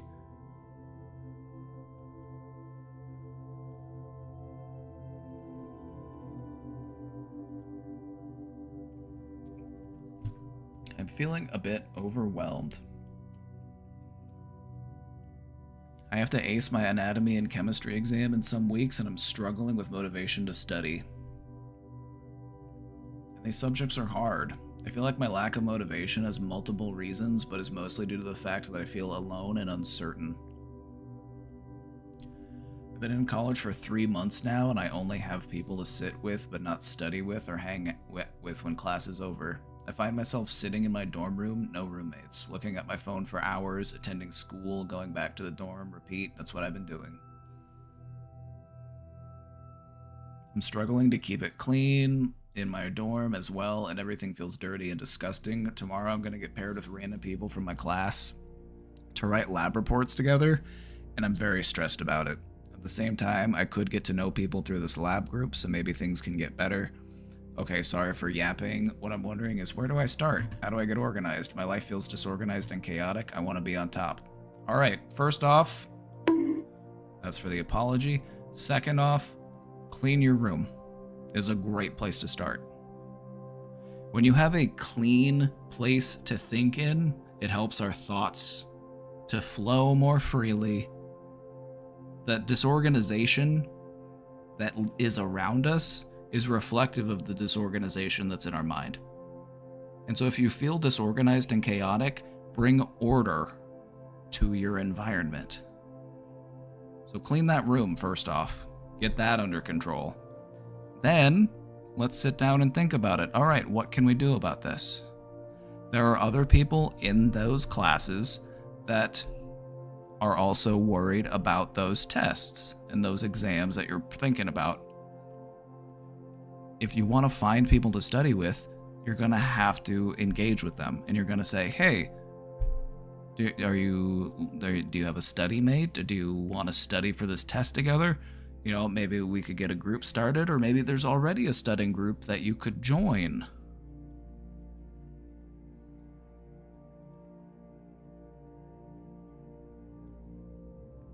But I would start off by cleaning that room.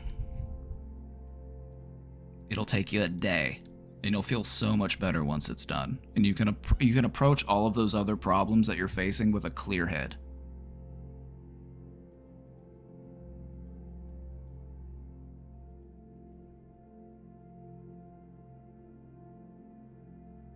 But no, just engage with other people in those classes and just say, hey, what are you doing to prepare for the exam? I've been studying on my own, but I didn't know if anybody was starting up a study group. Because there are study groups, and there are probably study groups for that class already. And you could just ask to join, and they'd be happy to have you. If there aren't, you could start one. You could ask a few people and say, hey, what are you doing on Thursday at 7? I'm going to rent a room in the library. I'm going to rent a group space to study.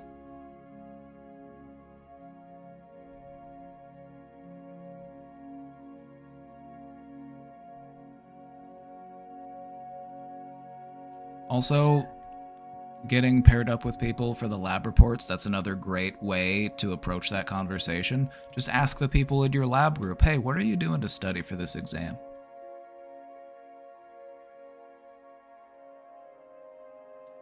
You'll have to open up to them. And you'll have to engage a bit. But I feel like all of that will be easier if you don't have that dirty room just lingering in the back of your mind. Like, at the end of the day, this is the room I go back to. This is the room I sleep in. This is the room I wake up in. Bring some order to that chaos. Things will fall into place afterwards.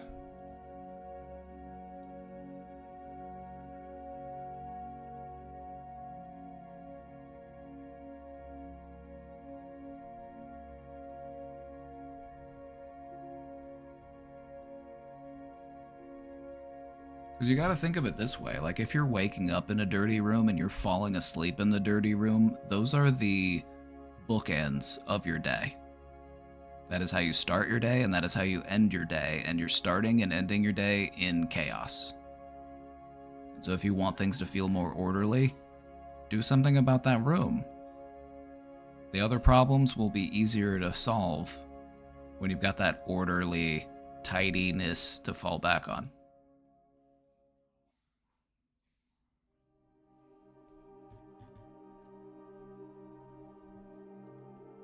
I'm fascinated by where logic can take one's mind. How do you logically argue with someone who thinks life isn't worth it?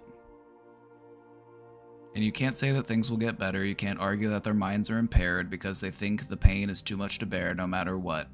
And they think everything that makes them stay just exists to prolong their suffering, which makes arguing with them futile. I try not to apply logic to these types of situations because this isn't really an argument that you can have like in a logical way. Because for me, it comes down to, well, fuck it, I'm gonna do it anyway. Like, okay, life is pain, life sucks, alright. But I'm here anyway, so I'm gonna show up, I'm gonna do that shit. I'm gonna try my best, and I'm gonna try to have some fun.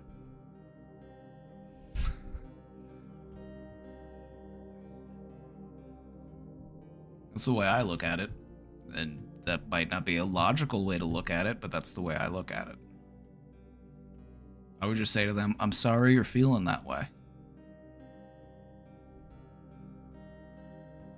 But I just don't think that that's a good enough reason to give up, you know? I feel like even though life induces a certain amount of pain, life invites a certain amount of suffering, you should still try anyway.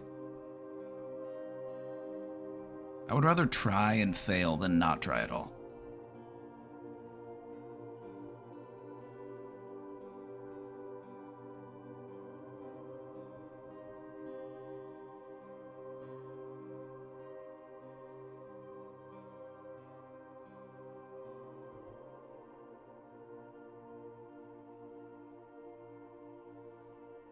I've been experiencing debilitating heart palpitations that go on all day for years now. My cardiologist says my heart is fine after getting checked out. How can I make them go away? If you got the all clear from your doctor and they say everything is okay, then perhaps this could be tied into your anxiety. This could be due to a dysregulation in your nervous system. One of the ways that we can regulate our heartbeat is by regulating our breathing. If we breathe in a relaxed way, it helps to slow and regulate our heart rate. So I would just say practicing those deep breathing exercises, doing some stretching, some meditation, some mindfulness, some yoga. It could help. I don't see it hurting.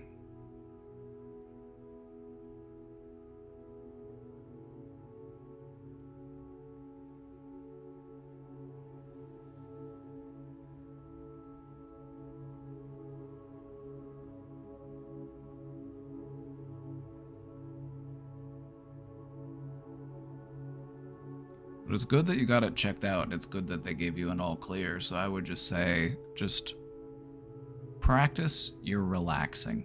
Look at relaxation as a skill and then practice that skill. It's something you can get better at. Can't remember who said this quote, but I always remember it when I feel this way. Whatever you do in life will be insignificant, but it is very important that you do it because you can't know. You can't ever really know the meaning of your life, and you don't need to. Absolutely.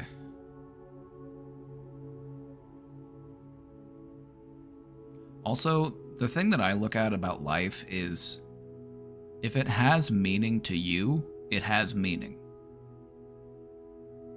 And so sometimes life is about finding your own meaning or creating your own meaning. There doesn't need to be some grand overarching truth. Although I think there is, and that is love is real. But beyond that, you create meaning within your life. And a lot of people are terrified of that notion, that they are the ones who are responsible for finding what that meaning is, because that means that you have to be accountable.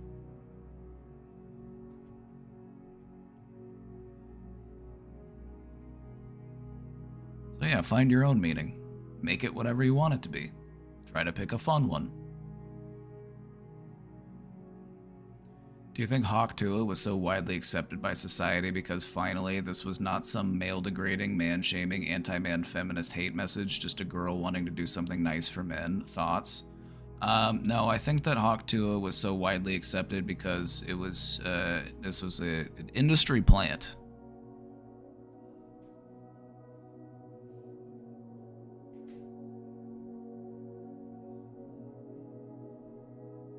Are the male-degrading, man-shaming, anti-men feminists in the room with us now?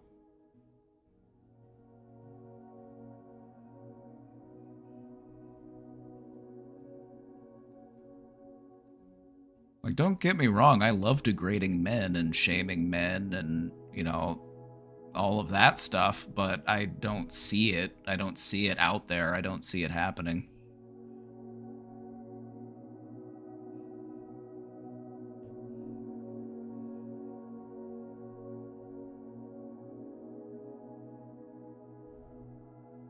Also, the whole basis for the meme is that it involved a woman being enthusiastic about fellatio, and that is something that is celebrated in our society. We love it when a woman is excited to get down and dirty, apparently.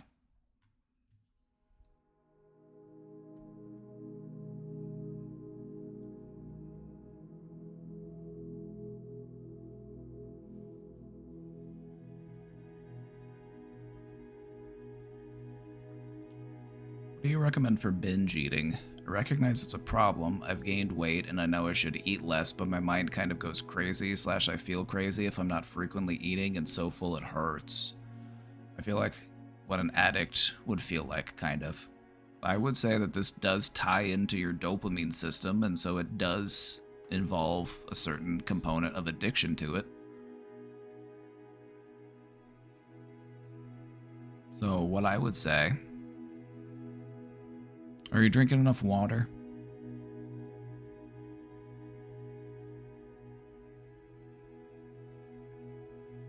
One thing you can do is if you're feeling hungry, drink water instead. Just to give you that sensation of being more full.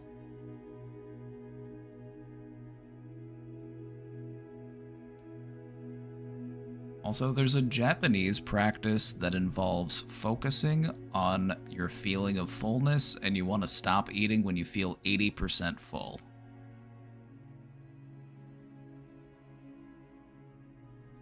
Because the way that your brain works is, and especially in regards to being fullness, like feeling full, it takes your brain longer to recognize that you are full than it actually does to actually be full. And so by the time that you feel full, you've eaten too much and now you're over full. So this is why you want to stop when you feel almost full and then wait so that you can actually give your brain time to catch up.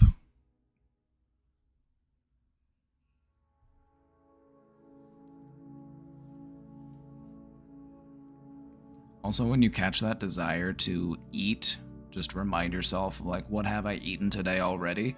Have I eaten enough to get my nutrition? Have I eaten enough to give myself the fuel that I need?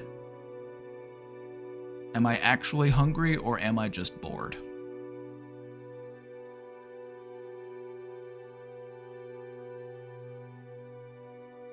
Chewing gum. Chewing gum's a great recommendation. Like, sometimes we just want to satisfy that oral fixation.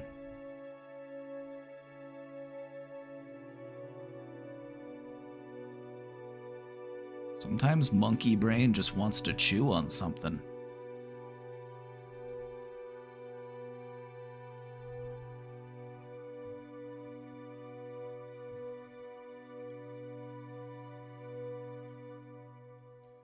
How do you think ample access to sexual visual stimuli today, such as porn online, does to men?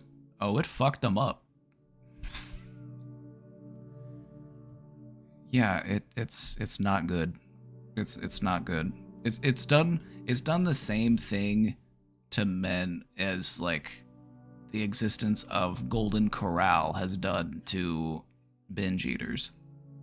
It's like the fact that you can just go to a place and just eat.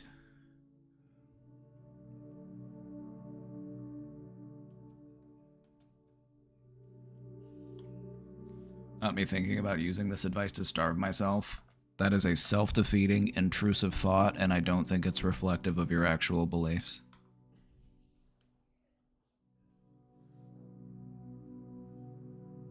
In ye old times, only place where you could get this imagery was reality. How much has this already messed us up, and how much more will it? And how will this be seen in society?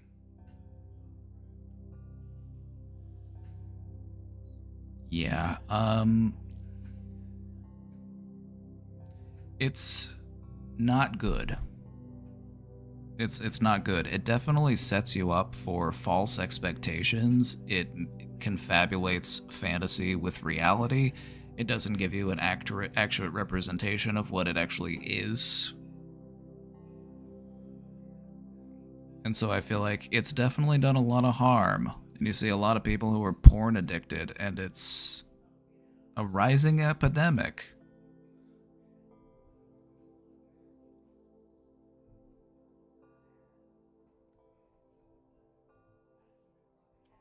And I feel like it's something that's also just kind of swept under the rug because, like, sexuality is, like, everywhere these days.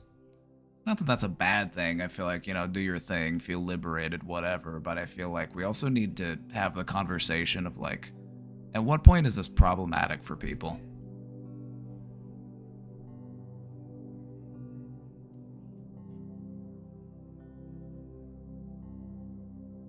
You're seeing a lot more of like isolated, sexless people who are just like with crippling porn addictions.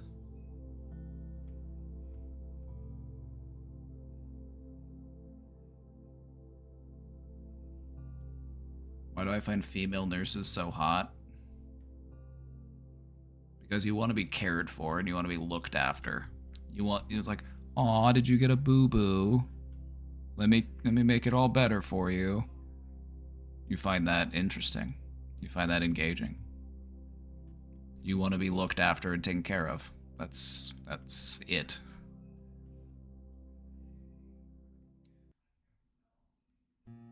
Just a little bit of nurturing as a treat.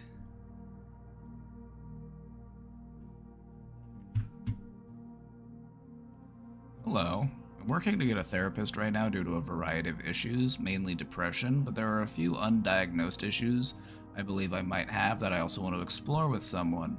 However, I'm mainly wanting to talk with someone regarding my current gender and possibly help me through transitioning. I have no clue what all this entails, but it's something I would really like to talk through with someone. The main downside is that I live in a fairly conservative state where transitioning is not very common or accepted.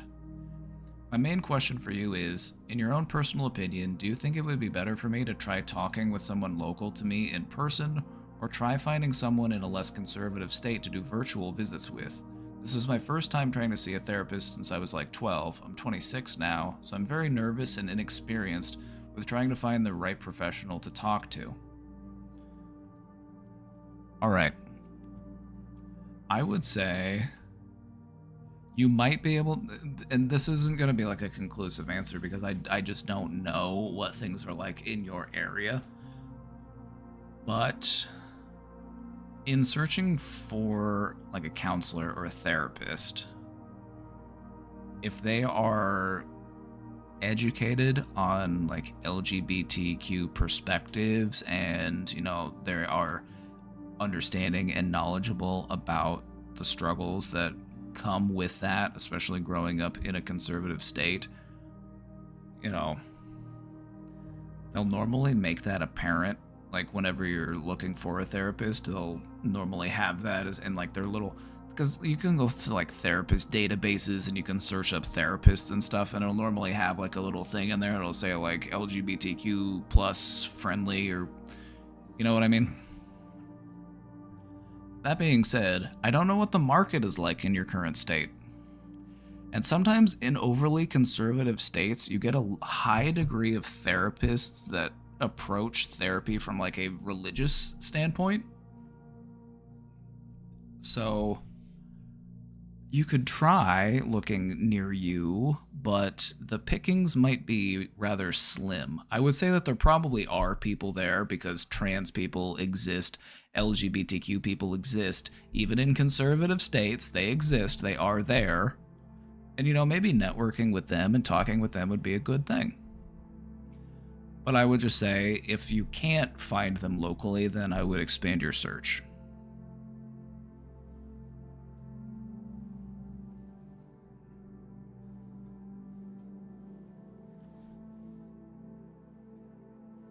Hey, B. Wayne, thanks for the 30 months. 30 months and you haven't missed a month. B. Wayne is goated. Oh my god, Miss Poopy, you're so floofy. Oh my god. Miss Poopy, have you been having a good nap? It's been almost 5 hours. You've been having a good sleep? She said I would have had a better sleep if you would have shut up.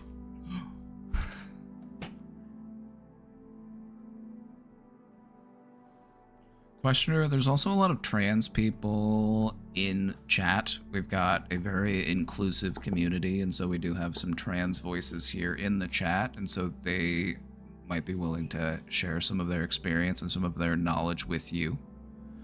But I would say try locally first and just see what you find. And I would try to specifically find a therapist who is well versed in LGBT. And normally they'll include that on like their therapist profile because they have like databases of different therapists and all sorts of that kind of stuff. But your selection might be kind of limited, but it definitely should be there. I would say that you could find an LGBT therapist even in like, I don't know, what would be the most conservative state in the union? Like Alabama.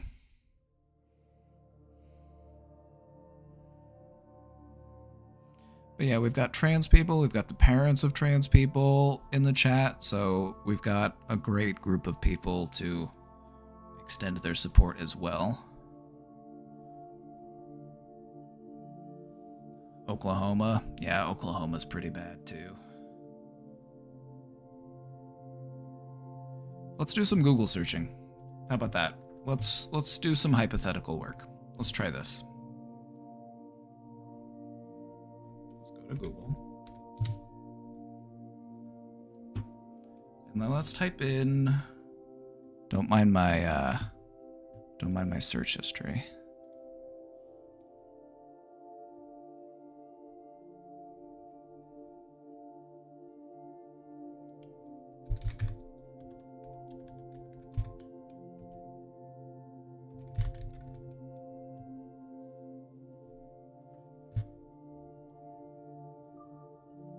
Where should we search? I want to do Alabama. Wait, hold on. We should find out what state is the most conservative.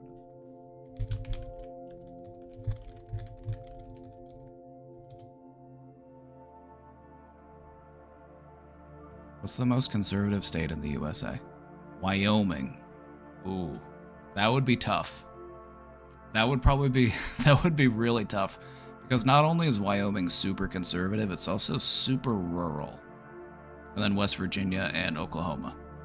Let's do West Virginia because the population is higher and Wyoming is just like barren.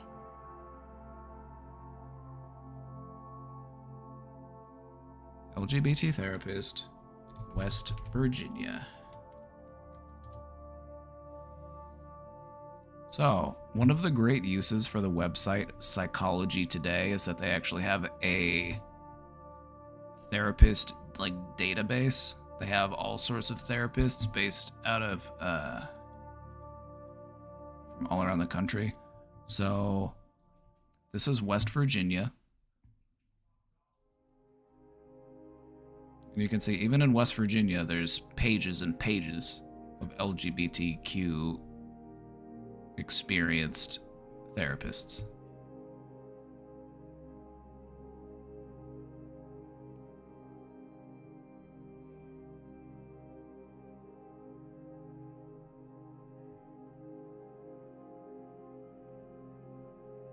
Odessa, Texas just issued a $10,000 bounty on trans people in public restrooms.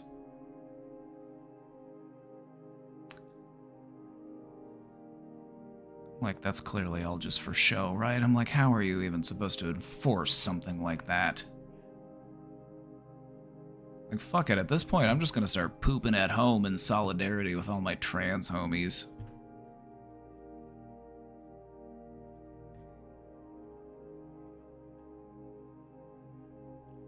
They should just make all stalls gender neutral, and like they should make every restroom gender neutral, but just put individual stalls in every restroom. Like completely closed off, isolated stalls. That's what they do at the Kansas City airport, and I love it. But understandably, conservatives hate it because it's a woke bathroom.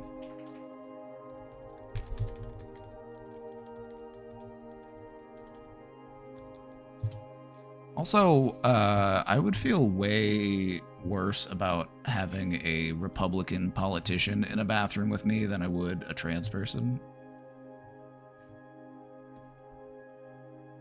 Like, it's always the Republican politicians that are up to no good in those bathrooms. This is what the bathrooms look like at the Kansas City airport. Individual stalls, completely sealed off. There is a light on the outside to tell you whether it is occupied or free. Any gender, any body can just go into any stall that is open. And conservatives hate it for some reason.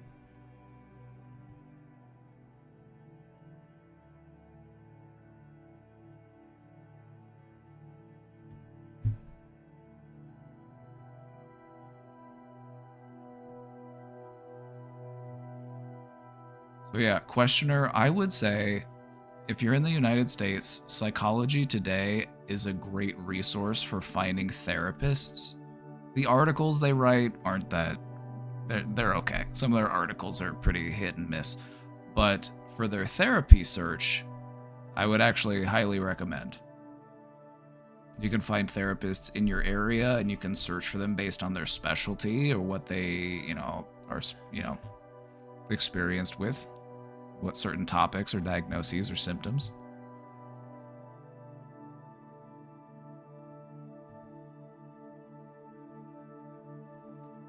Another good suggestion if you're anywhere near a college town. Oh yeah, college towns tend to be more liberal. They tend to be more woke. So if there's like a college town near you, even if you live in the middle of nowhere, a college town will still probably be more progressive. That's a better word. I like to say woke just because it's funny to me.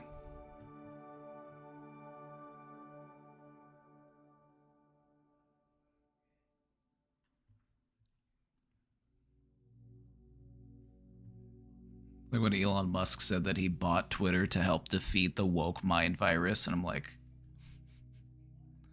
Elon Musk literally paid $44 billion to buy Twitter because he thought that it turned his child trans. And now he has vowed to defeat the woke mind virus. How about trying to be a good dad, Elon? How about that? How about you stop being so unbelievably cringe and awful, and you become a good father? Not that you would know what that looked like. Errol Musk was a real... Errol Musk was a terrible person. The apartheid emerald mine owner. Yeah, that guy.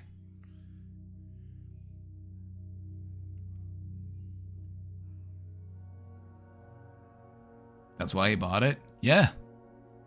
That's literally why Elon Musk spent all that money to get Twitter. It was because he had a trans child and he thought that Twitter was part of the reason why they turned trans, and so he bought the platform to combat the woke mind virus. His words. His words. I watched his interview with Jordan Peterson. Those were his words.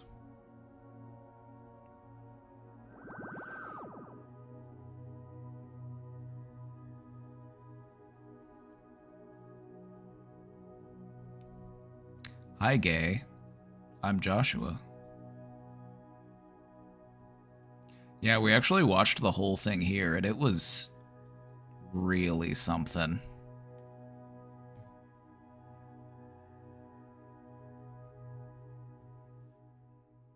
Everybody say, hi, gay.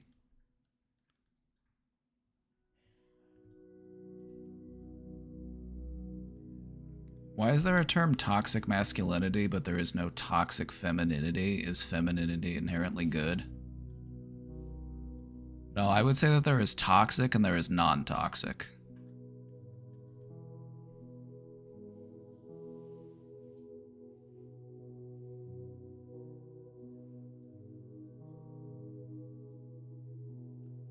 Is there such a thing as toxic femininity? I don't know. I haven't lived the life of a woman, so I couldn't tell you. But I would say that there are probably plenty of women here who experienced toxicity at the hands of other women, like being bullied for their weight or for not having nice clothes or for their ability to do their hair or whatever. That they've probably experienced that firsthand.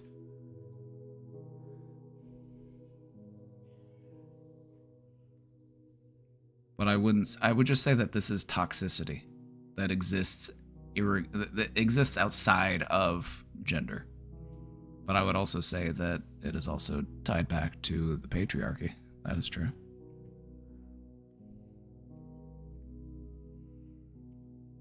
Also, the fact remains that whenever a woman does something terrible to a man, it's all over the news and it's on everybody's lips and they can't stop talking about it. But men do the same thing to women every single day, multiple times a day. A woman kills her husband, it's all over the news, it's all people can talk about.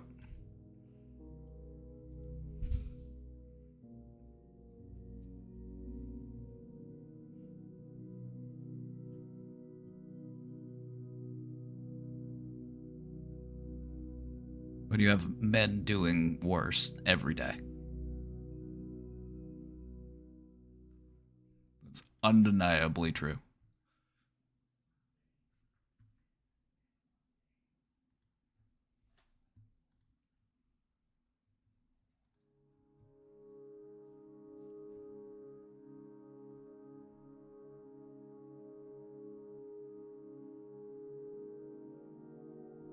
The thing that, before I move on from this question, one thing just to consider.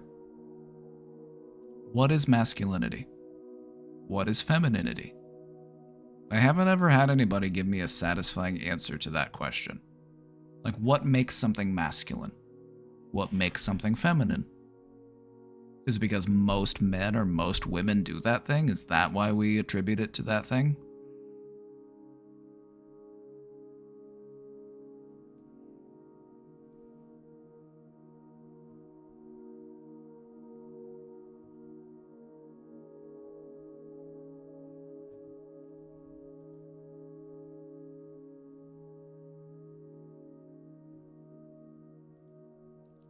Masculinity is when I chop wood.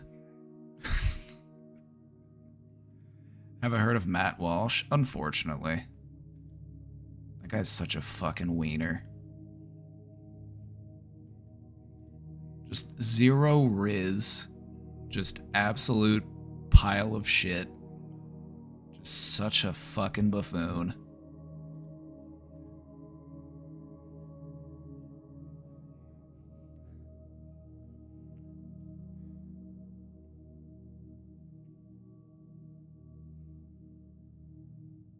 I prefer toxic abuse of power because genderizing these concepts is false. Right, and I don't think you need to genderize toxicity. Toxicity is toxicity. And it's problematic regardless.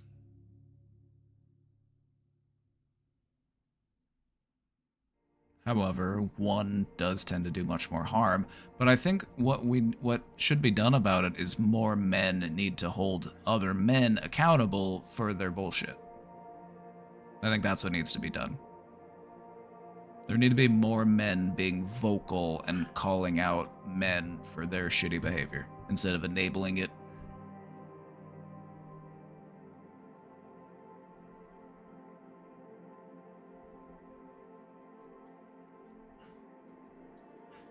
What's the difference between borderline personality and being bipolar? I always confuse the two.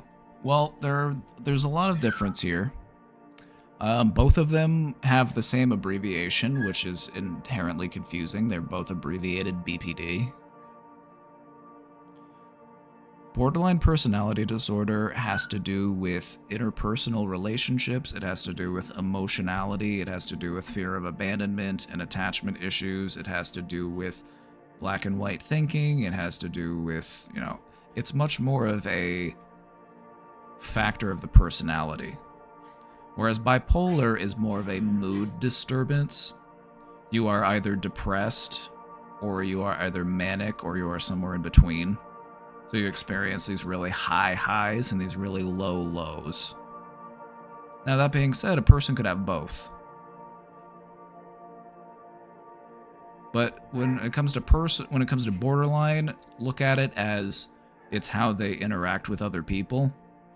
And with bipolar, it's more of their mood condition, either manic, depressed. They kind of fluctuate between the two, but it's typically like very slow. Like you're looking like months in between highs and lows.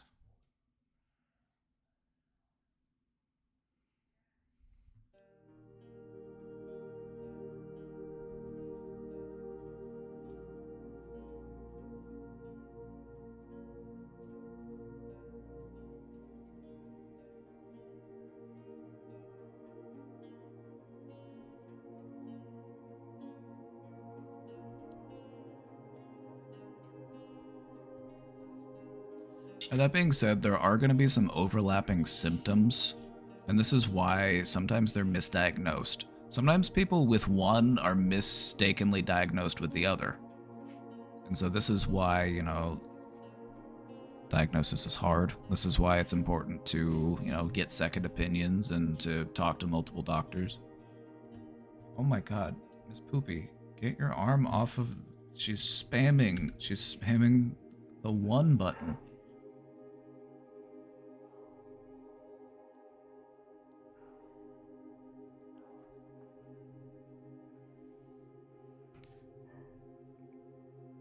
Unless it's rapid cycling.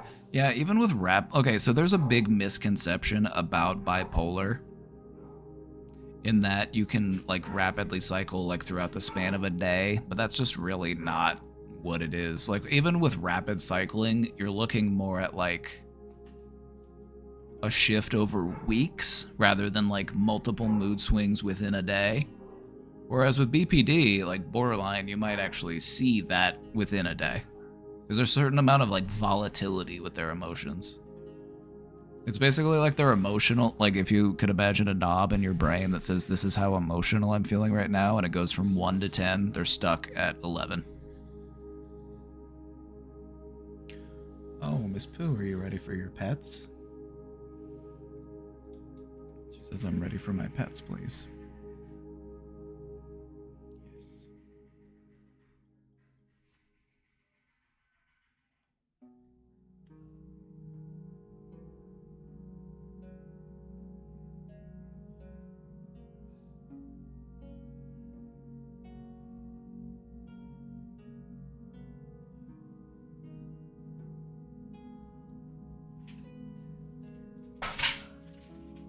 Oh.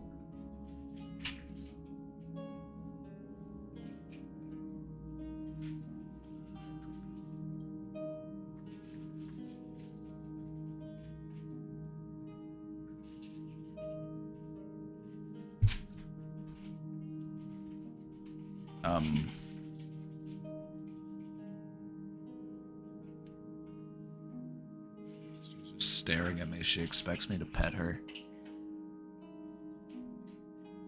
This cat's so funny. If she will come up to you and ask you to pet her, and then if you walk away before she's done, she'll slap you. She'll be like, "Get back here." It's so funny. It's so funny. Like if she's standing on the counter or the table or something and you start walking away from her before she's done being petted, she'll grab you and be like, "No, get back here." So like right now she says it's time for pets. That's what time it is. Also, doesn't she have this cute little spot on her head? She has this little orange dot on her head, you see?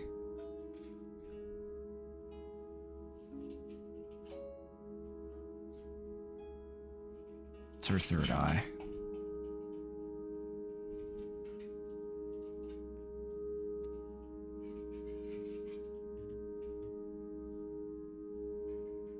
What do y'all think of the new captions? Aren't they sweet? Don't they look so much better?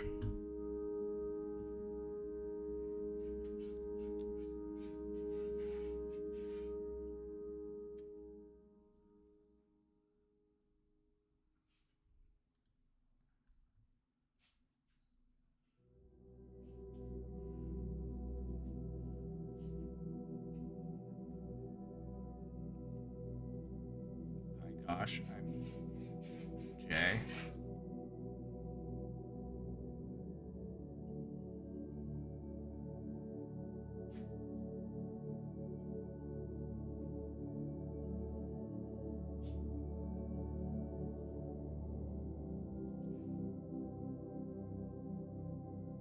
The color is hard to read. I tried to make it more readable by making the color a little bit lighter. I could make it lighter still, but I don't know what I could do to make it more readable, unless I did like a dark text with like a light outline. I don't know, I might play around with it a little more. But I like the font and I like the size. Those I do like.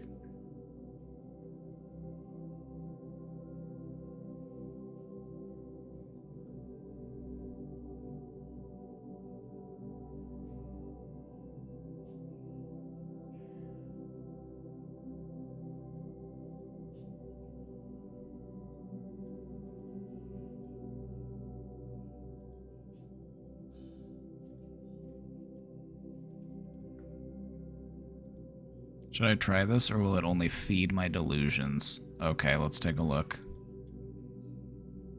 One of the funnest things I personally do, and I encourage everyone else to do, is to pretend that everyone's in love with you on a day-to-day basis. It makes the days go faster. It's just an enjoyable little practice to do. Someone's talking to you too much, it's because they're in love with you. Someone's not talking to you at all, they're probably in love with you. Someone's got a girlfriend, because they're in love with you. Someone's single, because they're waiting for you, because they're in love with you. I could go on forever. Someone views your Instagram story, because they're in love with you. Someone doesn't view your Instagram story, because they're in love with you. Do you know what I mean?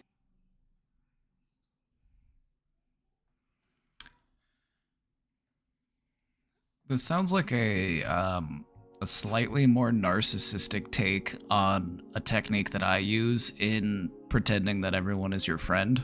Just like treating everyone as if they are already your friend. I feel like this takes it to a little bit of an unhealthy level. I see where he's coming from and I appreciate the approach, but I feel like it's also just a little bit ego-driven. Just a little bit ego-driven.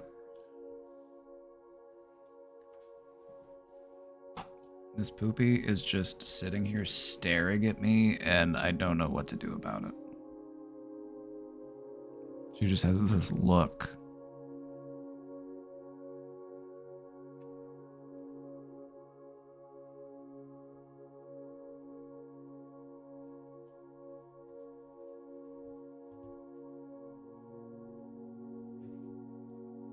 I feel like there's an importance in being like, you know, people don't actually hate me, because a lot of us just walk through life just assuming that everyone is thinking the most terrible things about them that you can imagine. And so I think to break from that is important, because it's not helpful. But I think to just take it to the extreme and be like, everyone is obsessed with me, that's just, that does come across as a tad narcissistic. We don't need to go full narcissist in order to love ourselves.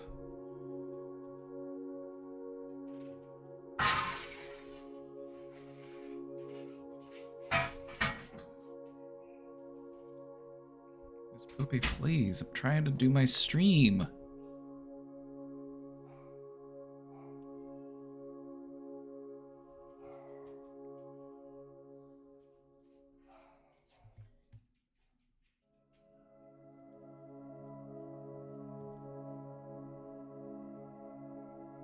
Poopy.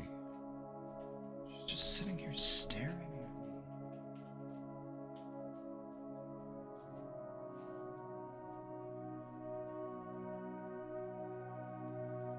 Is it normal to be in denial every now and again? I'm starting to feel like I'm being over dramatic about what we talked about earlier, but I don't know if it's because of what my parents instilled in me. I mean, I don't think you're being over dramatic. Like, based on what you told me, I'm just like, the writing's on the wall. I don't think you're being overdramatic, but I also feel like it's normal to feel that way when you are breaking free from abusive behaviors, is to question yourself. Like, maybe I was wrong, maybe I overreacted, maybe I'm the crazy one, maybe I was the problem. That's something that people normally experience when they're breaking out of these abusive cycles.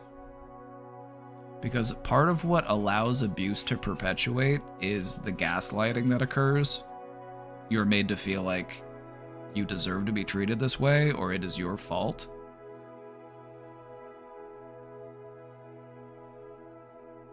So I would say it's absolutely normal to feel that feeling of denial.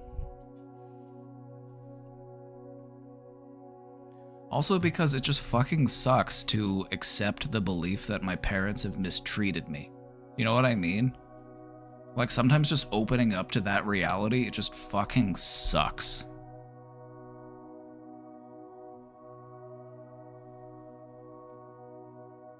And so sometimes we just don't want it to be true.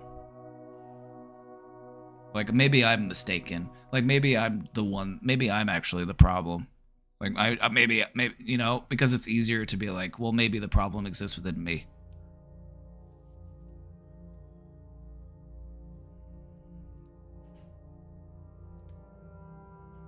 Lutz the Duck, trauma dumping on Twitch, reasons why I hate touch with a burning passion.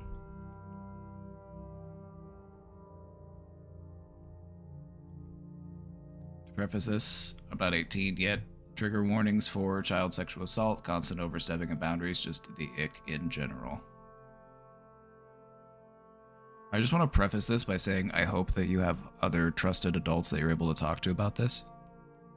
You know, any type of abuse or mistreatment, it's really important to talk to somebody that you trust about it. Trusted adult, a counselor.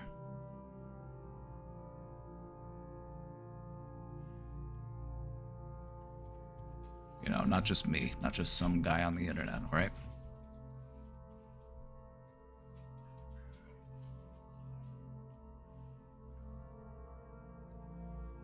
So when I was around 6 or 7, my cousin, I can't remember who was which age. Atticus, why are you in here and why are you being Can you see him back there? It's dark, but he's back there.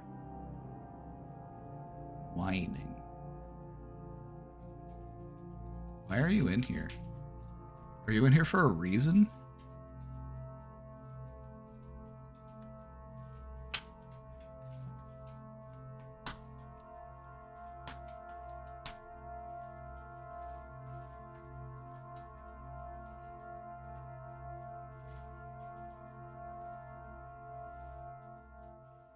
Atticus, now you're just... Okay, hold on. One sec. Let me get him out of here. I can't with this.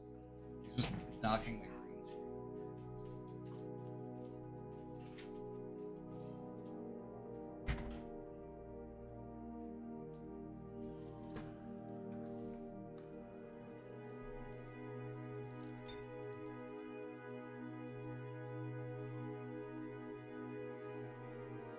Came from Casey's stream and Atticus was whining for her as well. He loves to whine.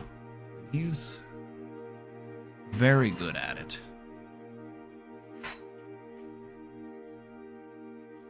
He's very talented in his ways. He said he's hungry. I literally just saw him eat dinner. Casey brought his... She was just feeding all them. He ate.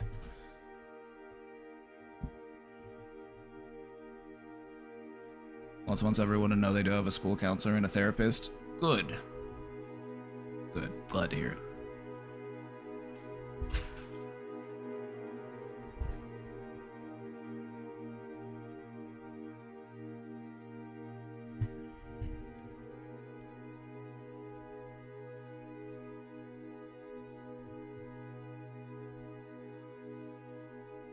So when I was around 6 or 7, my cousin, can't remember who was which age, had come over. It was long distance, so this was my first time meeting him.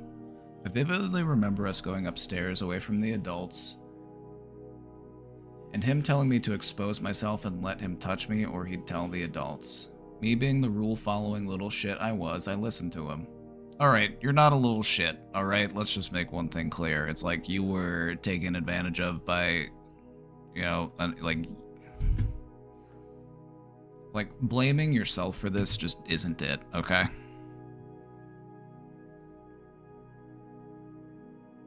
I didn't realize that it was that bad until I was 15 when the memory popped up. Luckily, I haven't seen him since, or he was over when my family had visited years earlier. I didn't see or interact with him. You can only imagine what he might have done to other kids. Or to other people.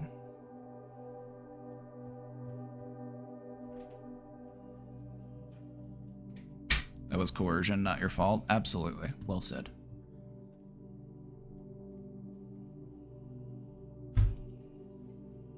Penny.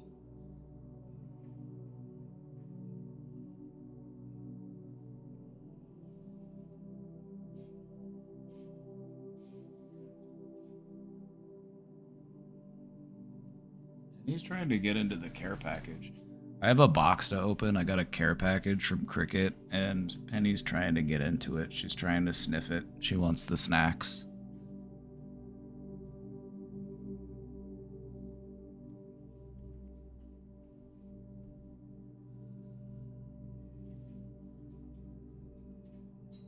Penny, can you not mess up my green screen, please?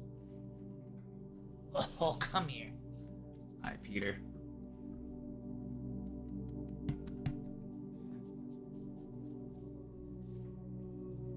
Alright, Peter, you can sit on my lap.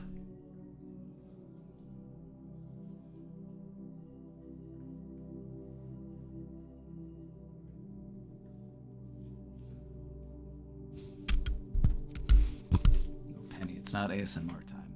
It's not ASMR time, Penny.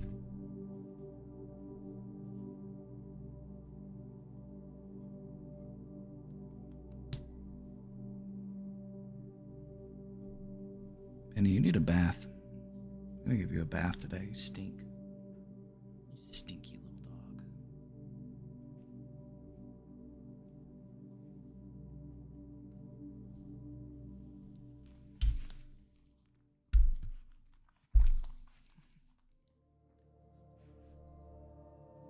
Penny. All right.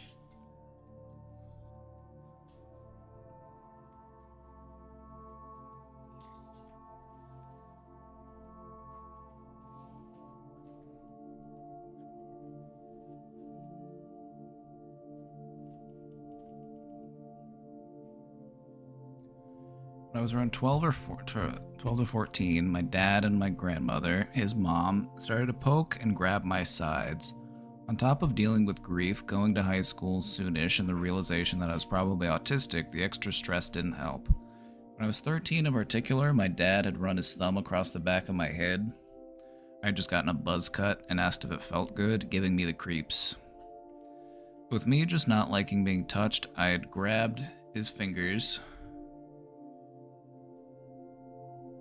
and tried to pull his hand off, and when I told him not to touch me, he yelled at me for it. Kind of a weird response from an adult. It's like, no, let me touch you. Like, excuse me?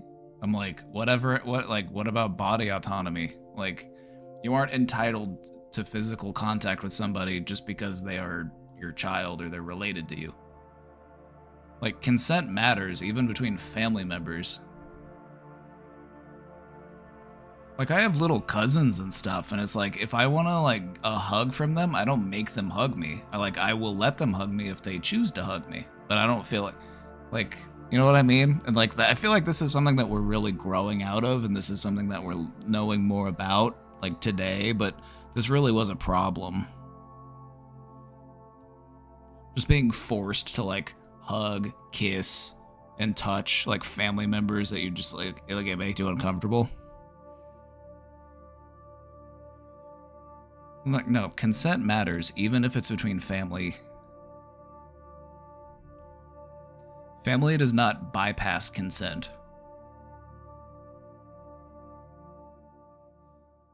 I have 2 younger siblings, so in my mind I thought that if I was them or any younger, I'd think that it would be okay for people to touch me, even if I don't want them to.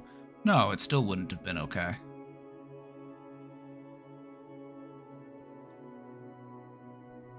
Luckily, I had enough sense to not think like that, thank God, but this would later lead to me moving out briefly at 16. When I was 16, I had been groped by someone who was my best friend for years. She wrapped her arms around me, I wasn't able to move, and lifted my chest. I'm FTM, and made a joke about it. I felt absolutely violated and just shut down as I didn't know how to react, and she was staying for a sleepover. This was also just before school, so I had to deal with the constant sensation of feeling her hands on me while trying to function at school in grade 11. I'm sorry you had to go through that.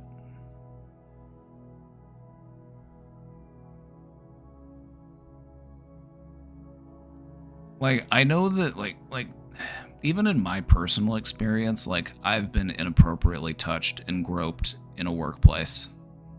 Like, I've worked at restaurants, and then, like, people who worked there would just be like, oh, look at these arms, or like, ooh, look at that stomach, and I'm just like...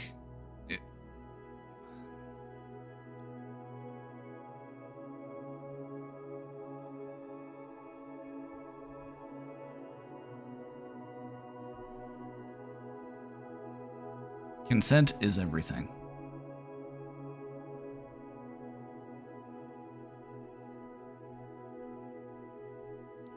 From 15 and still to this day, I've had my sides repeatedly touched, gotten in trouble for jerking my arms back as a reflex, and consequently elbowing my grandma in the hands. Not hard, I just jumped.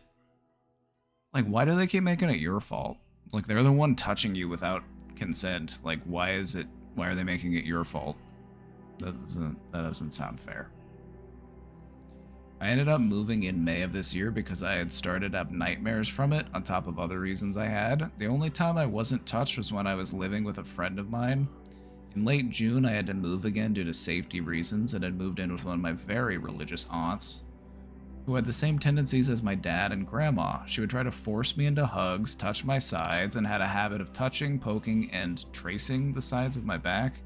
At one point, she even pinched my ass while she told me to look out the window. She had low windows because downtown is weird, I guess, which made me incredibly uncomfortable. Yeah, that sounds weird.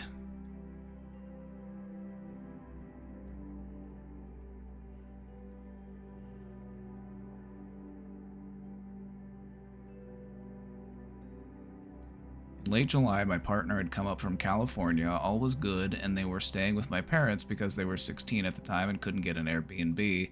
All was fine until my grandma pressured me into saying thank you to my dad for driving us around. Apparently when I was 2, a family friend had made a comment about me being overly polite, and it's been drilled into my head that politeness is bad ever since, something I still struggle with to this day. After doing it, to get her off my back, she pinched my side, to which I jerked my arm back, and in response she thankfully let go. At that point it broke me, and ended up sobbing into my mother's shoulder, all the while she had the audacity to say she was the uncomfortable one and how I was reacting, apparently. Or uncomfortable with how I was reacting. Now, does that make sense? Does that make sense? Does that add up? Like, look at the conditions as they are, and let's say that you aren't related, because I don't like using family relationship as an excuse to violate somebody's boundaries or to make somebody feel physically uncomfortable. It's just not a good excuse. Let's say that this was a stranger. And then you had a reaction to being touched by a stranger. And then they would make it feel like it was your fault for having a reaction.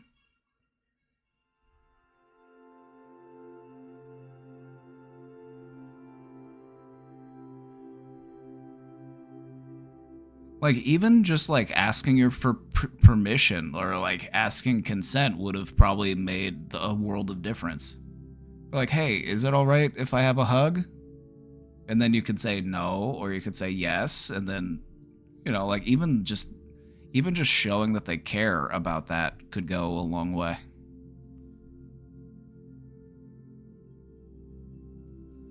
My mother had even tried to get me to tell her that I knew she wasn't trying to hurt me. I know that she wasn't, but I wasn't going to give her the okay after that. This all happened while my partner was in the shower. They did comfort me afterwards, so green flags, extra brownie points to them. Absolutely love my partner. My family now definitely knows that I hate being touched, despite my obvious dislikes to it before via both words and body language, but apparently they're blinder than cave spiders. My dad now constantly will poke my sides when I'm carrying heavy things or in the kitchen dealing with hot things, and they wonder why I moved out. He keeps saying he forgets, but I call bullshit as he does it as a joke. Oh no, he knows, and he knows that it bothers you, and that's why he does it.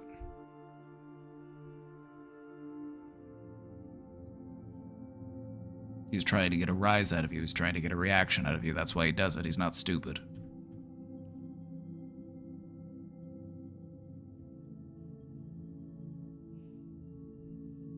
This ruined touch for me, and I still have issues with things like clothing or furniture touching my sides. One of the things I've talked about before on this stream for people who have touch sensitivity, because it is fairly common, is if there are parts of your body that are uncomfortable to the sensation of being touched,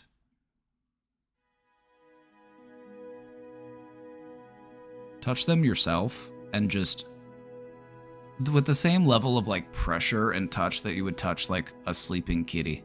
Like I've got a sleeping kitty right here on my desk.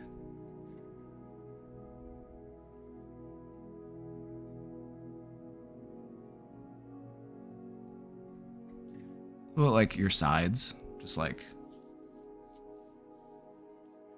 practicing, just like feel it, like reducing the level of like sensitivity you have to being touched in those parts of your body. Just learning that like you can convey like positive feelings through touch in that part of your body. Because it's normal to feel sensitive in those parts of your body. Like those parts of your ribs and stuff, like those are sensitive parts of your body. Lots of nerve endings there. Also there's bone that's like very close to skin, and so it's a sensitive part of the body.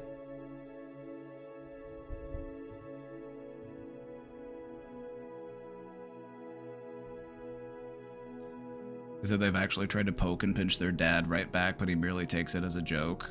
Yeah, it's because he doesn't take it seriously. But what I would do is I would treat it seriously. I would say that makes me very uncomfortable, and I would really strongly ask you to stop. Like, just like no joking around. Just like straight up business. Just like.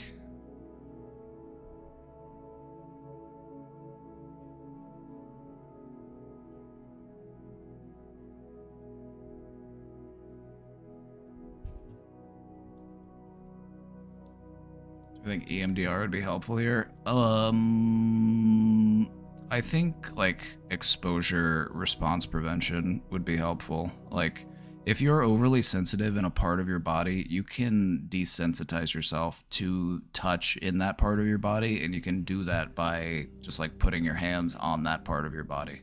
So whether it be like your ribs or your neck or your arms or wherever it is that you feel like I don't like being touched there. You can touch yourself in those parts of your body, but just do it in like a gentle, compassionate way. Just to like change the way that your brain responds to being touched in that part of your body.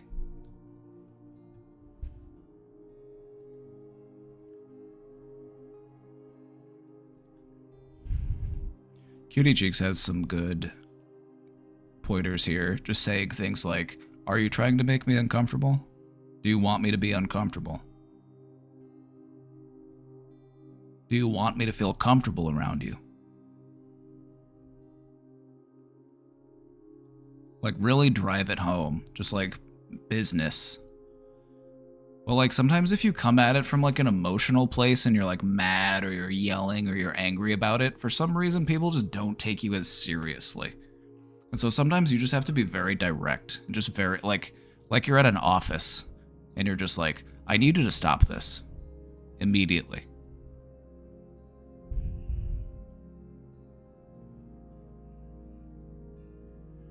Like, do you want to have a relationship with me? Like, do you want me to want to be around you?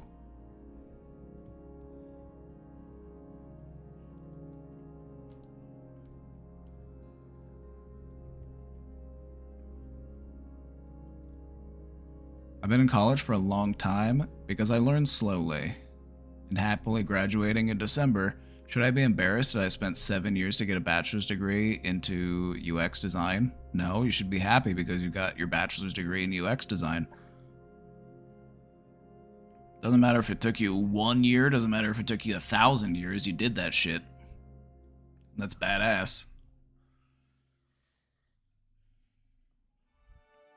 You did it at your pace, and that's totally fine.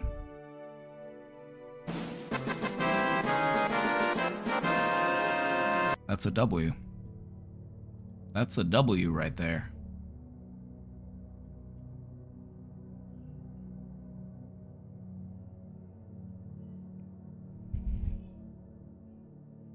No, I don't think you should be embarrassed at all. There's nothing to be embarrassed about. You did it. You know, and this happens all the time. Like, people will start a degree and then sometimes they have to drop out for a while and sometimes they go back to it later, and then sometimes it takes people a really long time to get their degree.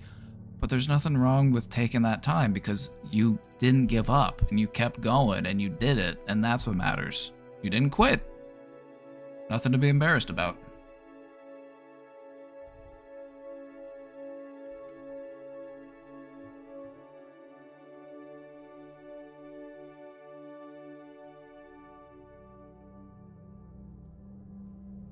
Lutz also wants to add that their dad once grabbed their stomach while they were upside down in an armchair, and he was tickling and squeezing them relentlessly, and they tried to defend themselves with their elbows because they couldn't overpower them otherwise. He was standing directly over them, and he threatened to call the police.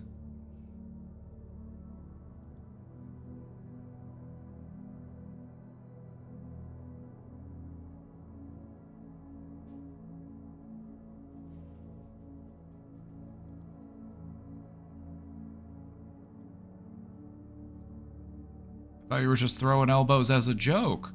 Whatever, I thought we were just joking. It was a joke elbow. What? What's wrong? You can't take a joke? I elbowed you with it was a joke. You what? You didn't think it was funny?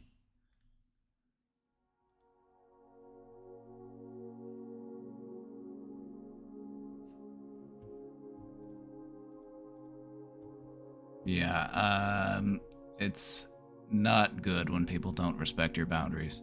Even if they're related to you, even if they're your family. Just because someone is your family does not give them a clear pass to violate your boundaries, okay?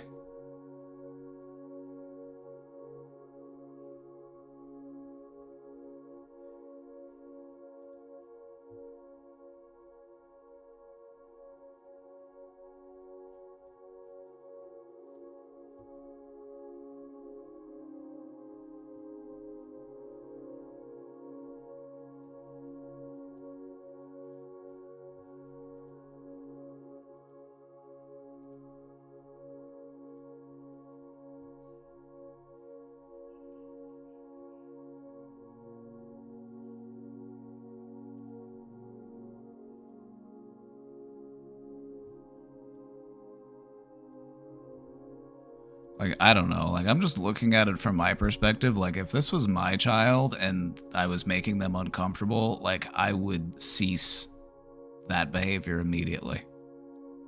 Like, the last thing I would want to do as a parent is make my child feel like they can't be around me. Like, that would just crush me, you know?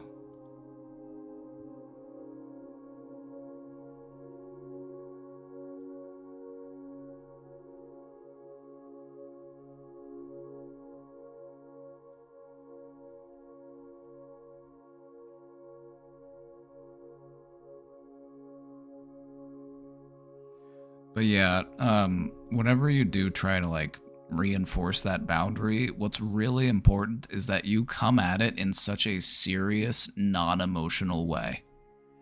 Because people will use your emotions against you, and they will use your emotions as a reason to like not take you seriously.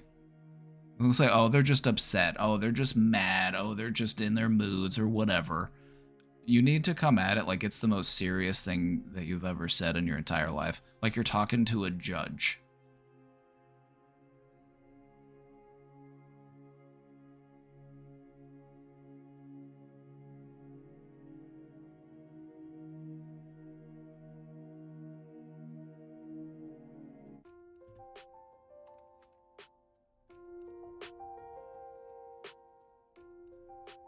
Wait, guess what?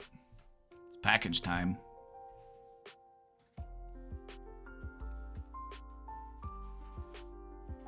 I got a package at the P.O. box. I got a package at the P.O. box. I'm gonna open it up.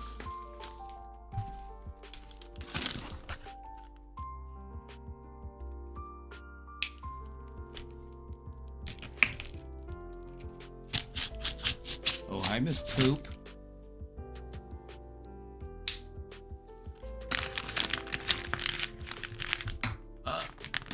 Miss Poopy? She wants to see what's in the box.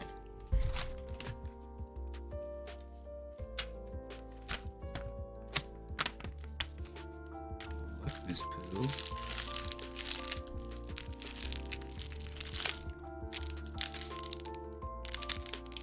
got some snacks.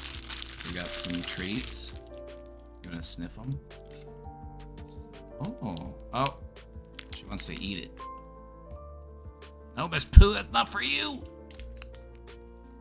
It's not for you, Miss Pooh.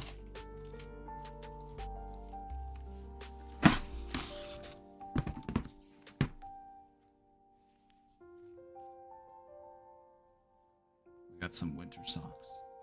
Miss Pooh. She wants to inspect everything in the package.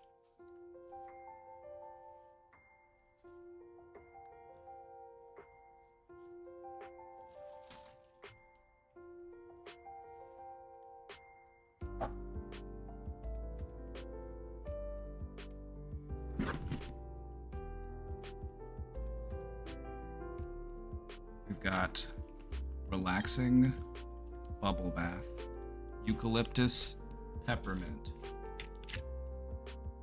Ah. It smells good. Miss Poopy, get off the keyboard! She's spamming 0. She's spamming the letter 0. What is this? Bath tea? Put a handful in the bath into the tea bag and place in a bath filled with warm water. So you let it steep in the bath. It sounds badass. I've never seen this before. You ever seen bath tea? I'm excited to try this one out. Miss Poopy. She wants to inspect everything. She's so nosy. Ah!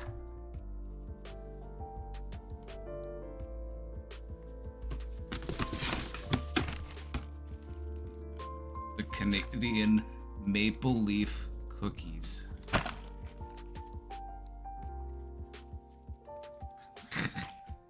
She wants to try it all.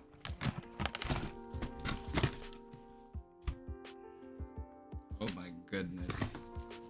Oh my goodness. All right, Miss Poopy, I'll share it with you. And then we got a little letter.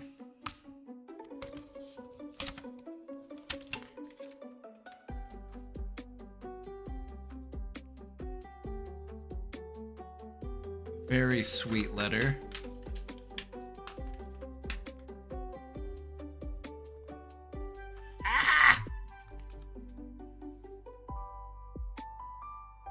This is very sweet. This is very kind of you. Thank you so much for sending a care package. I love it.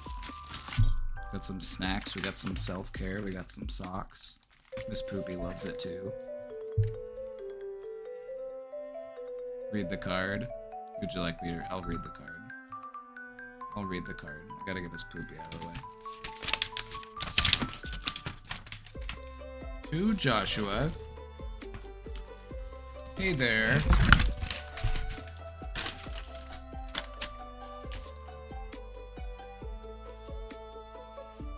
I know you were most likely not expecting this, but I really wanted to do something extra special for you as a token of my gratitude. You have quite literally saved my life, so you deserve all the love and happiness this world has to offer. I truly hope this little care package puts a smile on your face and is used to take good care of yourself. With love, Cricket. So sweet. So sweet. You're giving me too much credit. You're giving me too much credit. Like you did all the hard work. You did all the hard work. I'm just here to do what I can.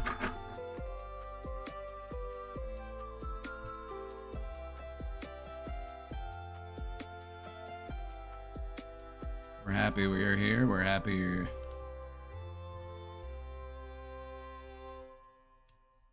Thank you. Thank you. So kind, so sweet. I've never gotten a care package before. It's the first.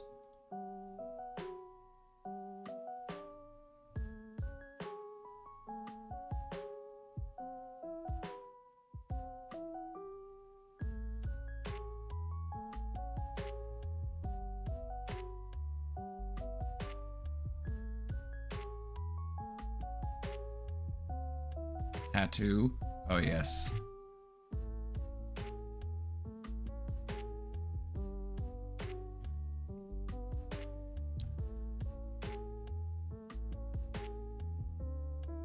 We got the heart tattoo. This is a first for me. I've never inspired a tattoo before.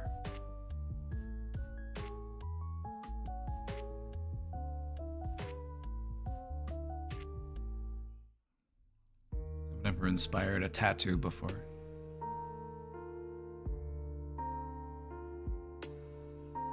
My favorite line regarding the experience was, "I handled the pain a lot better than I anticipated." It's a quote to live by.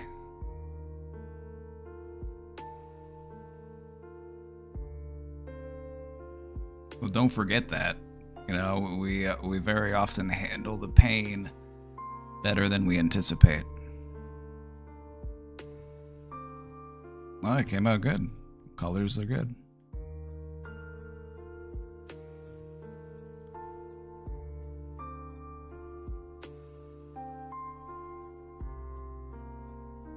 Very cool. The vlog. Yeah, you recorded the whole process. That's...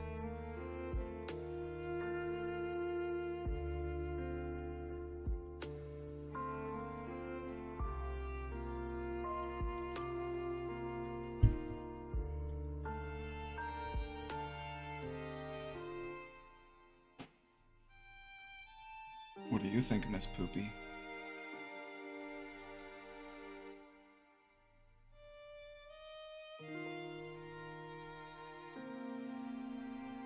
It's why we love when they're 15. She respects consent. Can I show the vlog? It's posted on the Discord. So if anybody wants to check it out, it's right here on the front page of the Discord.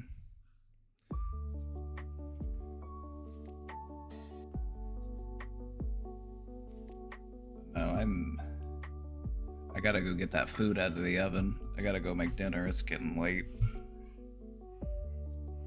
I've had my pork slow cooking and I don't want to overcook it. I gotta go pull it out of the oven.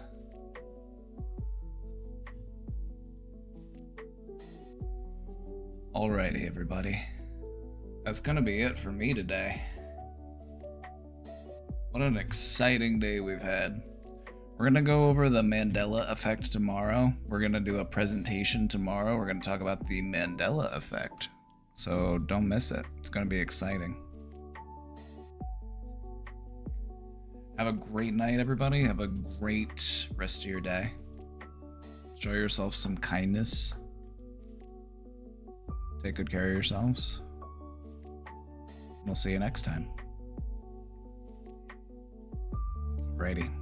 Later, gamers.